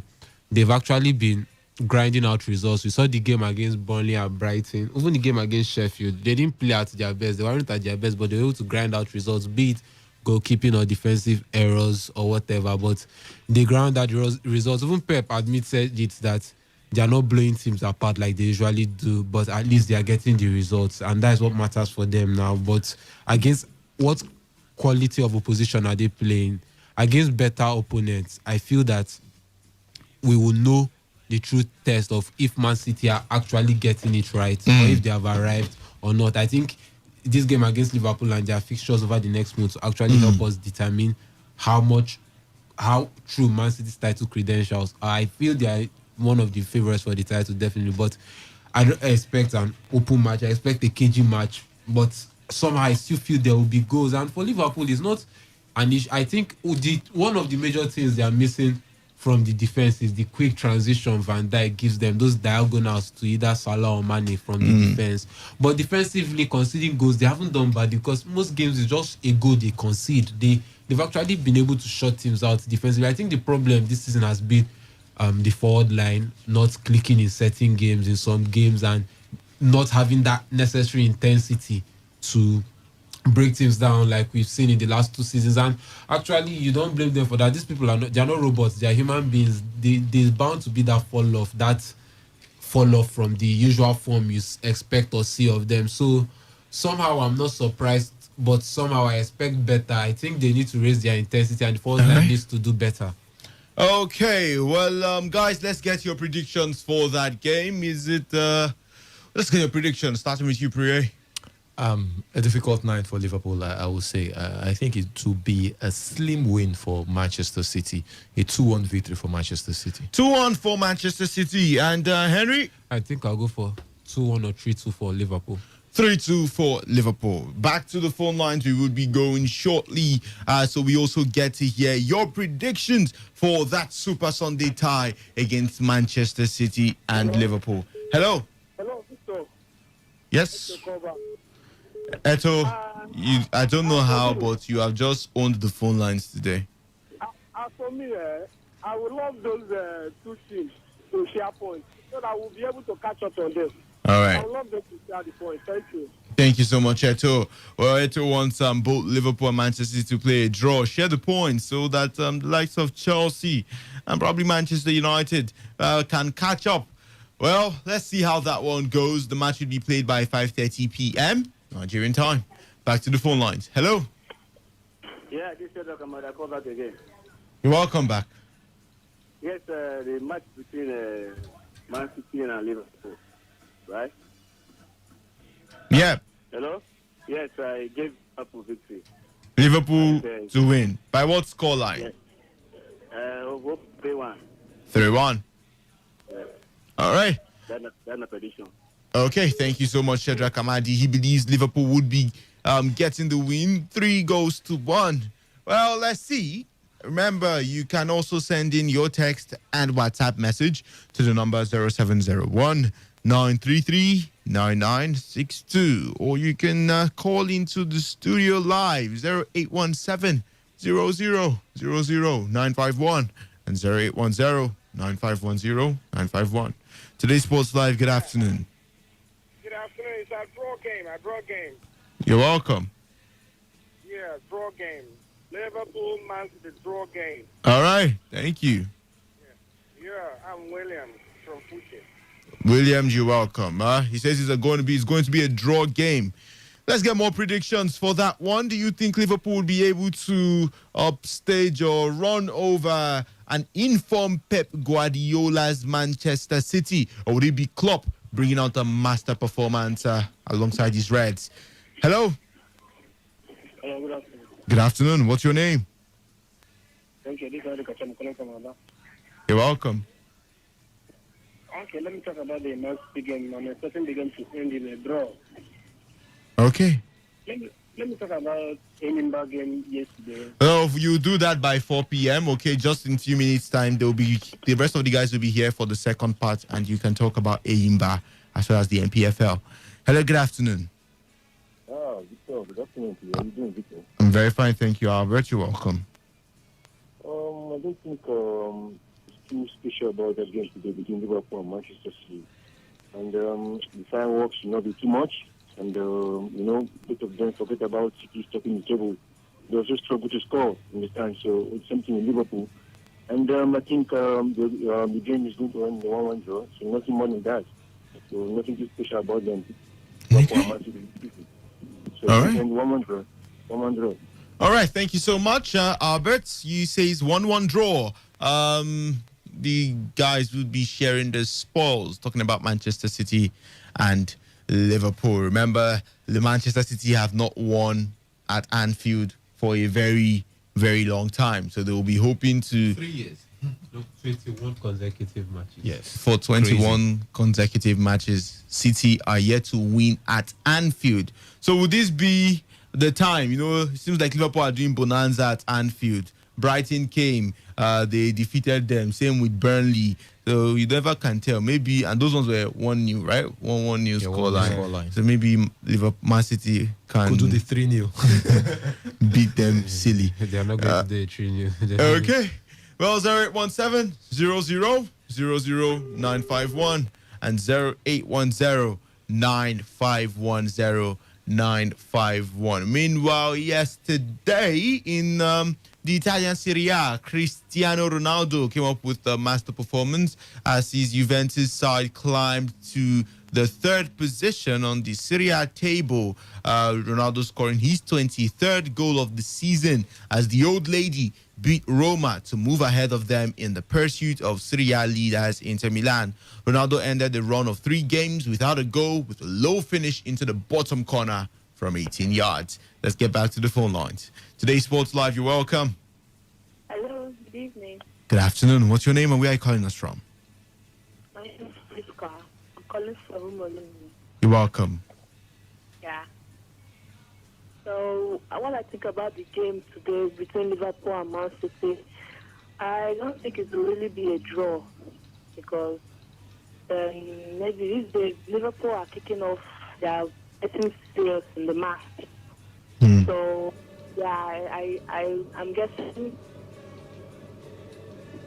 yeah, to score like Liverpool 2, Man City 1. Okay. Thank you so much. Liverpool, Man City 1. All right. Let's take some messages. Lucky from Alu says, I think Liverpool is going to win City 3-2. And Ashavin from LL1. I'm so sorry, I can't take that message. Hello. Victor, good afternoon again once more. I beg.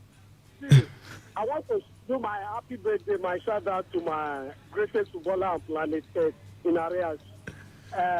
My child 7. That's Neymar, Abi. Like, it's nobody to compare. The guy, in short, I'm working so hard to bring Cristiano Ronaldo to this country, Nigeria. So I'm working hard. 2022, the guy is coming this country. To play for Aqua United.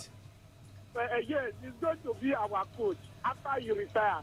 CR7, happy birthday to you. I know you are hearing me. Thank you. Wow. Thank you. Thank you, Eto. Well, Cristiano Ronaldo did celebrate his birthday on Friday. Yeah, on Friday. Alongside Neymar. But somehow it seems like everybody has forgotten that it's also Neymar's birthday. And Ronaldo's birthday has just taken the shine. Come on, somebody will have like... Neymar would normally throw a big party. Yeah. I'm just surprised. I'm surprised that he decided to mellow this year. Or maybe, well, COVID-19. Yeah. COVID-19. Normally, he would have thrown a massive party. Come on, he can't compare himself with Cristiano Ronaldo. Come on, the man can have 1 million likes for just one post. So his birthday post had over 9 million likes. Hello. Yeah, Victor, good afternoon. Good afternoon. What's your name? Please, my name is Namarin. I want to ask a question. Go ahead. During the time of the Mecca time, Who will be there? Israel. Reliance, I want to tell him something. No, Reliance would not be there. So, why you not allow me to tell him something? Just say what you want to say. He's listening to you where he is. Yes. He's not there. Don't worry, I will go when he's there. Don't worry. I want to tell him something. When he's there, I will tell him something. I want him to be there and answer me. Please, don't be offended. But any Liverpool and Man City will be a draw match.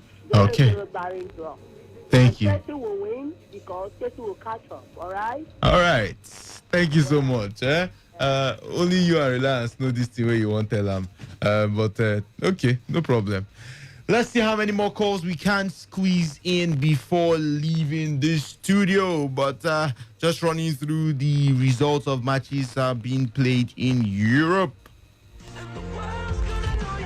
Earlier today, Tottenham Hotspur defeated West Bromwich Albion 2-0. Wolverhampton Wanderers at halftime are still playing out a goalless draw with Leicester City.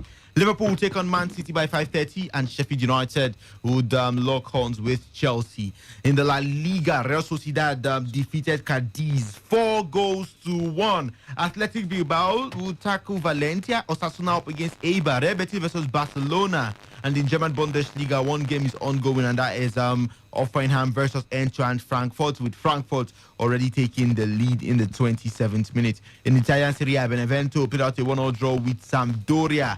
AC Milan at halftime are leading Crotone by a lone goal to nothing with, I believe that should be Zlatan Ibrahimovic. Well, it is Zlatan Ibrahimovic getting a goal the only goal in the 30th minute, and Udinese playing out a goalless draw with Hellas Verona. Later on, we'll see Parma up against Bologna and Lazio versus Cagliari. In the French Ligue 1, Brest defeated Bordeaux 2-1. Montpellier are trailing at home to Dijon 1-0. And Nice are leading Angers 2-0. Monaco and Nîmes are playing out a 2-2 draw with, I tried to, MUA crew not on the score sheet and not on the score sheet in that game, and Saint-Etienne are leading Metz by a lone goal to nothing. Later on, we'll have Nantes versus Lille and Marseille up against PSG. Well, this is where we draw the curtains on the show this afternoon. Many thanks to Priye PZ, to Harry Ogugu, and also to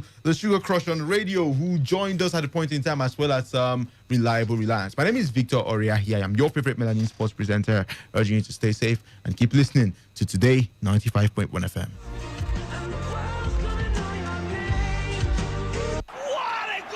Hangs it up for Ronaldo. Oh, my God. Experience the glorious goals rush.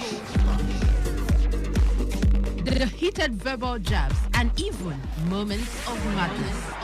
Experience the sensational swings, strokes and shots. The moments of victory and despair. Experience lights out on a majestic night in Singapore and a whole lot more. On your premium talk news and sports radio station. Today, 95.1 FM, Port Harcourt. Listen to Sports Attack every weekday from 7:30 a.m. and Today Sports Live after the news update at 3 p.m. Stay tuned on Saturdays and Sundays for a bumper edition of Today Sports Live from 1 to 6 p.m. Experience sports in its entirety on your premium talk news and sports radio station. Today, 95.1 FM, Port Harcourt. For the best coverage of Nigeria football, always listen to Today's Spotlight on Today 95.1 FM Port Harcourt. My name is Austin Oladapo, the captain of two-time African champion Eyimba Football Club. Hello, my name is Kanu Wanko, aka Papilo. For the latest and trending sports stories, always listen to Today Sports Live on Today 95.1 FM Port Harcourt. Magic in the air, I love it, feel the magic in the air, I love it, feel the magic in the air. Magic system, red one, Shawty.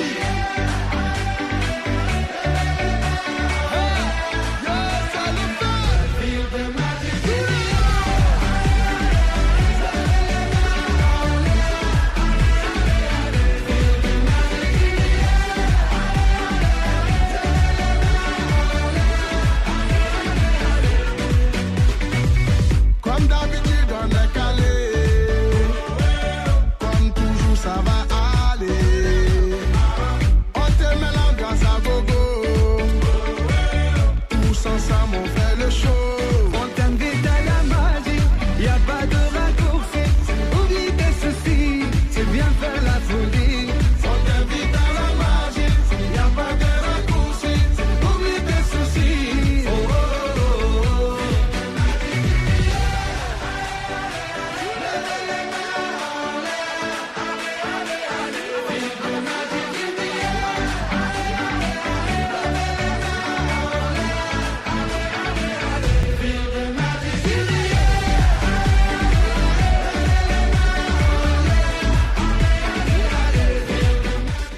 very good evening to you all out there. Welcome to the second part of today's Sports Live this lovely Sunday evening. It's a marathon edition of the show.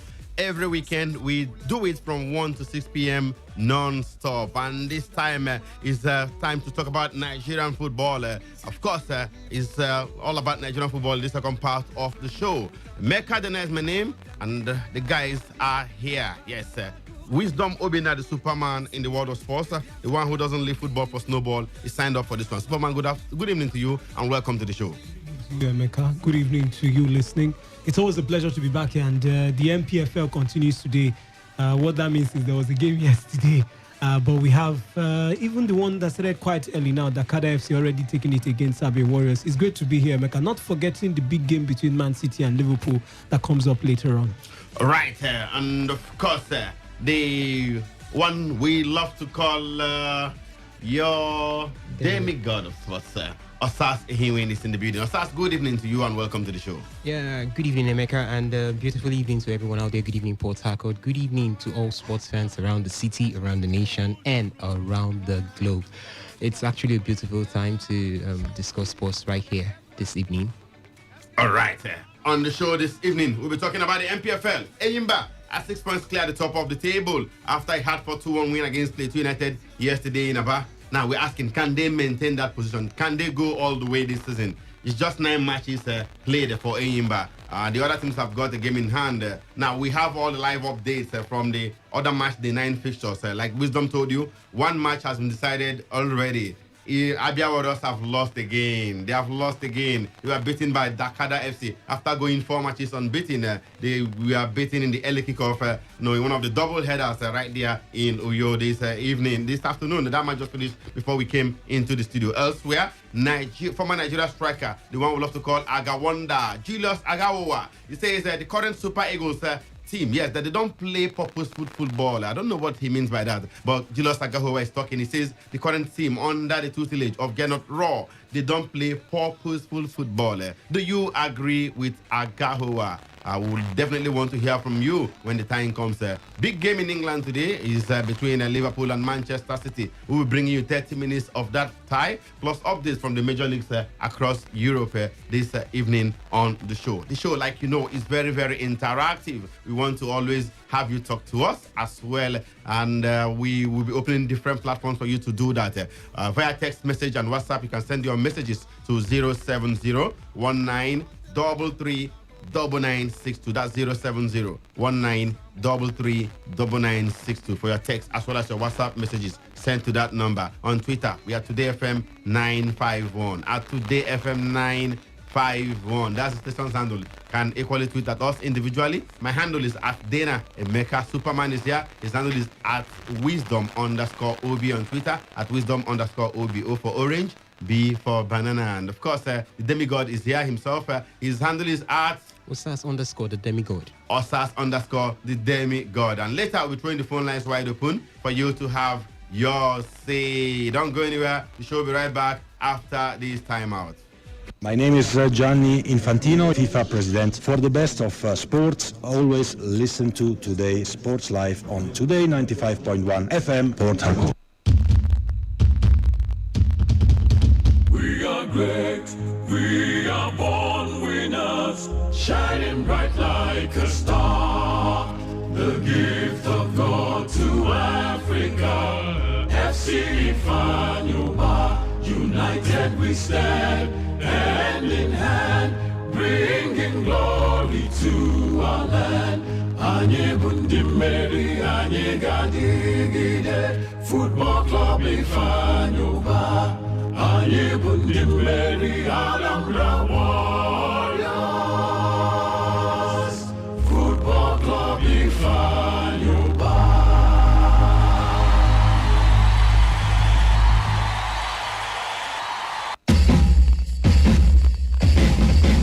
This is Eyimba Football Club of Aba. We have come from God's own state. We have promised not to fail our fans. Governor, stand behind us.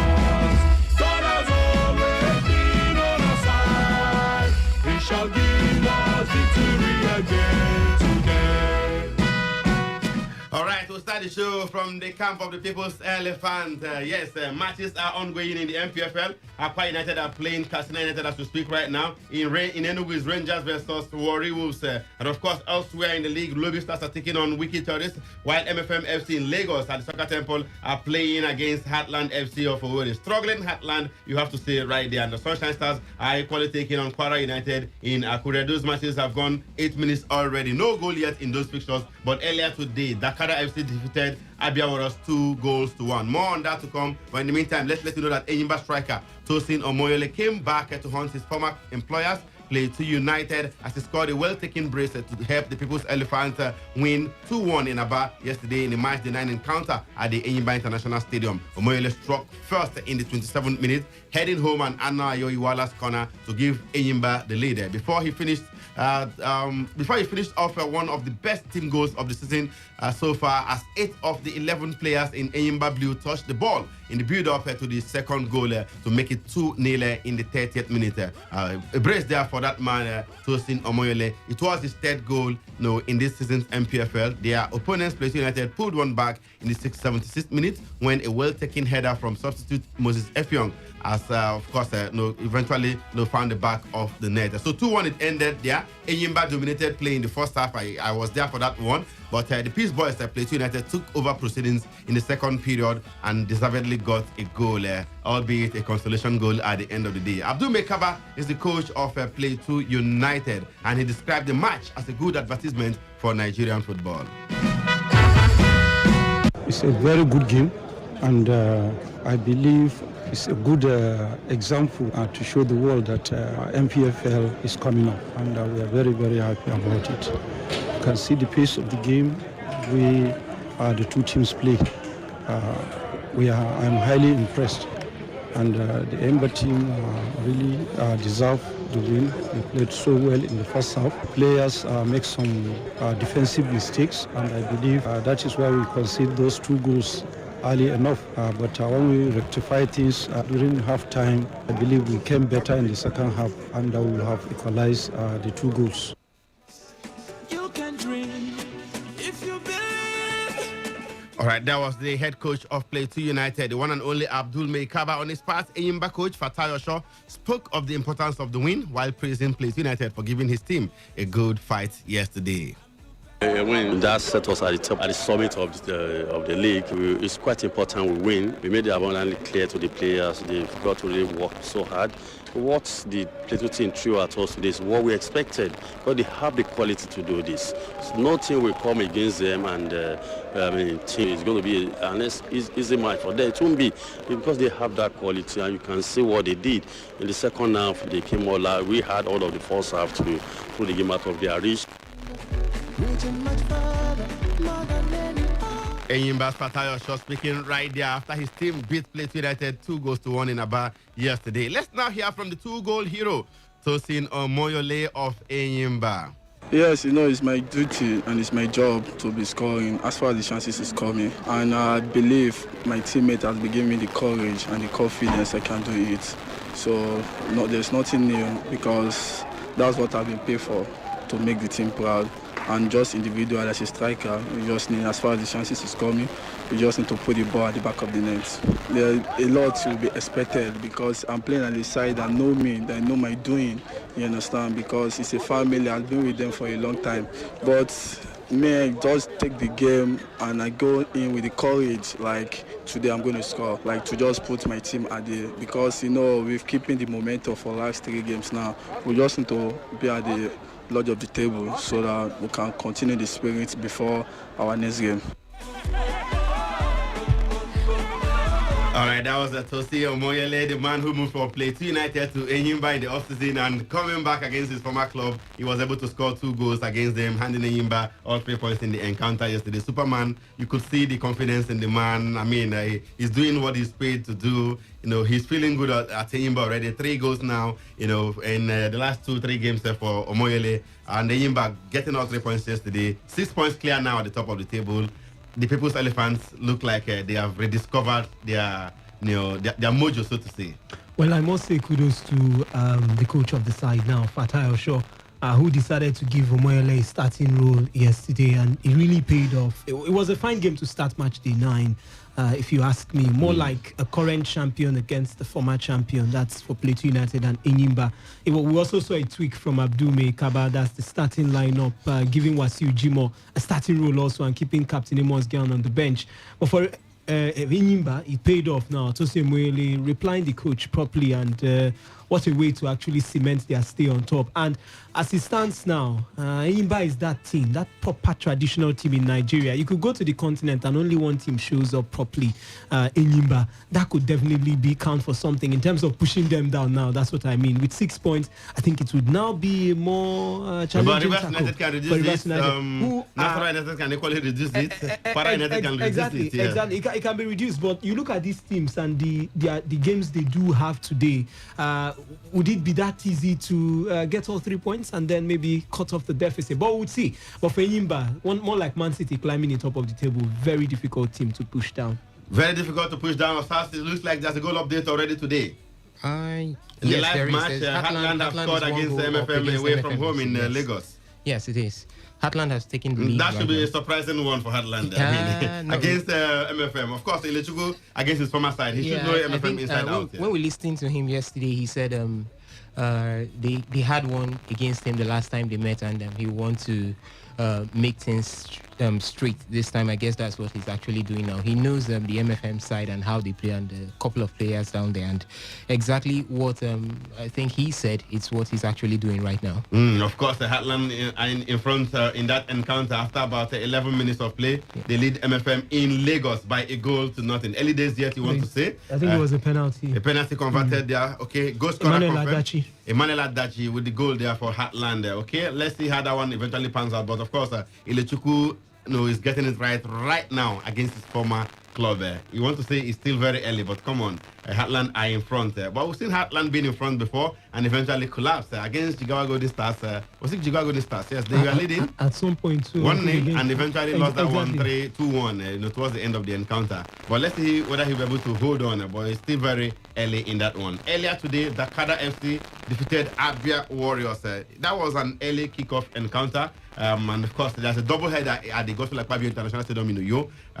The Aqua United game is also on NTA Star Times.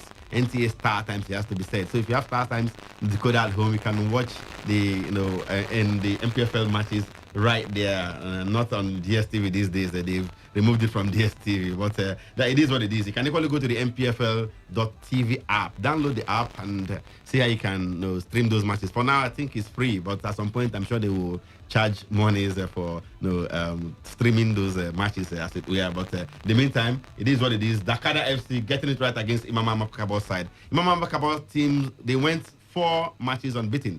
3 draws and 1 big win against Sunshine Stars last time, but they have lost again. They lost their first 4 matches, if you recall, Superman. Yeah. What's happening to Imam and his boys? Even as to try to establish contact with Uyo, where our friend Bayo, is covering that one. But the Dakada FC have not been a bad side this season. You want to also consider that they are more like a team that's a little bit far above, not even a little. Now against Abia Warriors, if you want to put it side by side with how they started this season. All right, sorry, Superman. Let's cross over to the Gospel Akpabio International Stadium right there in Uyo, and of course our big friend Bayo Samuel is joining us live from that venue where Dakada FC earlier today defeated Imam Mapakabo's boys. Bayo, good evening to you and welcome to today's Sports Live here in Port Harcourt. It's great to be on your show once again. Interesting fixtures we've had.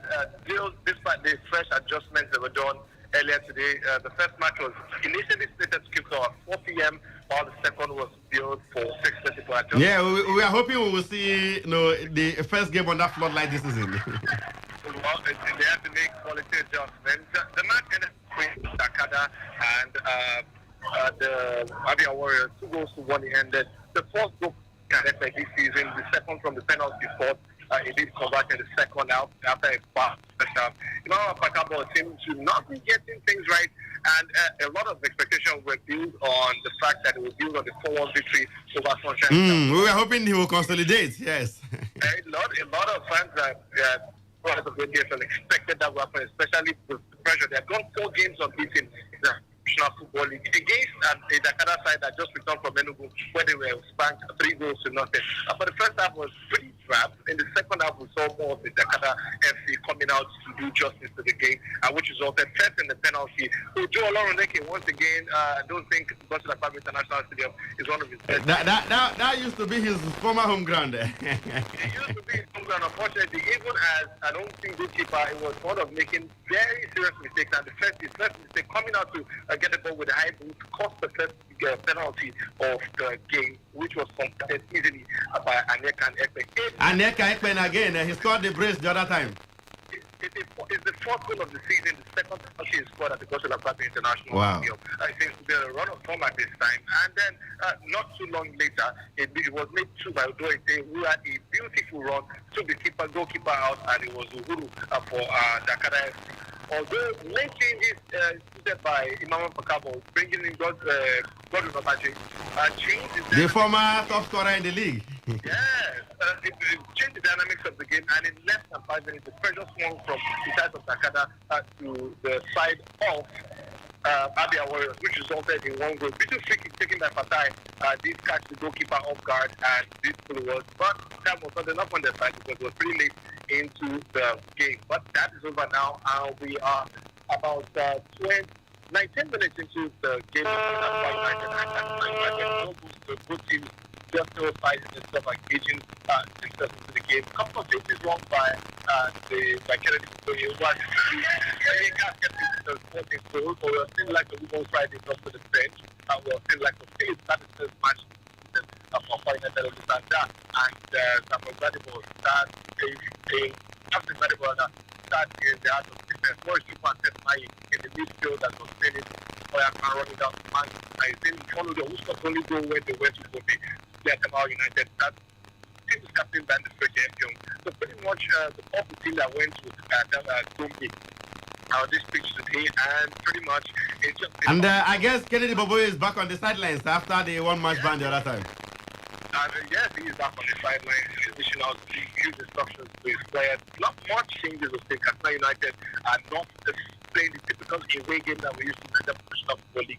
They're coming out, they're not just looking at the pressure, they're trying to play chances stuff, but it's been pretty much about United in this sense. A couple of our chances have gone begging, but not much has come out of it.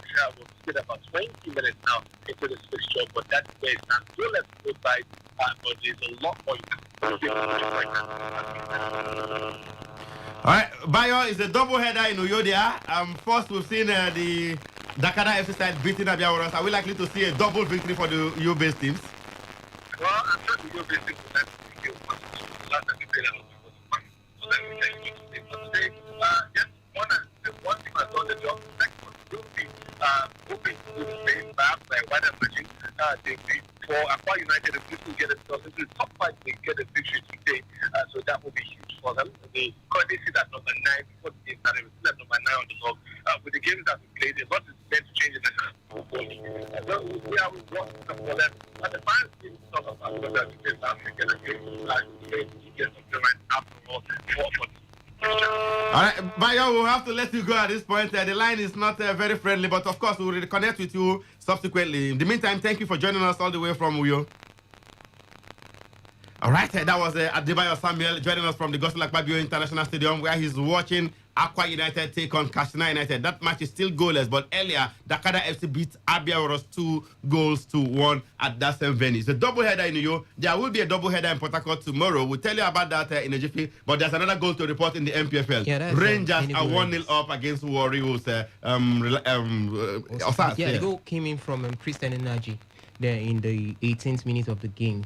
So Rangers won, Warriors yet to score. All right, we'll be crossing over to Enugu in a jiffy to get a description of that goal. But in the meantime, let's go to Lagos and, of course, to see how we can get to connect with our man, Dumnodi Okonta, who is live at the Soccer Temple, where Heartland FC are 1-0 up against MFM right there in Lagos. Idlechuku having a good return already against his former side right there, in Lagos. But let's see whether he'll be able to, eventually hold on. Early days yet in that encounter. Heartland 1-0 up against MFM FC.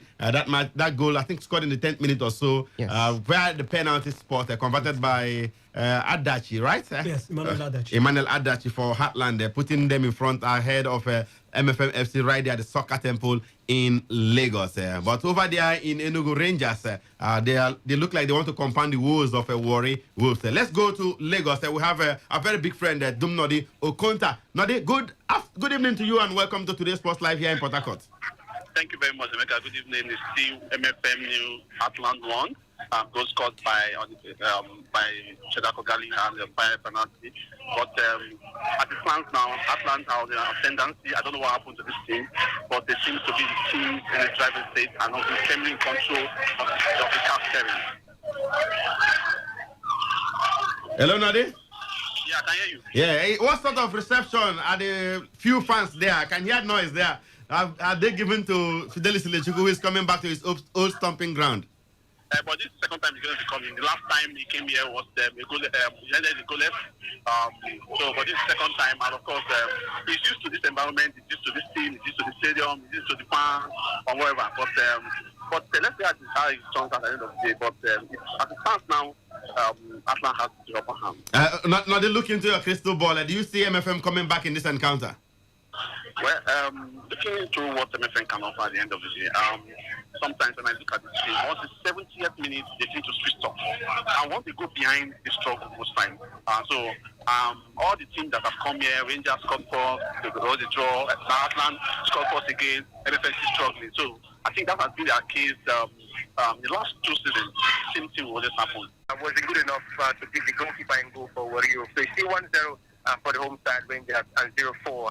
Warri Wolves. Don't forget, Warri Wolves won. It came away from home this season. 4 losses already, and this could just be the future. They have even lost the home game this season. I think National United beat them at home the other time. Exactly, Mecca. So it's 1-0 in favor of the Flying Antelopes. Thank you so much, Makai Prince Wheeler. Last time, just before you go, last time they didn't allow the journalists to enter the stadium. So, what changed today? Yeah, exactly, Mecca. Well, after then we spoke with some people, and today was cool. After I came up early today, and everything was cool actually. So we hope to get more updates from you right there in the cathedral. In the meantime, thank you for joining us, Makai Prince Wheeler. Thank you so much. Always a pleasure, Emeka. All right, you heard from him there, and the Rangers look like they're dominating proceedings 1-0 up against Warri Wolves. A win for Rangers will more or less compound the woes of this Warri side who are really struggling this time around following their return to the top flight. Superman, so far so good. Your impression of what has happened in the MPFL today? Well, first for Dakada FC, I mean, it was a very, very massive, not too massive, but a massive 3-point against a highly confident Abia Warriors side. Who decimated Sunshine Stars 4-1 the other time. Exactly, and the coach saying the goals have started coming, which means they were now firing on all cylinders. They also got one today, even though they lost. Even if it was just a consolation in the 90th minute. But 2 goals from 2 centers already in the first 28 minutes, you want to say, or approximately 30 minutes. If you want as at 11 minutes, we had 2 goals already. Exactly. MFM FC losing to Heartland FC at home, and Enugu Rangers beating Warri Wolves. More like what you would expect in the early stages of an MPFL game. More goals to come. We are entering into those crucial stages of the first half where you get to see more goals, and then the second half when it will look like a rush hour when it comes to the goals. But kudos, I must still say, must go to Salisu Yusuf and his the Rangers side. I saw them here in Port Harcourt on match. They won against Rivers United. They looked very impressive, albeit that they lost that encounter to Rivers United 1-0. But come on, they dominated possession in that encounter, played some beautiful football, eye-catching performance from the likes of Tony Shimaga in midfield, and a certain Uguoke. I usually forget his first name. Israel Abia. Israel Abia was equally impressive at their top scorer from last season. I mean, if it ends this way too now, it means they've gathered 17 points from 9 games. That's if the results end up this way. I mean, Warri Wolves they are there for the taking if you put your acts right. So if you want to look at it from that and that could take them as far as second position because Rivers United are not playing today. Kwara United are playing away from home, and I don't see them beating. They presently sit on the second position. Yeah, Kwara United, but of course a win for Rangers to take them to second. Catapult them of course, to second place. Rangers are second on the live table right now. So I said if they get all 3 points here, you just have to start clapping for them because they've been more like quiet businessmen. They've not made too much noise. guys. We've not heard a lot about them, but gradually they are picking up the pieces. I just hope it's not what I'm thinking. At the end of the day, we see the traditional MPFL sides leading the but the I table. said it some time There ago. may be a Rivers United will just peg somewhere, but we want our Rivers United to win the league anyway. No, I want Enyimba to win the league, not Rivers United. But, sorry about that. From this part of the world, Emeka, you're not from this part of the Okay. country. So who are you speaking for now? Are you speaking for yourself or for the fans from this part of the world? but kudos to the guys. Let's see how it pans out. Like I said, we're entering into the latter stages of the first half where we'll be seeing lots of goals. Lots of goals. That's what we want to see in the MPFL. The beauty of football is goals, and of course, so far so good. We've seen 5 goals today. Dakada FC defeated Abia Warriors 2-1 in Uyo in the early kickoff. The second match in that center is ongoing as we speak now. Yes, and talking about it's talking about the Uyo base side. I think they will do a double today because Aqua United is already 1 goal up against Castina United. Wow. Okay, I'll get the score of that goal in a jiffy.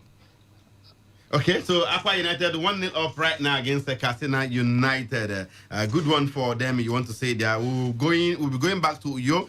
Bayo is still right there at the Gosel Akpabio International Stadium in Uyo. Hopefully, he will reconnect with him for a description of that goal and what it portends for the Aqua United side. We are back in Uyo, and they will have Bayo joining us once again from the Gosel Akpabio International Stadium. Bayo, good evening once again. Good to have you back. Yes, I've got a goal rush report for you as in the trick F Young.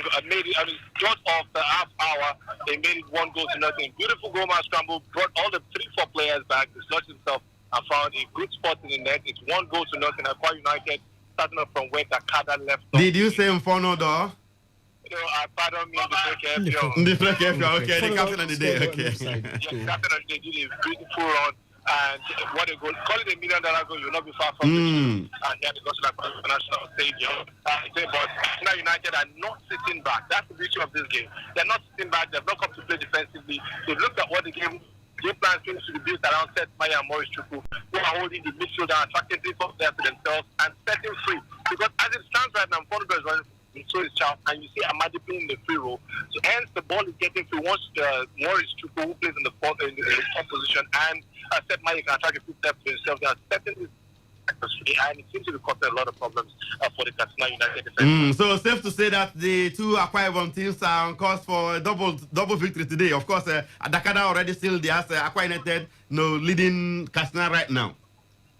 It might just be a little early to call. It's a beautiful game of football. And okay, anything can happen. Of course, but as it stands right now, that is what it is. It is 1 goal to Akwa United, no goal to Katsina, and it's another beautiful run started by Fondo that has come nothing.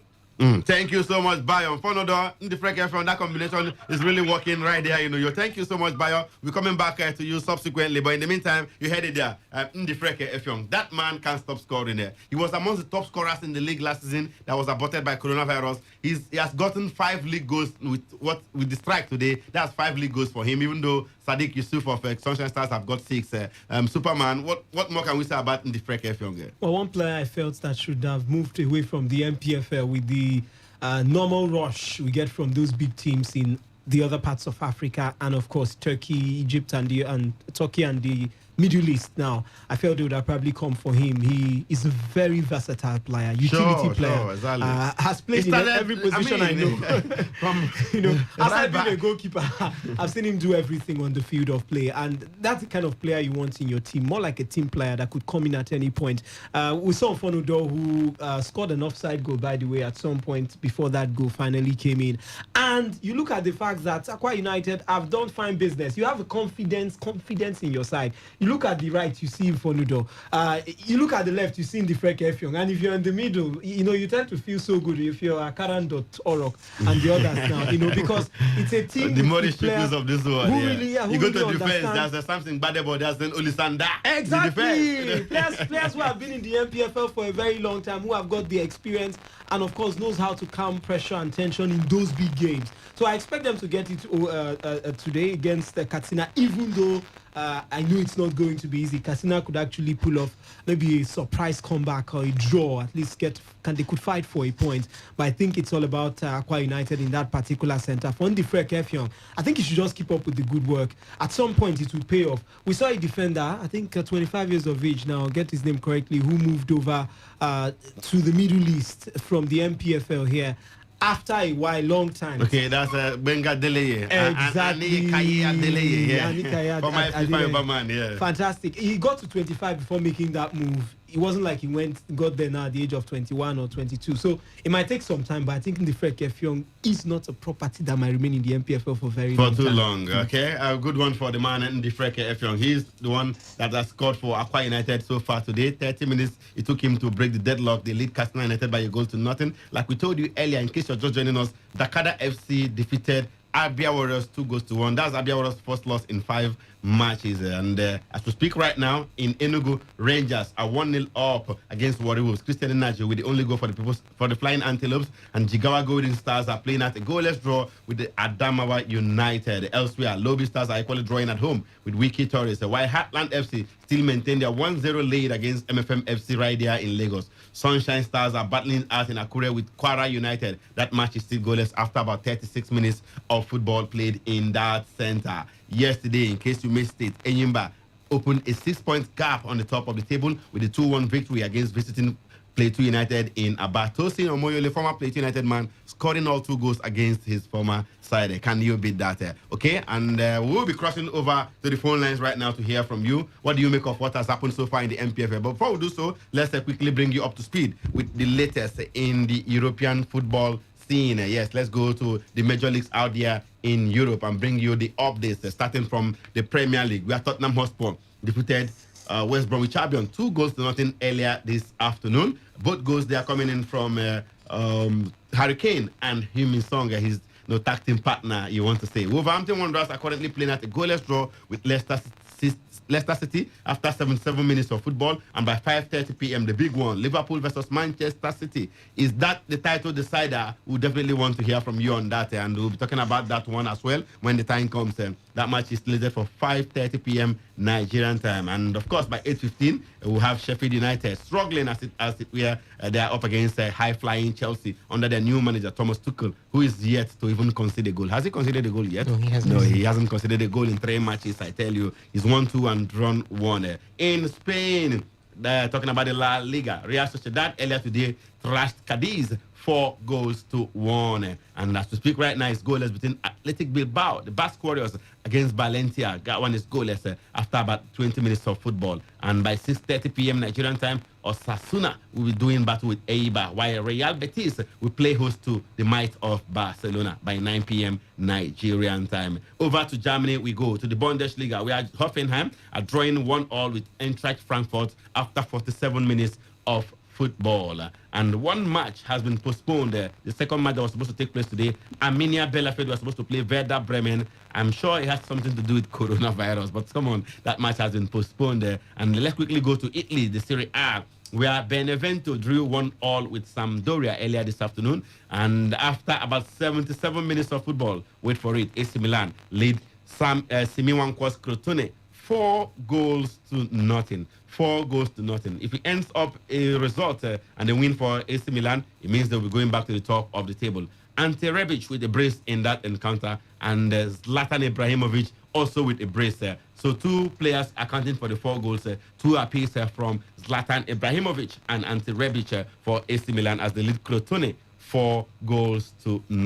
Of course, Crotone have been really struggling this season, no doubt about that. Our boy is not even on the starting 11 today, talking about Simi Nwankwo. Okay, he's on the bench today. He's not starting that fixture. Okay, elsewhere in the Italian Serie A, Hellas Verona are drawing away from home against Udinese goalless after about 77 minutes of football. Parma will play Bologna by 6 p.m. and by 8:45 p.m. Nigerian time to be Lazio versus Cagliari. Let's quickly go to France and bring you up to speed with what's happening there. One match decided already. Brest defeated Bordeaux 2-1. Bordeaux is the club of our own Samuel Carlo. Did he play today, Superman? Let's quickly confirm if he was in action for his Bordeaux side that lost to Brest 2-1. Samuel Carlo, where are you? Okay, the man did not see action today, right? He didn't see action, Superman. Okay, he didn't see action. It wasn't even in the match day squad, as a matter of fact. Didn't make the squad today. Okay, so that's this from that fixture. Brest beating Bordeaux by 2-1. The club of our own Samuel Carlo, who was not featured today. Montpellier are leading Dijon 3-1. Nice 3-0 up against Angers. Nîmes, they're drawing at home. Monaco lead them 4-3. Monaco lead Nîmes 4-3. Is it Nîmes? Is it Nîmes? These French names and their wahala. Okay, let's quickly go to the other fixture. Saint-Etienne are 1-0 up against Metz. About 3 minutes played already in that one. Nantes will be playing Lille by 5 p.m. Lille used to be the club of Victor Osimhen, who is now with Napoli out there in Italy. And of course, the big one, Olympique Marseille versus Paris Saint-Germain later tonight by 9 p.m. Nigerian time. Before we go to the phone lines, let's bring you up to speed with what's happening in the MPFL also. Yesterday, the first match we saw, Enyimba defeated Plateau United 2-1. In case you missed it, Tosin Omoyele with a brace in that encounter. Remember, Plateau United used to be his former club. He scored a brace against them and he did not celebrate. I was at the stadium for that one. As we speak right now, Aqua United are still 1-0 up against Casino United.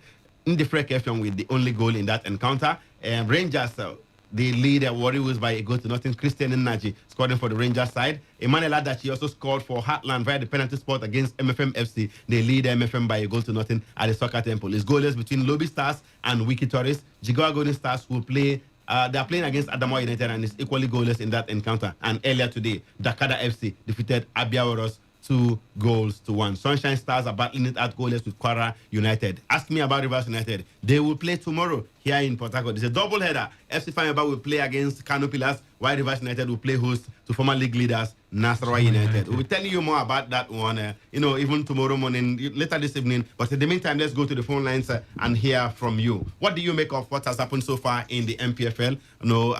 We have also talked about the yesterday match played between Enyimba and Plateau United. Of course, with that victory, Enyimba are now 6 points clear at the top of the table. But the likes of Rivers United, maybe Nasarawa or Kwara United can reduce that gap here. But let's see how it pans out. Let's get to hear from you. What do you expect from your club today? Are they living up to to your expectation? We want to hear from you. The lines are open. 0817 0000951 or 0810-9510-951. Those are the numbers to call. Do well to call in and have your say. We have our first caller this evening. Hello, your name and the location. Good afternoon. Make it evening. Good evening to you. It's actually afternoon, not evening yet. The evening starts from 4 p.m. actually, but of course. Evening starts by 6 p.m., not 4 p.m. Thank you very well. According to who? It's still afternoon. Okay, go ahead. Go ahead with your thoughts, sir. It's Carly Chidima Nodife, a proud fan of Enugu Rangers. Rangers are 1-0 up against Warri Wolves. I told you the other day we were going to deal with them. In fact, it's not over yet. It's just 1-0. They can equalize. I know, but we are going to demolish them by 3-0. We are waiting. Thank you for having me. Thank you so much, the Rangers fan, for your thoughts. It says Rangers will demolish Warri Wolves 3-0. But it's actually 1-0 at the moment. Maybe they will score 2 more goals. 43 minutes gone in that encounter. Rangers still lead by a goal to nothing. 0817 0000951 0810 9510 951. Those are the numbers to call. Alternatively, you can send us your messages via text or WhatsApp to 07019339962. Hello. Good evening to you. Welcome to Today's Sports Live. I'm your friend speaking from Aba. What's your name? Ifeanyi Chukwu, the Enyimba fan from Aba. Once you're from Aba, you're an Enyimba fan, whether you like it or not. Up Aba. Aba. We are still waiting for Rivers United on Sunday. Oh my God, I can't wait for that one. Soccer fire in Aba on Sunday. By this time on Sunday, don't they happen? No? Yes, sir. Abi? But in the meantime, talk to us about yesterday's match. Imba beat Plateau United 2-1. And they are 6 points clear. Oh, sorry. We lost him there. Let's go to the other line. Hello. Oh, sorry about that one too. We equally lost the caller there, but do well to call us back. The lines are still wide open. Keep trying. We want to hear from you. What do you make of what's happening so far in the MPFL? Matches are plenty, but the goals are not pouring in, Superman. We're expecting more goals. It's almost half time, but we can only boast of 1, 2, 3 goals in the 4 o'clock, 4 o'clock kickoff encounters. I mean, that's not good enough. At all. Maybe one of those dry days in the first half, but there's still a lot to play for. A lot to play for. Especially when the second half comes up. All right. We have another caller on the line. Hello. Good evening. Hey, good evening to you. That sounds like Mona Chimso. God bless you, Dinna, my good brother. Yes. Emeka and the Superman, they won. Osas is also here. Okay, I thought the demigod. Yeah, the demigod is there. Thank God. Thank you. God bless you for remembering that there. Yes. Emeka, I tried to give you something yesterday in about. I don't see you. Go sit down. I don't see you. You don't come stadium. You don't come stadium. I came there now. Yes. All right. So, what do you make of that victory yesterday? Did you watch the match? I'm very, very happy. I'm very happy. The former Plateau man gave us 2 goals. In fact, we are very, very happy. Then you know what he did to Imba last time? 4-0 in Jos. He said what? The man trashed the Imba 4-0 in Jos last season. Yes, now. And Imba annoyingly sacked their coach Usman Abdallah after that result. Yes, yesterday we put them back now. 4-0 and 2-0 are the same thing. No, I know. And it was even 2-1, not even 2-0. 2-1. Imba won 2-1 yesterday. 2 goals to 1. Half bread is better than none. Okay, yeah? That is true. I'm telling you honestly. Thank you so much. The next game of Enyimba, please. Can you tell me? They are playing Rivers United next. What is that? In the CAF Confederation Cup. No midweek match this Wednesday. Okay. Is it when I said I'm going to play the game? No, Sunday in Aba. Okay. That one is CAF Confederation Cup. CAF Confederation Cup against Rivers United in Aba on Sunday. I know. We are going to beat them. Make it video. Make it come on. Thank you. Thank you so much, Monachim, for your call. Of course, we have another caller on the other line. Hello. Simon from Rumo Dumaya. Simon, good to have you join us this evening. Thank you. Keneme. What did they happen? I don't know how many things you get, Simon. I'm confused. Today you're supporting Ifanyoba. Tomorrow it's Imba. Before you know it, you say it's Rivers United because you're living in Port Harcourt. Choose one team. Simon. No. Even you follow Chidubedo. It's obvious. That's what you keep telling us. If Imba is playing Ifanyoba now, where we are loyal to lie. It's an MPFL club.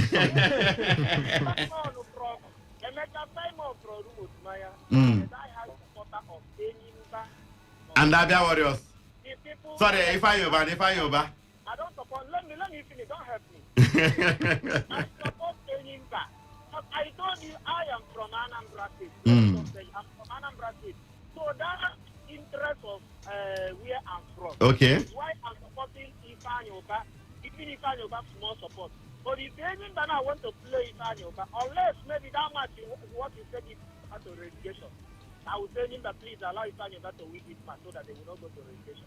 So my main club is Enyimba. Okay, so the whole world they've had you now. Your club is Enyimba, Abi?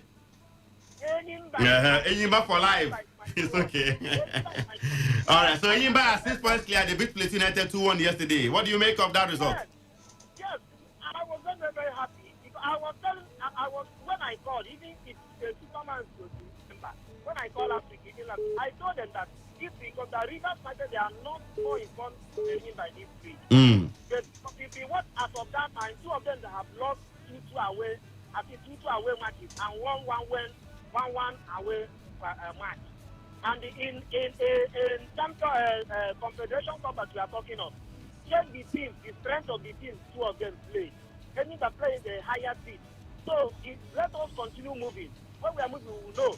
So this oncoming, in fact, I don't even want to talk about this now. I'm talking about the Valentine's Day cracker. Don't worry, no. See, don't worry. We'll do a very wonderful build up starting from Tuesday till that match. So don't bother about that one for now. Let's focus on the MPFL matches in the meantime. Thank you so much, Simon, for your thoughts. Let's see if we can hear from another caller. Hello.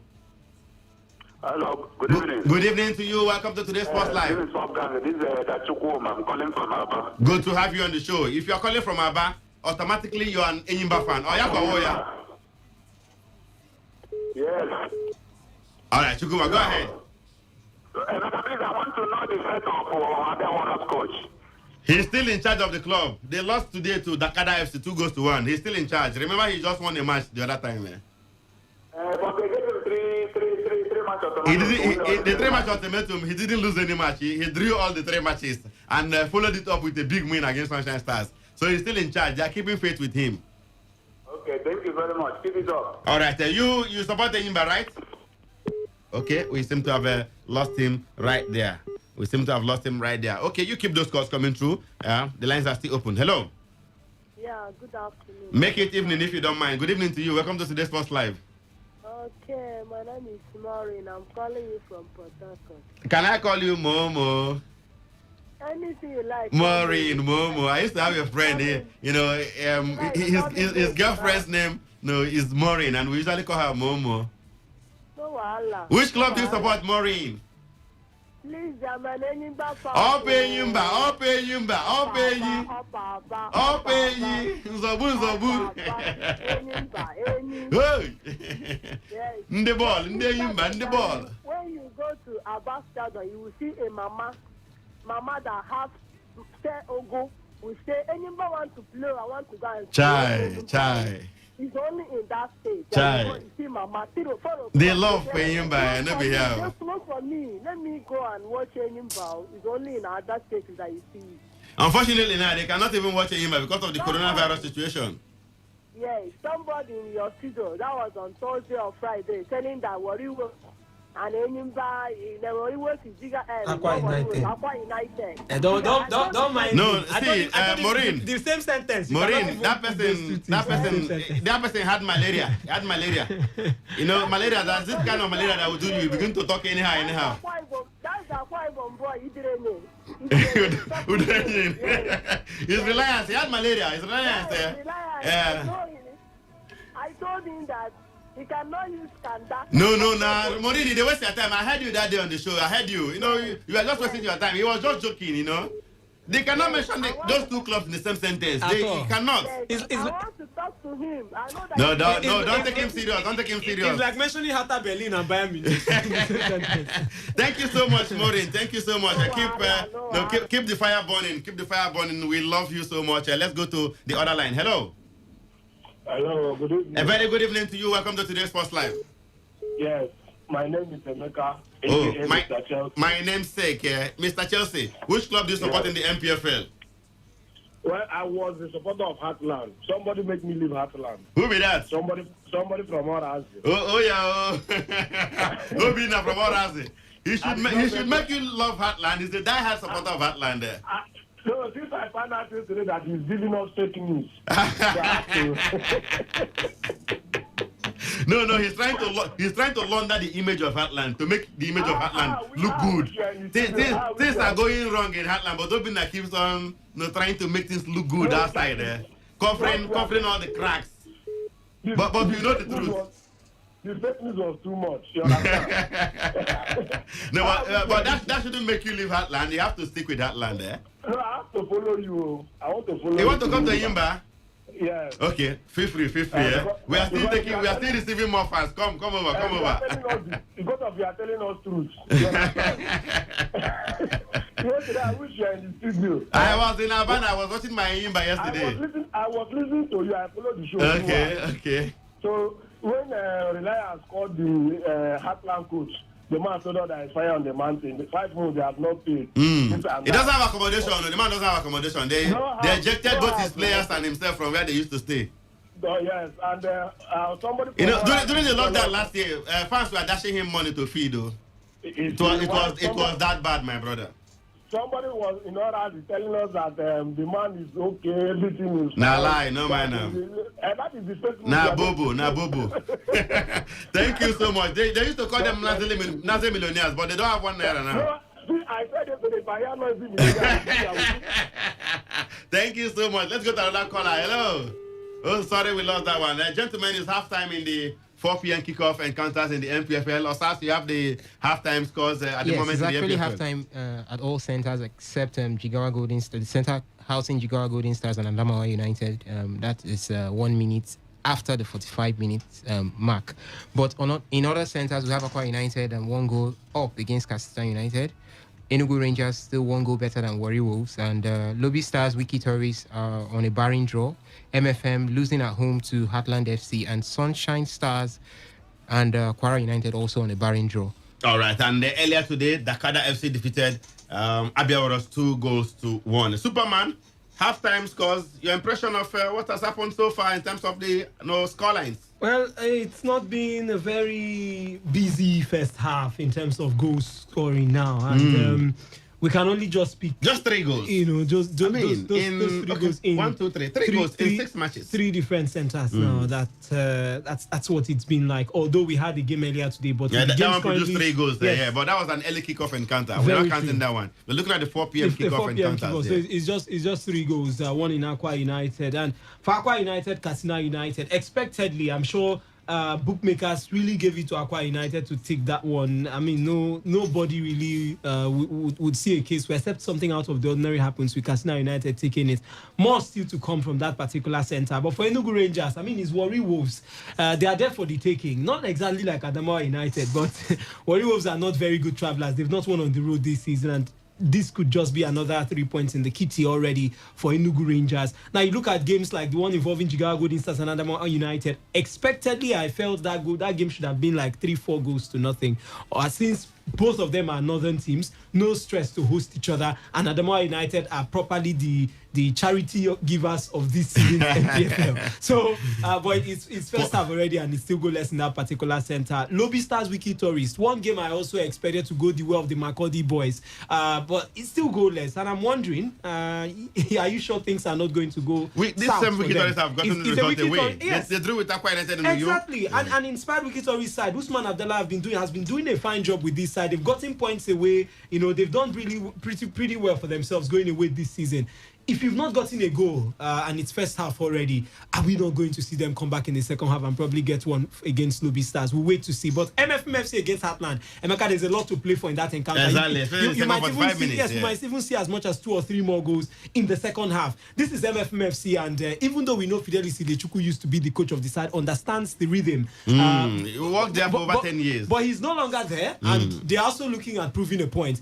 The first goal was from the penalty spot, even if we got conflicting. No, but actually from Manela Daji. LMC confirmed that it was a mix-up, and my friend said it was Elgali, but it was actually Manela Daji. So it tells you how much they've been pressing. Chijo Kakuneto, who was fouled in the box, another fine player. He used to play for MFM too. Before he joined Lechuku to Heartland. Move. So Emeka, there's still a lot to play for in that encounter. We could even see the MFMFC side maybe changing their tactics a little bit to see how they can get through. But the last game involving Sunshine, the one involving Sunshine Stars and Kwara United, that's a game I predicted maybe shouldn't go less or 1-1 draw or something. So I won't be surprised. Impressive side, but Sunshine Stars coming out of that 4-1 spanking they suffered in the hands of Abia Warriors. Kwara United have also been doing pretty well. They're second, going into this match. Yeah, you don't expect Sunshine Stars to probably lose back-to-back games, and they have a very fine player in Sadiq Yusuf, the man who's been scoring goals, for fun. So I always expect them to score, but against Kwara United, I'm thinking every team, with the fear of the last loss, everybody will try to keep it compact at the back, and we might end up seeing that one ending in a draw. In a draw, that's according to Superman. Sunshine Stars versus Kwara United. So we'll be looking forward to the second 45 minutes. But in the meantime, we have 2 matches that will be taking place tomorrow. It's a double header here in Port Harcourt. Those two matches will be played here in Port Harcourt at the Adokia Mercy Maka Stadium. And we have Ifeanyiba opening up proceedings with Kano Pillars. Ifeanyiba versus Kano Pillars. You'll be asking yourself, why is Ifeanyiba playing in Port Harcourt? Their home ground is in Newi, and they're playing in Port Harcourt tomorrow. They say it's for television reasons. Their stadium, the pitch is not television friendly. But I'm asking myself, this same pitch has hosted 4 league matches already this season. LMC approved it to host matches this season. Why, if it is not television friendly and you know that a rest strike coming up, why did you eventually allow that to happen? Now you're giving advantage to Kano Pillars. Kano Pillars, will be feeling at home when they play here in Port Harcourt against FC Ifeanyiba. It's a neutral ground for these two sides, and anything can happen. That match is by 2 p.m. and by 4 p.m. we have the home team, Rivers United, taking on Nasarawa United. Now, one of them has to be disunited tomorrow. Rivers United versus Nasarawa United here in Port Harcourt by 4 p.m. tomorrow at the Adokia Mercy Maka Stadium. We'll look forward to that one. But Superman, okay, let me start with you, Saz. Ifeanyiba versus Kano Pillars. Now, let me start with the reason behind Ifeanyiba playing in Port Harcourt. Yeah. They want the match to be on TV, so they want as many matches as possible. Now, this weekend we are going. This match they were seeing 5 matches. Yeah. We've seen 3 already, 3.5 now, so to say. Yeah. And we also expect 2 tomorrow. So Ifeanyiba, we are asked to come over to Port Harcourt to play against Kano Pillars because they are. Ifeanyiba Stadium in Newi, it's not television friendly. The pitch is in a deplorable situation. Yes. What do you make of that decision by the LMC? I don't know. I really can't say the reason. Anyway, we just started. No, they've said the reason already. It's because the Ifeanyiba Stadium is not television friendly, but, and they want that match on TV, so to say. Yeah, what I'm actually saying is I really can't tell the reason why the schedule will be disrupted because of this. Because when you disrupt schedules like this, how is it going to have? It's going to have a negative effect on Ifeanyiba now, taking them away from their traditional home. You had the advantage to Kano Pillars. Yes, you give the advantage. They lose that home advantage. And secondly, you have them travel when they are supposed to just sit back and receive their visitors. And exactly, it's supposed to be a home game for them. But I'm thinking that LMC will foot the bill of their travel, and what have you for this match. I just hope so. But I think it's even more than that, because if they get to lose points as a result of that, that cannot be turned around. Amount of and they're not very comfortable on the table. If you look at the standings, so that can really not be turned around, and there is no amount of money. They're actually in the relegation zone, in the relegation position. So it's more from 8 matches. It's more or less condemning them to an ill fate right here. But all is for the good of the entire league, the MPFL. So let's see how it pans out. Perhaps to the detriment of Ifeanyiba. But let's see how it pans out, and let's hope that all of this will be corrected subsequently. All right. I was complaining about it on social media, and they were asking me, am I going to cry more than the bereaved? Ifeanyiba are not complaining. So why would I even complain when the people that are supposed to be affected in this situation are not complaining? Superman, let's talk about Rivers United, Nasarawa United. 2 teams that took the league by storm this season. Nasarawa United, after the first 6 matches, they were on top. 4 wins, 2 draws, no defeat at all after 6 matches. But come on, Plateau United happened, Enyimba happened, and they are going on a losing streak right now. And if they lose tomorrow against Rivers United, it will be 3 defeats in a row for them, including a home defeat they suffered in the hands of Enyimba in midweek. Come on, Superman. How do you see this one panning out? Stanley Guma's men up against Nasarawa United. If Guma's side win, they will not close the gap between them and the Enyimba to just 3 points. Well, I expect Rivers United to go all out against Nasarawa United. This is the Rivers United side that lost to Katsina United, like you mentioned earlier. And before that, yes, they did get a win against Adamawa United. Everybody beats Adamawa United, but they lost to Kano Pillars. This is a redemption, more like a redemption opportunity for you to probably tell us that you're really interested in staking a claim for the title this season. The last 2 times these teams faced here in Port Harcourt, it was Rivers United who got it all right, 1-0 in both games. So I expect them to put out that front against Nasarawa United. Yes, Nasarawa United are coming from a loss now, like you mentioned. They lost against Enyimba, back-to-back losses against Enyimba and Plateau United. But then again, this is Rivers United with some of the finest players in the MPFL, very experienced squad, and a very experienced coach too in Stanley Guma. He's been there for ages. Exactly, from the goalkeeping That's position. About 13 years already at Rivers United. The defense, the midfield, the attacking force, the coach himself. You want to say Rivers United have got the experience to keep a noisy Nasarawa United quiet. Nasarawa United, they started like a house on fire, but then again, I felt they were just trying to get the points early. Said they were doing the shagra. They were trying to get the points early so that when the big boys decide to get back into the business, they would survive. Like I always advise those middle table teams, pick your points early. When Enyimba and the others that are on the continent decide to get back into the league, it might get more difficult. So I believe Rivers United should be able to get this game. There should be no excuse for failure on this particular one. Don't forget, it looks like a fight between Enyimba and Rivers United before this season, during this season, and let's leave after. But before and during the course of the season, we had the issues of the point per game basis. Now we are talking about who tops the table. We'll be talking about the and these two teams are going to clash. Exactly, in a matter of days. Funny enough, after the clash on 14th, Enyimba were supposed to meet Rivers United on the 21st in the league. But coincidentally, that 21st will be the second leg of the CAF Confederation Cup. So even after playing the 2 legs in the CAF Confederation Cup, they'll be playing in the league again. Exactly. This is what we call those. We used to feel it was arranged when it happens in all those leagues. Exactly. We used to ask us, 3 matches in a row between Enyimba and Rivers United. So it might be the same thing. So it's a fight to the death. And if you're a Rivers United fan, I'm sure you want to get a revenge for that points per game thing that threw you out of the Champions League to the Confederations Cup, even if 2 of you are still playing at that Confederations Cup at this point. So for Stanley Guma and the boys, getting 3 points against Nasarawa United is non-negotiable. Okay. There is no discussions as to this particular and one. they look at Rivers United, they've won all the home matches they played this season. Exactly. Impressively, as a matter of fact, not just apart from the 1-0 victory on match day 1 against Rangers, they beat Heartland 3-0. Was it 3-1? Beat Kwara United 3-0. They've been quite impressive at home here, and let's see what happens tomorrow. Yes. Okay. Let's. That one is by 4 p.m. Nigerian time. So your prediction. Let me start with you, Sas. Rivers United up against Nasarawa United. I think it's going to be Rivers United taking it tomorrow, but 2 goals to nothing. 2 goals to nothing. 2 goals to nothing in favor of Rivers United. How about if I versus Kano Pillars? Still staying with you, Sas. I would like to give it a draw. A draw. Superman. Let's get your predictions. Those 2 matches here in Port Harcourt. Rivers United will beat Nasarawa United 2 goals to nothing. For Ifeanyuba, it will be a draw.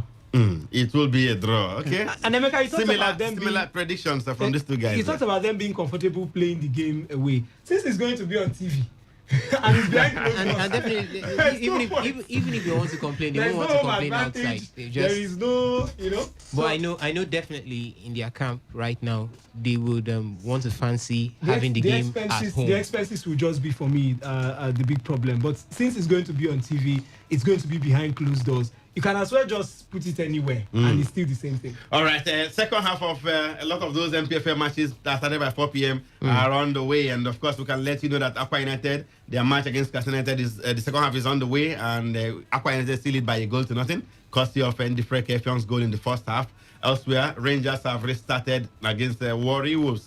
Rangers still lead by a goal to nothing. Lobby Stars versus Wiki Torres is on the way. The second half is still goalless in that encounter. Heartland lead MFM FC by a goal to nothing going into the second half, and Sunshine Stars are playing at a goalless draw with Kwara United in the second half already. Jigawa Golden Stars will soon restart with Adamawa United. 2 struggling sides you want to say, especially Adamawa United, who are yet to record a win in the MPFL this season. The only team yet to win a match in the MPFL this season. Very, very poor, I tell you. I feel like we'll go back to the phone lines. But before we do so, let's quickly go to the major leagues out there in Europe. AC Milan have beaten Crotone 4 goals to nothing. It's a result you can take to the bank, I tell you. 4 goals to nothing. Zlatan Ibrahimovic with a brace, and of course Ante Rebic with a brace as well in that encounter. So AC Milan are back on top of the table, leapfrogging city rivals Inter Milan, who temporarily went ahead after yesterday's victory. Benevento drew 1-1 with Sampdoria. Also in Serie A, Udinese defeated Hellas Verona by 2 goals to nothing. Parma will play Bologna later this evening by 5 p.m. and by 8:45 p.m. it will be Lazio versus Cagliari. Quickly to France, full time. We can report that Saint Etienne have beaten Metz by a goal to nothing. Elsewhere, Nîmes lost at home 4-3 to Monaco. Nice defeated Angers 3 goals to nothing. Montpellier defeated Dijon 4 goals to 2, and Brest did beat Bordeaux 2 goals to 1. Let's quickly go to England. We are Tottenham Hotspur earlier this afternoon defeated West Brom 2-0. Wolverhampton Wanderers drew goalless with Leicester City. Yes, no goal at all in that encounter. And Liverpool will be up against Manchester City by 5:30 p.m. Very shortly, maybe the next 10-15 minutes or so, we start build up to that one, even as we try to give you the first 30 minutes of that encounter before we leave the studio. Sheffield United are also going to play Chelsea by 8:15 p.m. Nigerian time. In Spain, Real Sociedad hammered Cadiz 4-1. Athletic Bilbao have taken the lead against Valencia 1-0 at halftime right now. Athletic Bilbao lead in that encounter. Yes, confirmation of the goal scorer for Athletic Bilbao was actually an own goal from Hugo Guillamon, and the Valencia man, the Athletic Bilbao man scoring against the Valencia man scoring against his side. So Athletic Bilbao lead by 1-0 in that fixture. Elsewhere in Spain, Osasuna will be up against Eibar by 6:30 p.m. And by 9 p.m., the big one, Real Betis will play host to Barcelona. 80 minutes gone in Germany in the fixture involving Hoffenheim and Eintracht Frankfurt. And trust me, Eintracht Frankfurt are running away with this one. 3-1 at the moment. The other fixture that was supposed to be played today, we see it's been postponed. Arminia Bielefeld versus Werder Bremen will no longer take place. Now, time to go back to the phone lines. Second half of those MPFL matches are on the way. Emeka, Sunshine Stars have taken the lead against them. Wow. That goal came in the 51st minute. I'll be confirming the scorer of that goal. It's Yusuf. Sadiq Yusuf. Oh my God, 7 league goals. Man is on fire. Yes, exactly. 7 league goals there. He's almost averaging a goal per game for Sunshine Stars this season. 7 league goals. He's the leading scorer in the MPFL. Yes, and he was assisted by Joseph Abbey. Comedy man. Sadiq Yusuf has put Sunshine Stars ahead against Kwara United 1-0 up. Elsewhere, MFM are still down at home. Heartland lead them by 1-0. Lobby Stars, Wiki Tourist is goalless.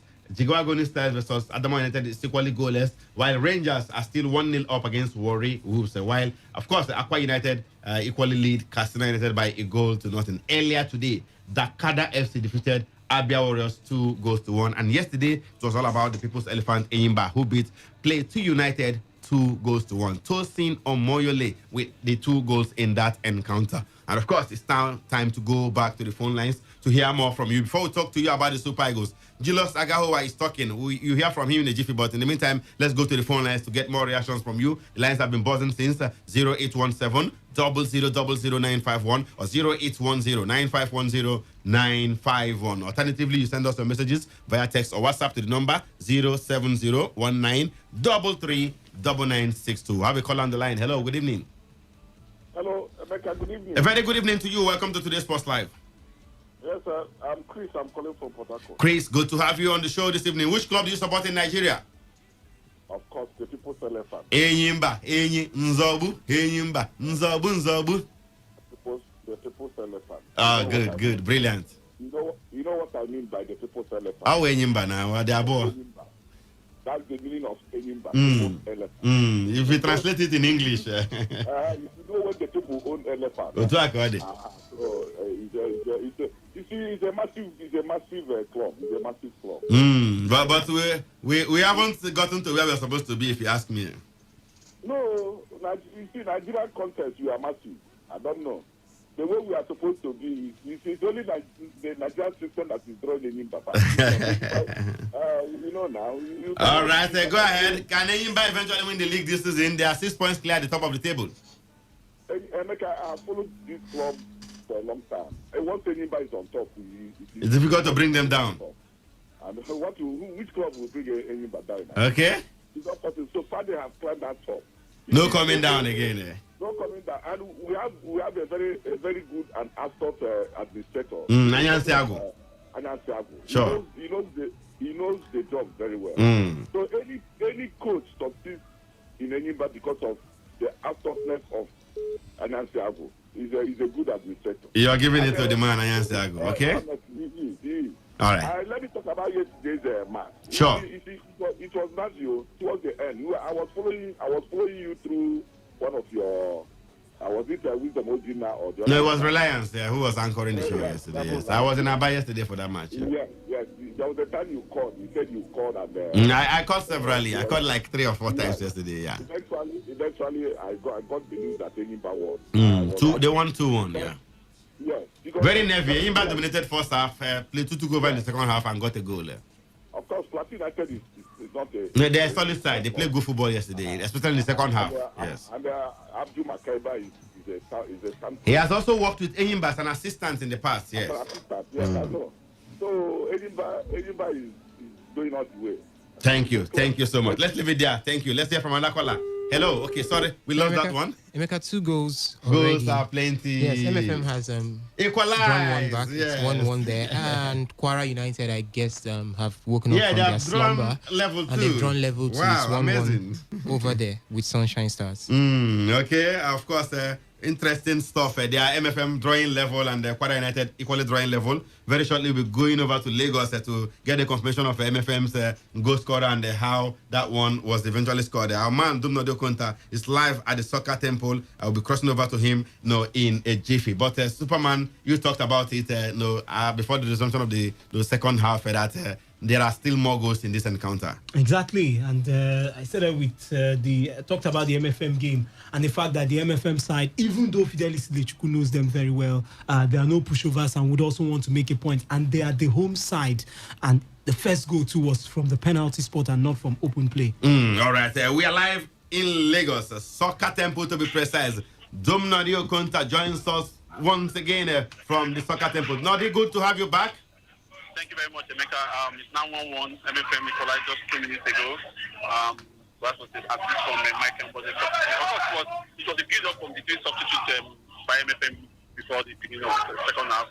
And so it's now equally poised. MFM won, Atlant won. But it's still a very exciting game. Atlant are still also in it because it shows also signs of a good result. Leaving the second temple with a good result. So, as it stands, the 1-1, but then you still have a long way to go. All right, Nadi, it looks like there are lots of fans there. Their noise is even interfering with your update. I'm in a place where you have the reserve and officials of Lagos State FA. Okay. So that's why you can find a lot of noise there. Not that there are fans at the stadium. It's all right. Remember, fans and officials of the Lagos State FA and the Lagos State Sports Commission. Okay, they're the ones making all this noise there. Of course, they have to support their team. Thank you so much, Nadio Konta, for joining us live from Lagos once again. 1-1 right there, and it's game on right now, right? Yes, game on. I told you, Heartland, they have a way of capitulating. They score first. Somehow, before you know it, they have considered the equalizer. They did that against Ifanyoba. They did so against Jigawa Golden Stars away from home. We thought they would win. They scored late, but all of a sudden, Jigawa even scored 2 late goals to even win that one. Ifanyoba the other time, they considered it, an late equalizer as well, and it's more like a tradition now for the not Naze Millionaires. For Heartland. They don't have money. They can't be answering Nazi Millionaire when they don't have money. They can't pay salaries. All right, let's okay. Okay, Emeka, the goal scorer for Kwara United there is Adesina Gata.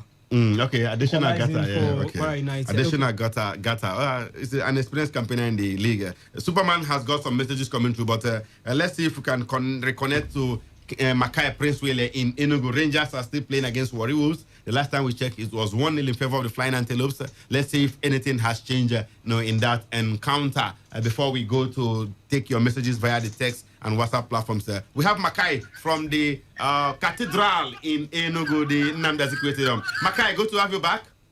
Yeah, Emeka, good to be back. All right, so what's the latest? Is it still 1-0? Yeah, still 1-0 in favor of the home side Rangers International. The goal they scored in the first half. And the second half is even poised between both sides. Warri Wolves are attacking as well. Rangers they started the second half poorly than what we saw in the first half. But they're still forcing the possession. But Warri Wolves won't ask the questions. But unfortunately, they've not gotten the right ones. But Rangers as well are still, putting the pressure on the away side. But still 1-0 in favor of the home side. All right. Thank you so much, Makai. Still 1-0 in that encounter. Rangers still dominating that one. As a matter of fact, a slim lead right there. They have to do more if they actually want to seal that one. Superman, time to go to the text message and WhatsApp platforms. Go Rush. Go Rush also. Aqua United has doubled the lead against Katsina United. Oh, wow. I'll be getting the score of that goal very soon. Okay, another goal for Aqua United. It looks like they'll be grabbing all 3 points in that encounter. the Promise Keepers. Their sister club, Dakada FC, earlier won in that venue. Now they have gotten a second. Bayo Samuel joins us once again from the Gospel Akpabio International Stadium in New York. Well, it's looking double here. Yes, sir. First things by Ndefrek Effiong and the freeing up Ashimene Charles, who struck with a thunderous shot, battling the net. And it is 2-0 in favor of the Promise Keepers. They made a promise this will be their third victory if they can hold on to this lead. They won 1-0 in Kano Pellets. They won 1-0 in Adamawa. Now it is 2-0 here at the Gospel Akpabio International. There are 9 points of possible 9 could be the story, and 6 points of the possible 6 here at the stadium today if it continues this way. For Katsina United, we cannot totally say we've seen them effect 2 changes already. We cannot totally say it's a one-sided affair. A couple of chances they've created themselves, but they've not been able to convert. And mostly the 2 goals that have been considered by the team were products of counters, fast counters. As the whole play by the second in this game has been tremendous.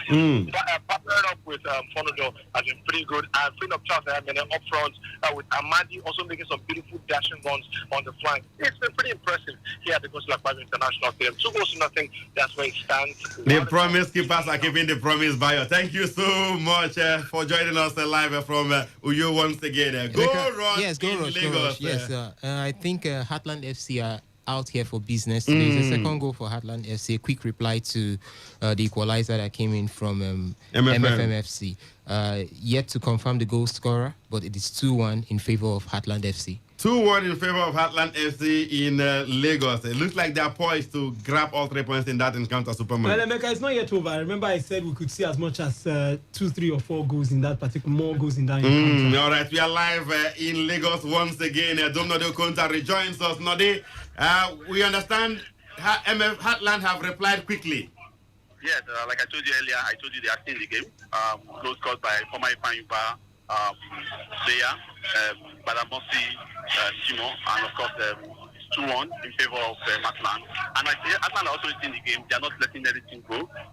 They want to see if they can get something out of this game. Given the fact that the coach of Heartland is also the pioneer coach of MFM when MFM got into the league.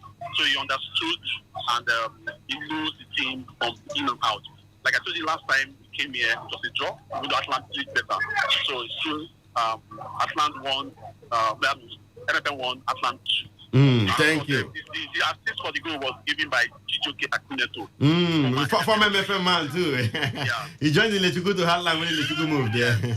All right, thank you so much, Dumnadio Konta, for joining us once again. It's an exciting encounter we're having out there in Lagos at the Soccer Temple, to be precise. 2-1 in favor of Heartland. Also, yes, another goal rush. Yes, Jigawa Golden Stars have taken the lead. Finally. Right against there. Adamawa United. Against Adamawa United. Everybody beats Adamawa United. It's 1 goal in favor of Jigawa Golden Stars. Everybody beats Adamawa United. You start asking yourself if the governor of the state and, of course, the owners of the club are not really interested in fighting for anything. Last season, they were also crying and begging and almost going down, if not for the fact that it was more of a cut-off season for them to actually stay on and survive. No team was relegated, last season. But they came into this season and we're expecting, okay, maybe like Nasarawa United, they rejigged a little bit. But come on, they're still there for the taking. Everybody tearing them apart.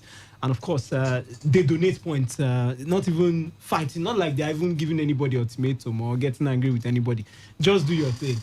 That's like, but let's just take these 2 messages. One from the text message, but this one said, Emeka and the sports crew, good evening. Thanks for your excellent job. Rangers will win today by 2-0. Meanwhile, which team will be Rangers' next opponent? I am Jude Nathaniel. On Twitter, okay, this is coming from Chidubem. I would have said up Naze Millionaires, but with the way we give away leads this season, make I keep quiet first. Anybody just they do IGG. Rivers United. Ayimba for the title, Chidubem. Rivers United for the title. Initial gag, I'm sure that's what he meant. Rivers United for the title. Enjoying you guys from this side. Shout out to you. All right, Superman. Rangers next match will be against Abia Warriors. And it's not going to be an easy one for Imam and his boys. They're not in a good position right now. Rangers are playing Abia Warriors in Okigwe the next match day. That's on Sunday next week, 14th February, Lovers Day. I'm not sure Rangers will be showing Abia Warriors any sort of love that day.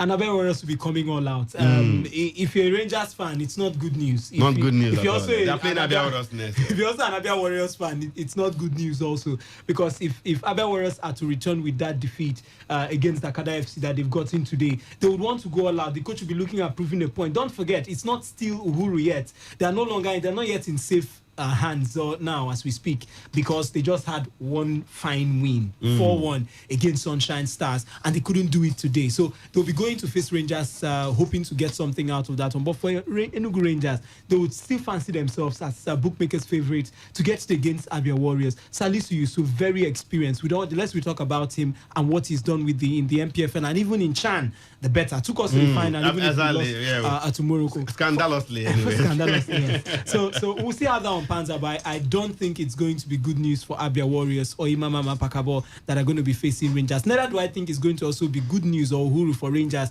that are going to be facing a broken Abia Warriors side that are looking at rebuilding their season and putting themselves back on track. All right, all but one of the 7 league matches today have produced goals, and of course, except the one involving Lobby Stars and Wiki Torres. That one is still goalless. Elsewhere, Sunshine Stars drawing 1-1 at the moment with Kwara United. A quick goal from Sunshine Stars with Kwara United replying almost immediately. MFM FC are losing at home. Heartland lead them by 2-1. Lobby Stars, Wiki Torres is goalless at the moment. Chigoagoni Stars are 1-0 up against Adamawa United, while Rangers still lead Warriors by 1-0. Goals are plenty in Uyo. Earlier today, Dakada FC defeated Abia Warriors 2-1 at the Gospel Akpabio International Stadium in the early kickoff with the double header. The second match involving Aqua United giving us 2 goals already. Aqua United lead Katsina by 2-0 in that encounter. Yesterday, Enyimba defeated Plateau United 2-1 to temporarily go to 6 points clear of second place Rivers United, but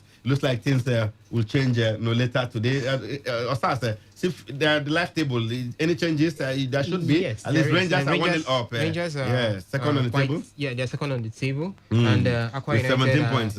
Aqua United are third right now on the table. Okay. Yes, with that second goal. All right. I promise that we're going to bring the Liverpool-Manchester City match. What we'll do is just give you updates because we want to talk about what concerns us here. Basically, Super Eagles, it will be on the menu very shortly. Even as we bring you updates from Anfield, where Liverpool are going to play Manchester City. Superman, you have the lineups for both teams covered. Immediately the match starts, we'll be giving updates, bit by bit in case there's any incident. But while we talk about Julius Agahowa, he's saying something very important, something a lot of you have been speaking about as well. Now he has, more like echoed it, so the whole world will even hear it. We'll be discussing it on the show. But in the meantime, let's get the lineup for the two teams, even as they prepare to file out.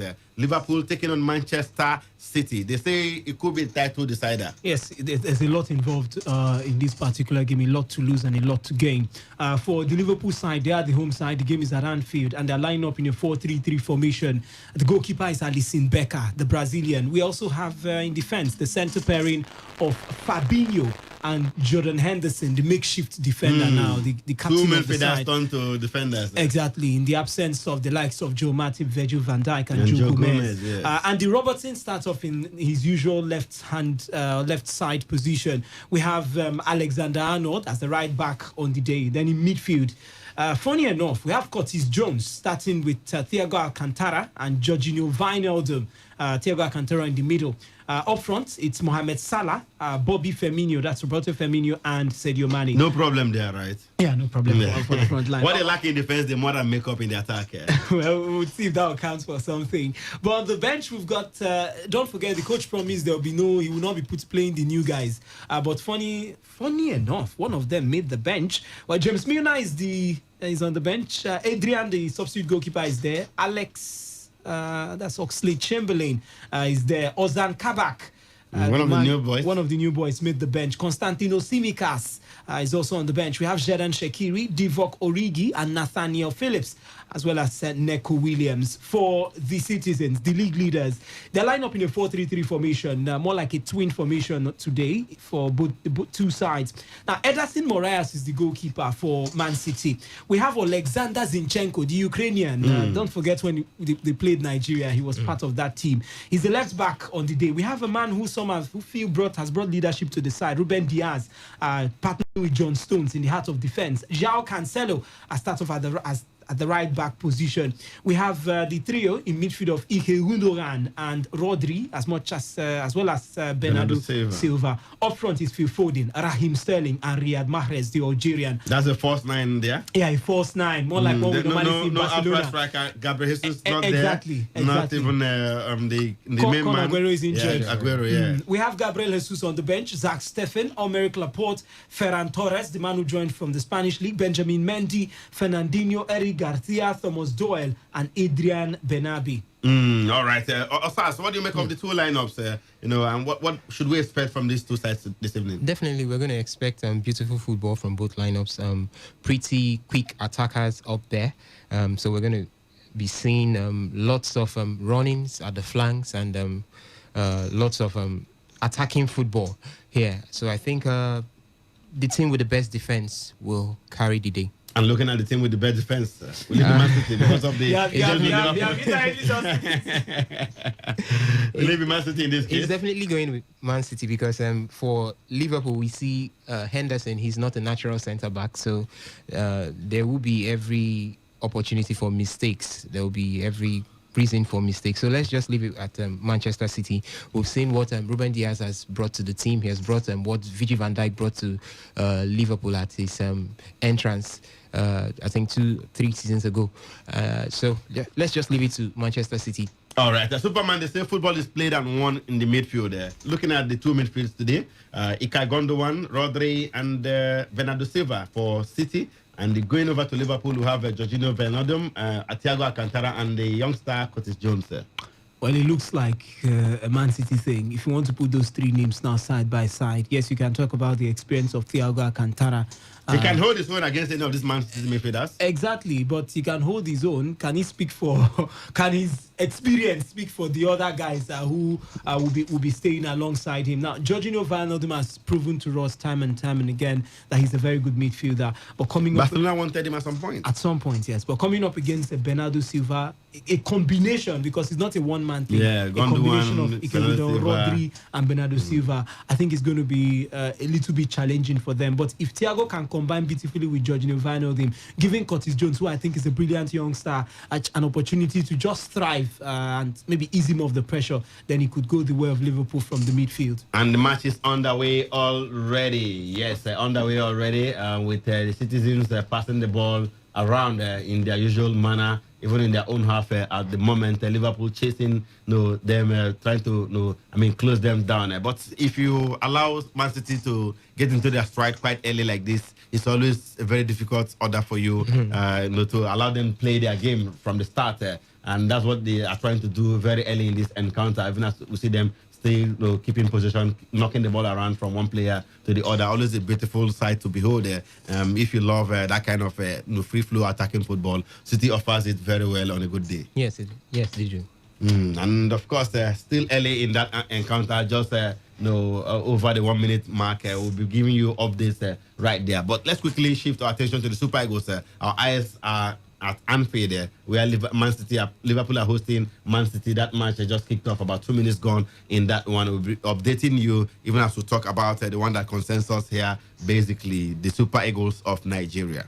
Super Eagles, no tension, you are waiting, by the grace of God, you shall win, you shall win, Zawa, Zawa, Zawa, Zawa.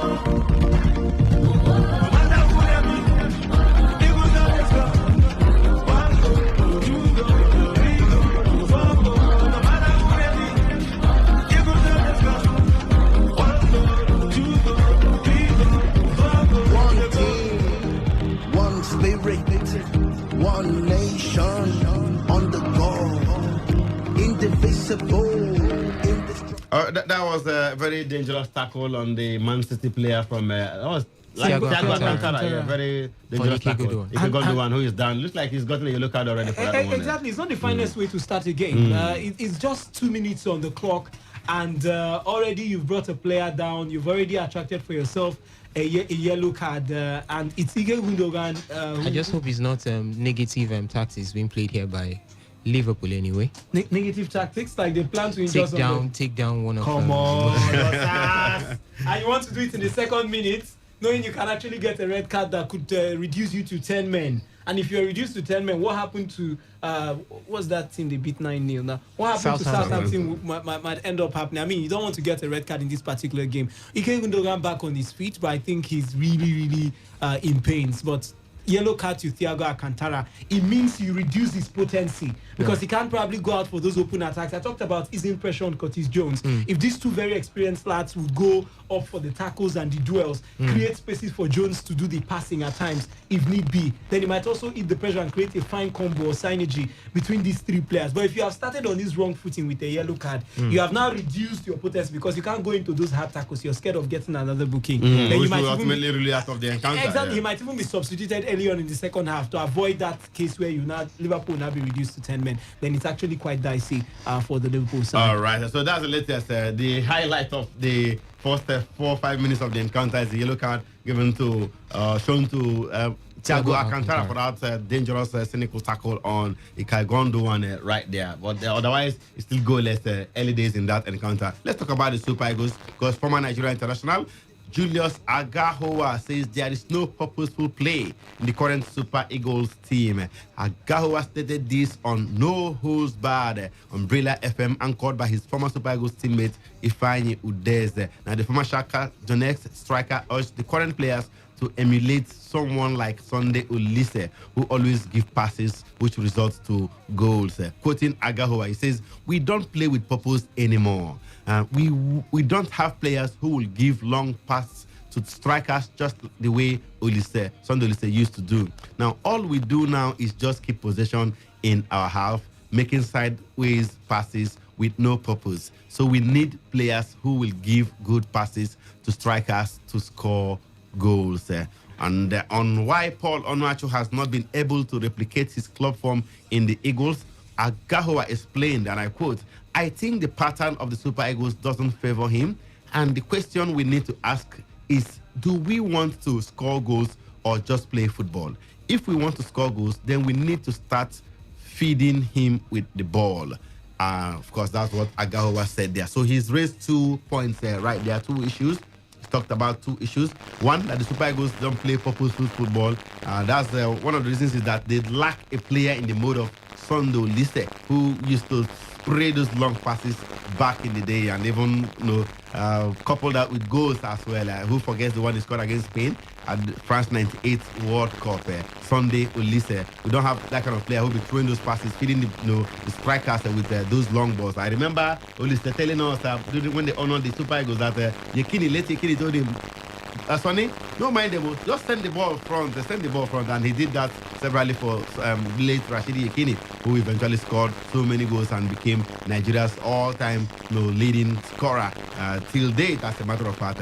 Now, Agahowa himself featured at 4 Africa Cup of Nations in 2000, 2002, 2004, and 2006, and was at the 2002 FIFA World Cup in Japan, Korea. At junior level, he represented Nigeria at the 1999 Under-20 World Cup. Yes, Nigeria 99. And the Sydney 2000 Olympics. And at club level, he played for Bendel Insurance, Esperance of Tunisia, and Shakhtar Donetsk of Ukraine, not forgetting Wigan Athletic in the Premier League. Yes, he featured in the Premier League. Himself and Isaac Okoronkwo played for Wigan and Kayserispor in Turkey. Superman. What does he even mean by purposeful football? It looks like he even explained it, right? No. Well, he tried to explain. No, I mean, go out there, play out your heart, have a player that will be spraying those passes for full of front. No, not just passing the ball around within yourselves and what have you. Okay. Well, our job here is to analyze, so I'll break it down in bits. Now, first, when you say purposeful football, it means the opposite of purposeful is purposeless. now, if it's purposeless, a synonym of purposeless is aimless. It means they are just playing without any aim and any goal, for playing. The second statement, maybe let me. Superman, let's take it from his own explanation. Okay. Because if you go there now, it means you are trying to disparage the Super Eagles because they don't play without aim. No, they go to win matches, isn't it? That's the aim of every team. But what he's saying is that in the current Super Eagles setup, they don't have a player in the mode of Sunday Olise. Back then, we saw what Olise brought to the team. Yeah. He was spraying the passes. I remember his first game for Nigeria against Ethiopia. We won that match 6-0. He was spraying the passes. Everybody was like, where did Westerhoff bring this man from? From Belgium, then I think FC Liège. He was spraying the passes, the destroyer.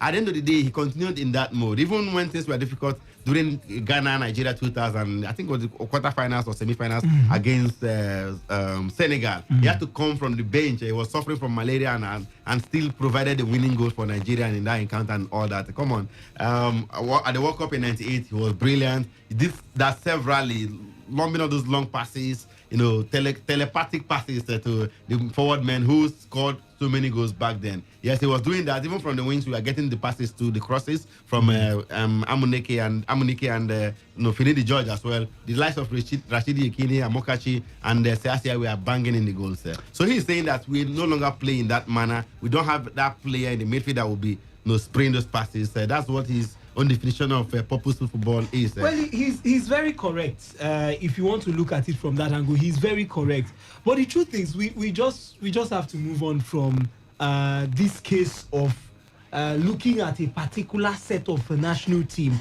If we go back to, if we talk about because they more or less set the benchmark for us. Emeka, we can also they talk won of the the AFCON, they qualified for the World Cup. We can talk of the 1980 sets now, the Christian Chukwu set, the of this world. Balogun. You don't have those same players. We didn't have those same kind of players in the 1994 set. Every generation is different. We cannot have Ronaldo de Lima again now in football.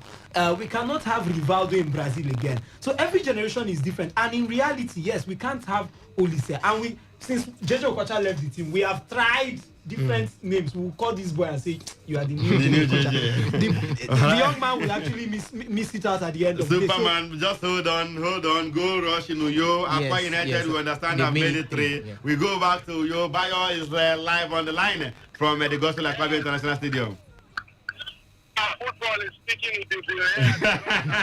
You can say that again, Bayo. Yes, it is the 5th goal I've witnessed today. No, the 6th goal I've witnessed today, actually. 3 in the Dakada match. Yes, it's a 2 for in the break champion who's now being substituted for Akarandu or Rock at the moment. It is the final substitution. We've seen the introduction of Daniel Udo and Ubong Etienne. Both of them have introduced some more playing to the Eagles plan. They cannot take it away. We have also seen Charles Ashimene's contribution. It's about to leave for Sadiq Saidu. The Katsina United side looks defeated. Basically, just try to do damage control at this point. 3-0. I mean, that's massive. It's massive. Maybe a turnaround win was against Kano Pillars. This is the first time they've led by 3 goals to nothing this season. And the complaint usually have been that they were only winning by 1 goal to nothing. They seem to have done a small struggle with the players on the pitch has definitely reflected. Truly has been the man for Katsina United today. He's been very destructive in the midfield, giving lots of middle work to do, but just has not translated into goals for Katsina United today. I guess they would have a better than some other time. It's looking at them today. They are going back empty-handed. Thank you so much, Bayo, for the update. We appreciate your good work. Thank you so much. Thank you very much. All right, you heard it there from Bayo. 3-0 in favor of Aqua United against visiting Katsina United. And 2 of those goals coming from that man, Indi Freke Efyong. He converted the 3rd from the penalty spot right there. And goal another plenty. goal rush again from Sunshine Stars versus Kwara United. Kwara United have taken the lead. It's 2-1 in favor of Kwara United. Kwara United have taken the lead away from home against Sunshine Stars.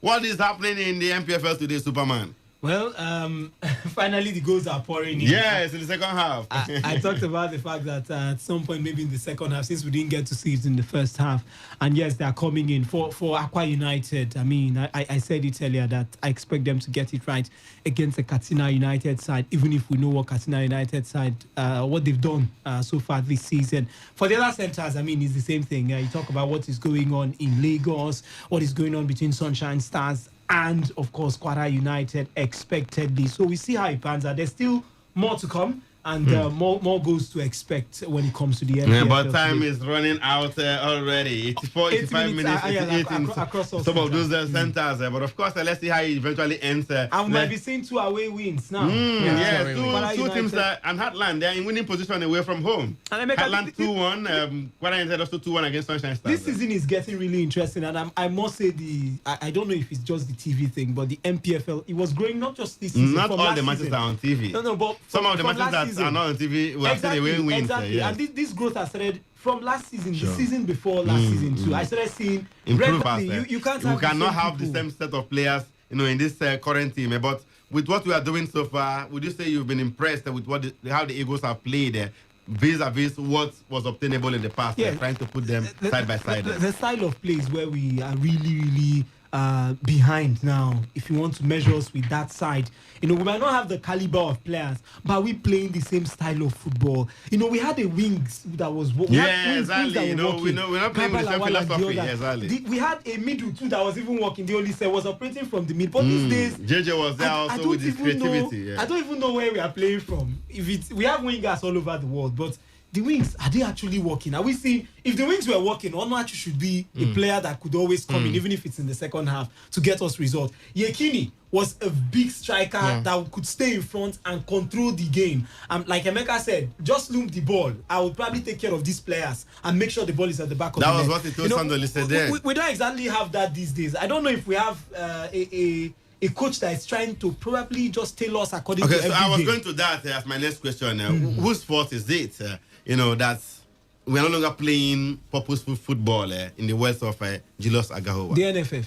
The NFF. Yes, the NFF. For wisdom, not the coach. For wisdom is the NFF. They are the ones that are charged with the responsibility of employing appointing the coaches. coach. Okay. Now you left the MPF. If you employ the coach, you tell him the kind of football you want. Exactly. The local coaches probably understand how we have been playing. Look at what Stephen Keshi did when he came into the team. Yes, they were not exactly the 1994 set, but he was able to they give achieved almost the same thing like 1994 Very set. true. They And we won the saw Nations Cup. They also got to the second round of the World Cup. We saw a style, a working. The wings of the team was actually really working. Ozweyi that we are praising today was more of a wing player for the team. So, but these days I don't even in know. the middle, Onasi played his best football on that case. Exactly. Mikel Obi was instrumental as well. But these days I don't understand. We even have the behind the striker. This man now, this Sunday Bar was mostly doing behind the striker. Yeah, and he was giving us results. But now I don't even understand. If we are playing from the wings, I don't know. Are we coming in from the middle? I still don't understand.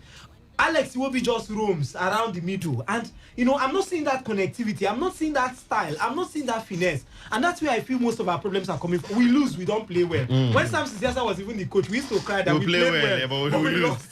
But this one, we don't even play well. We still lose at the end of this. Okay. So I'll blame the NFF for this one. All right, let's quickly bring you up to speed with what's happening elsewhere in the world of football, even as we prepare to go back to the phone lines to hear from you. Julius Agawa says the Super Eagles, the current set of Super Eagles, they don't play purposeful football like in his days when they had Sunday Olise with all those long thrusts and lots of goals from our strikers, the Yekinis of this world, the Amokachis, the Amunekes, and the Siasias of this world, scoring lots of goals. Even Agahowa himself banging a lot of goals for the Super Eagles in his heydays. Of course, quickly, let's go to England. Tottenham Hotspur earlier today defeated West Brom 2-0, and it ended goalless between Wolves and Leicester City. The big game is live and it's between Liverpool and Manchester City. Osas, early days here, 13 minutes gone in that encounter, still goalless, right? Yeah, still goalless, and it has been a game of 50-50, counter-attack and also counter-attack from the other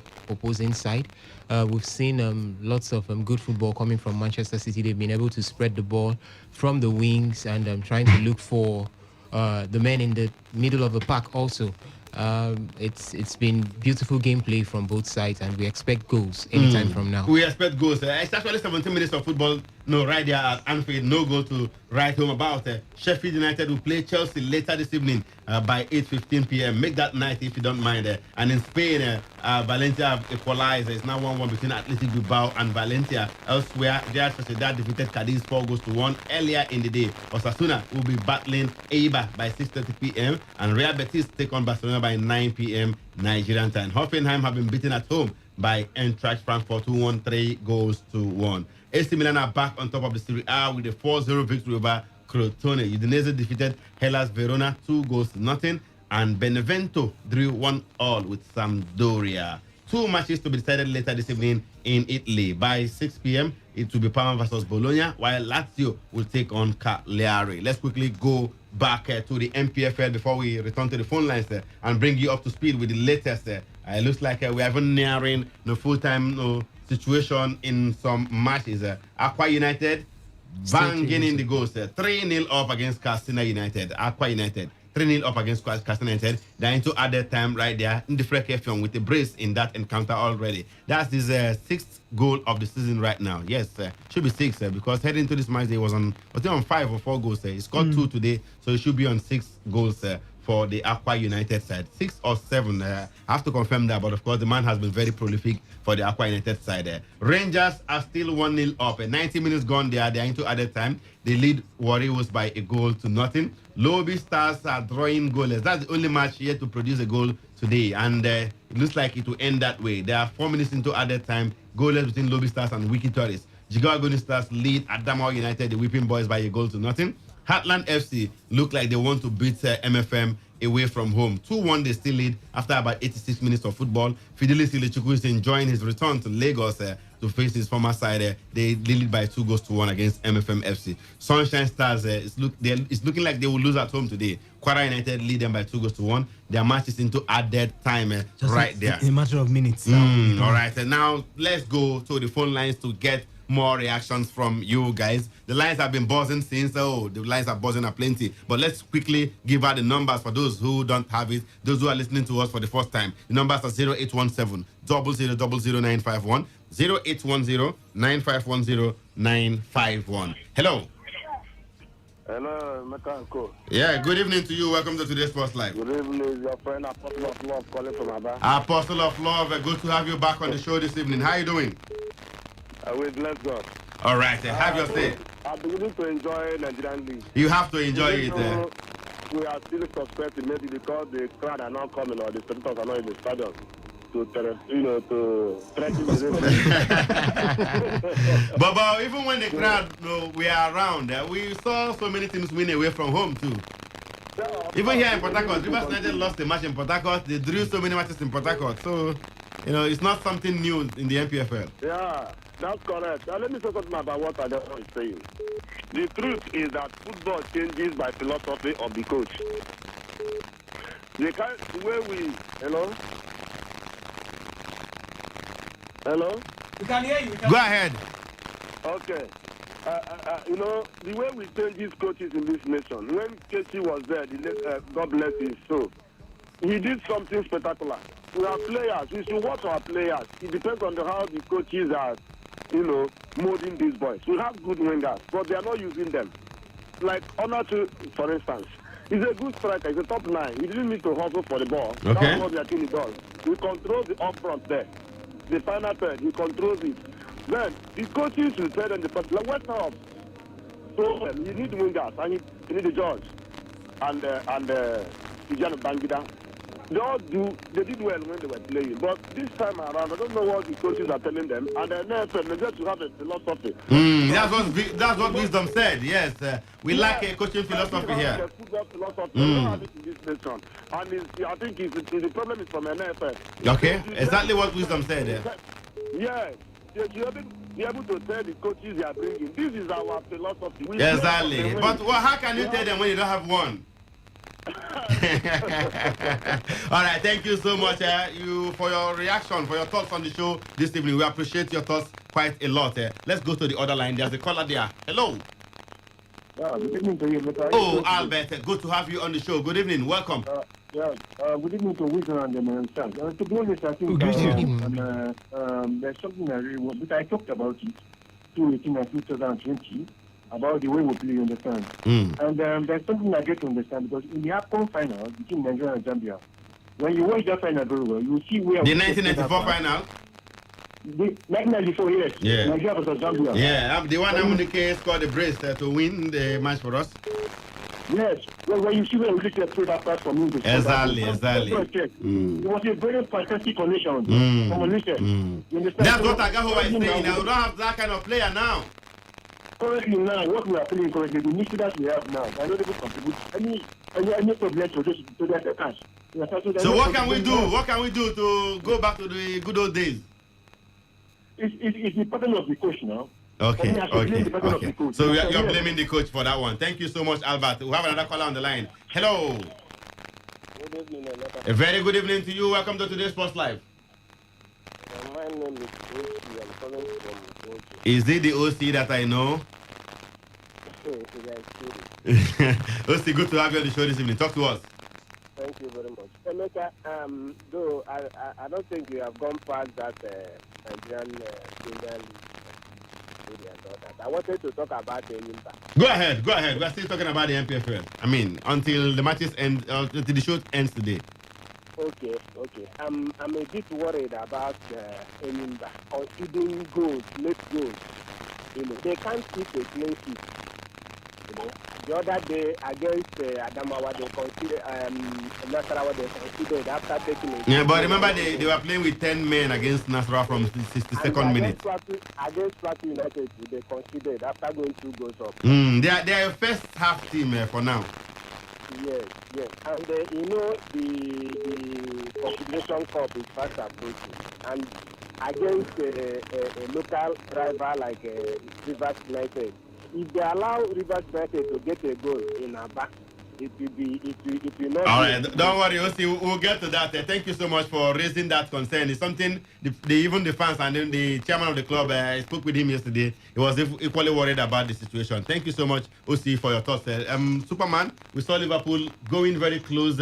Almost in their beautiful header from who? Sadio Mane. Oh. When a young man under 22 runs around with that kind of confidence from Trent Alexander-Arnold, takes on 2 Man City players. No, he came up against it. I mean, that boy. What is Zinchenko? 2 players. That boy is young and can confidently do all those stuff. Unlike those players that would lack confidence. But Mane.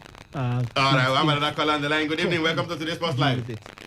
Yes, I'm Tony calling from Amadiama. Tony from Amadiama, good to have you on the show this evening. Talk to us.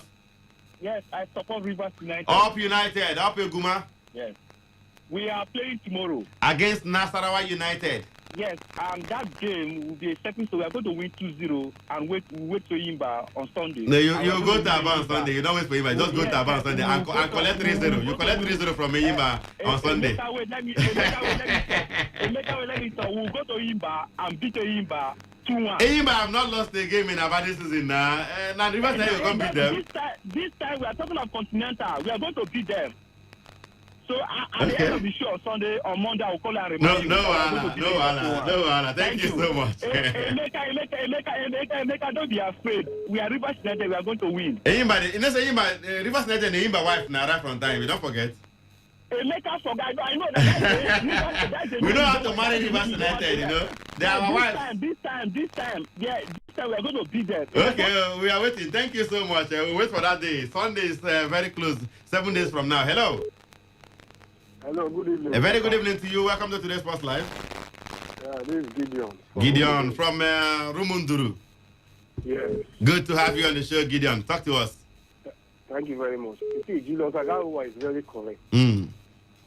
Why we don't have a purposeful team today is because we lack a coach that can manage players. Managing players implies knowing how the strength of your players and how to deploy them in the field. Yes, where it fits in. Exactly. And how the tactics to use to bring the best out of the players. That is what made West Ham to succeed. West Ham was not a magician. He was not that super or that, but he had that ability to look at the player and you will know. It's not that you just see about 10 players abroad that are Nigerian. You just want to call all of them. West Ham was not doing like that. You look at Lubuena Bola. Look at how this man fits in. Look at how to play him. That is how Gideon, you have said it all. You have said it all. If I leave you, you can go for the next 5 minutes. Thank you so much. Thank you so much. Time not our friend. Let's quickly bring you up to speed. No, with what's happening in the MPFL. It's the result. Aqua United have beaten Casina United 3-0. It's the result in the Frecker Effiong with a brace in that encounter. Also a result, Rangers have beaten Warriors by 1-0. Christian in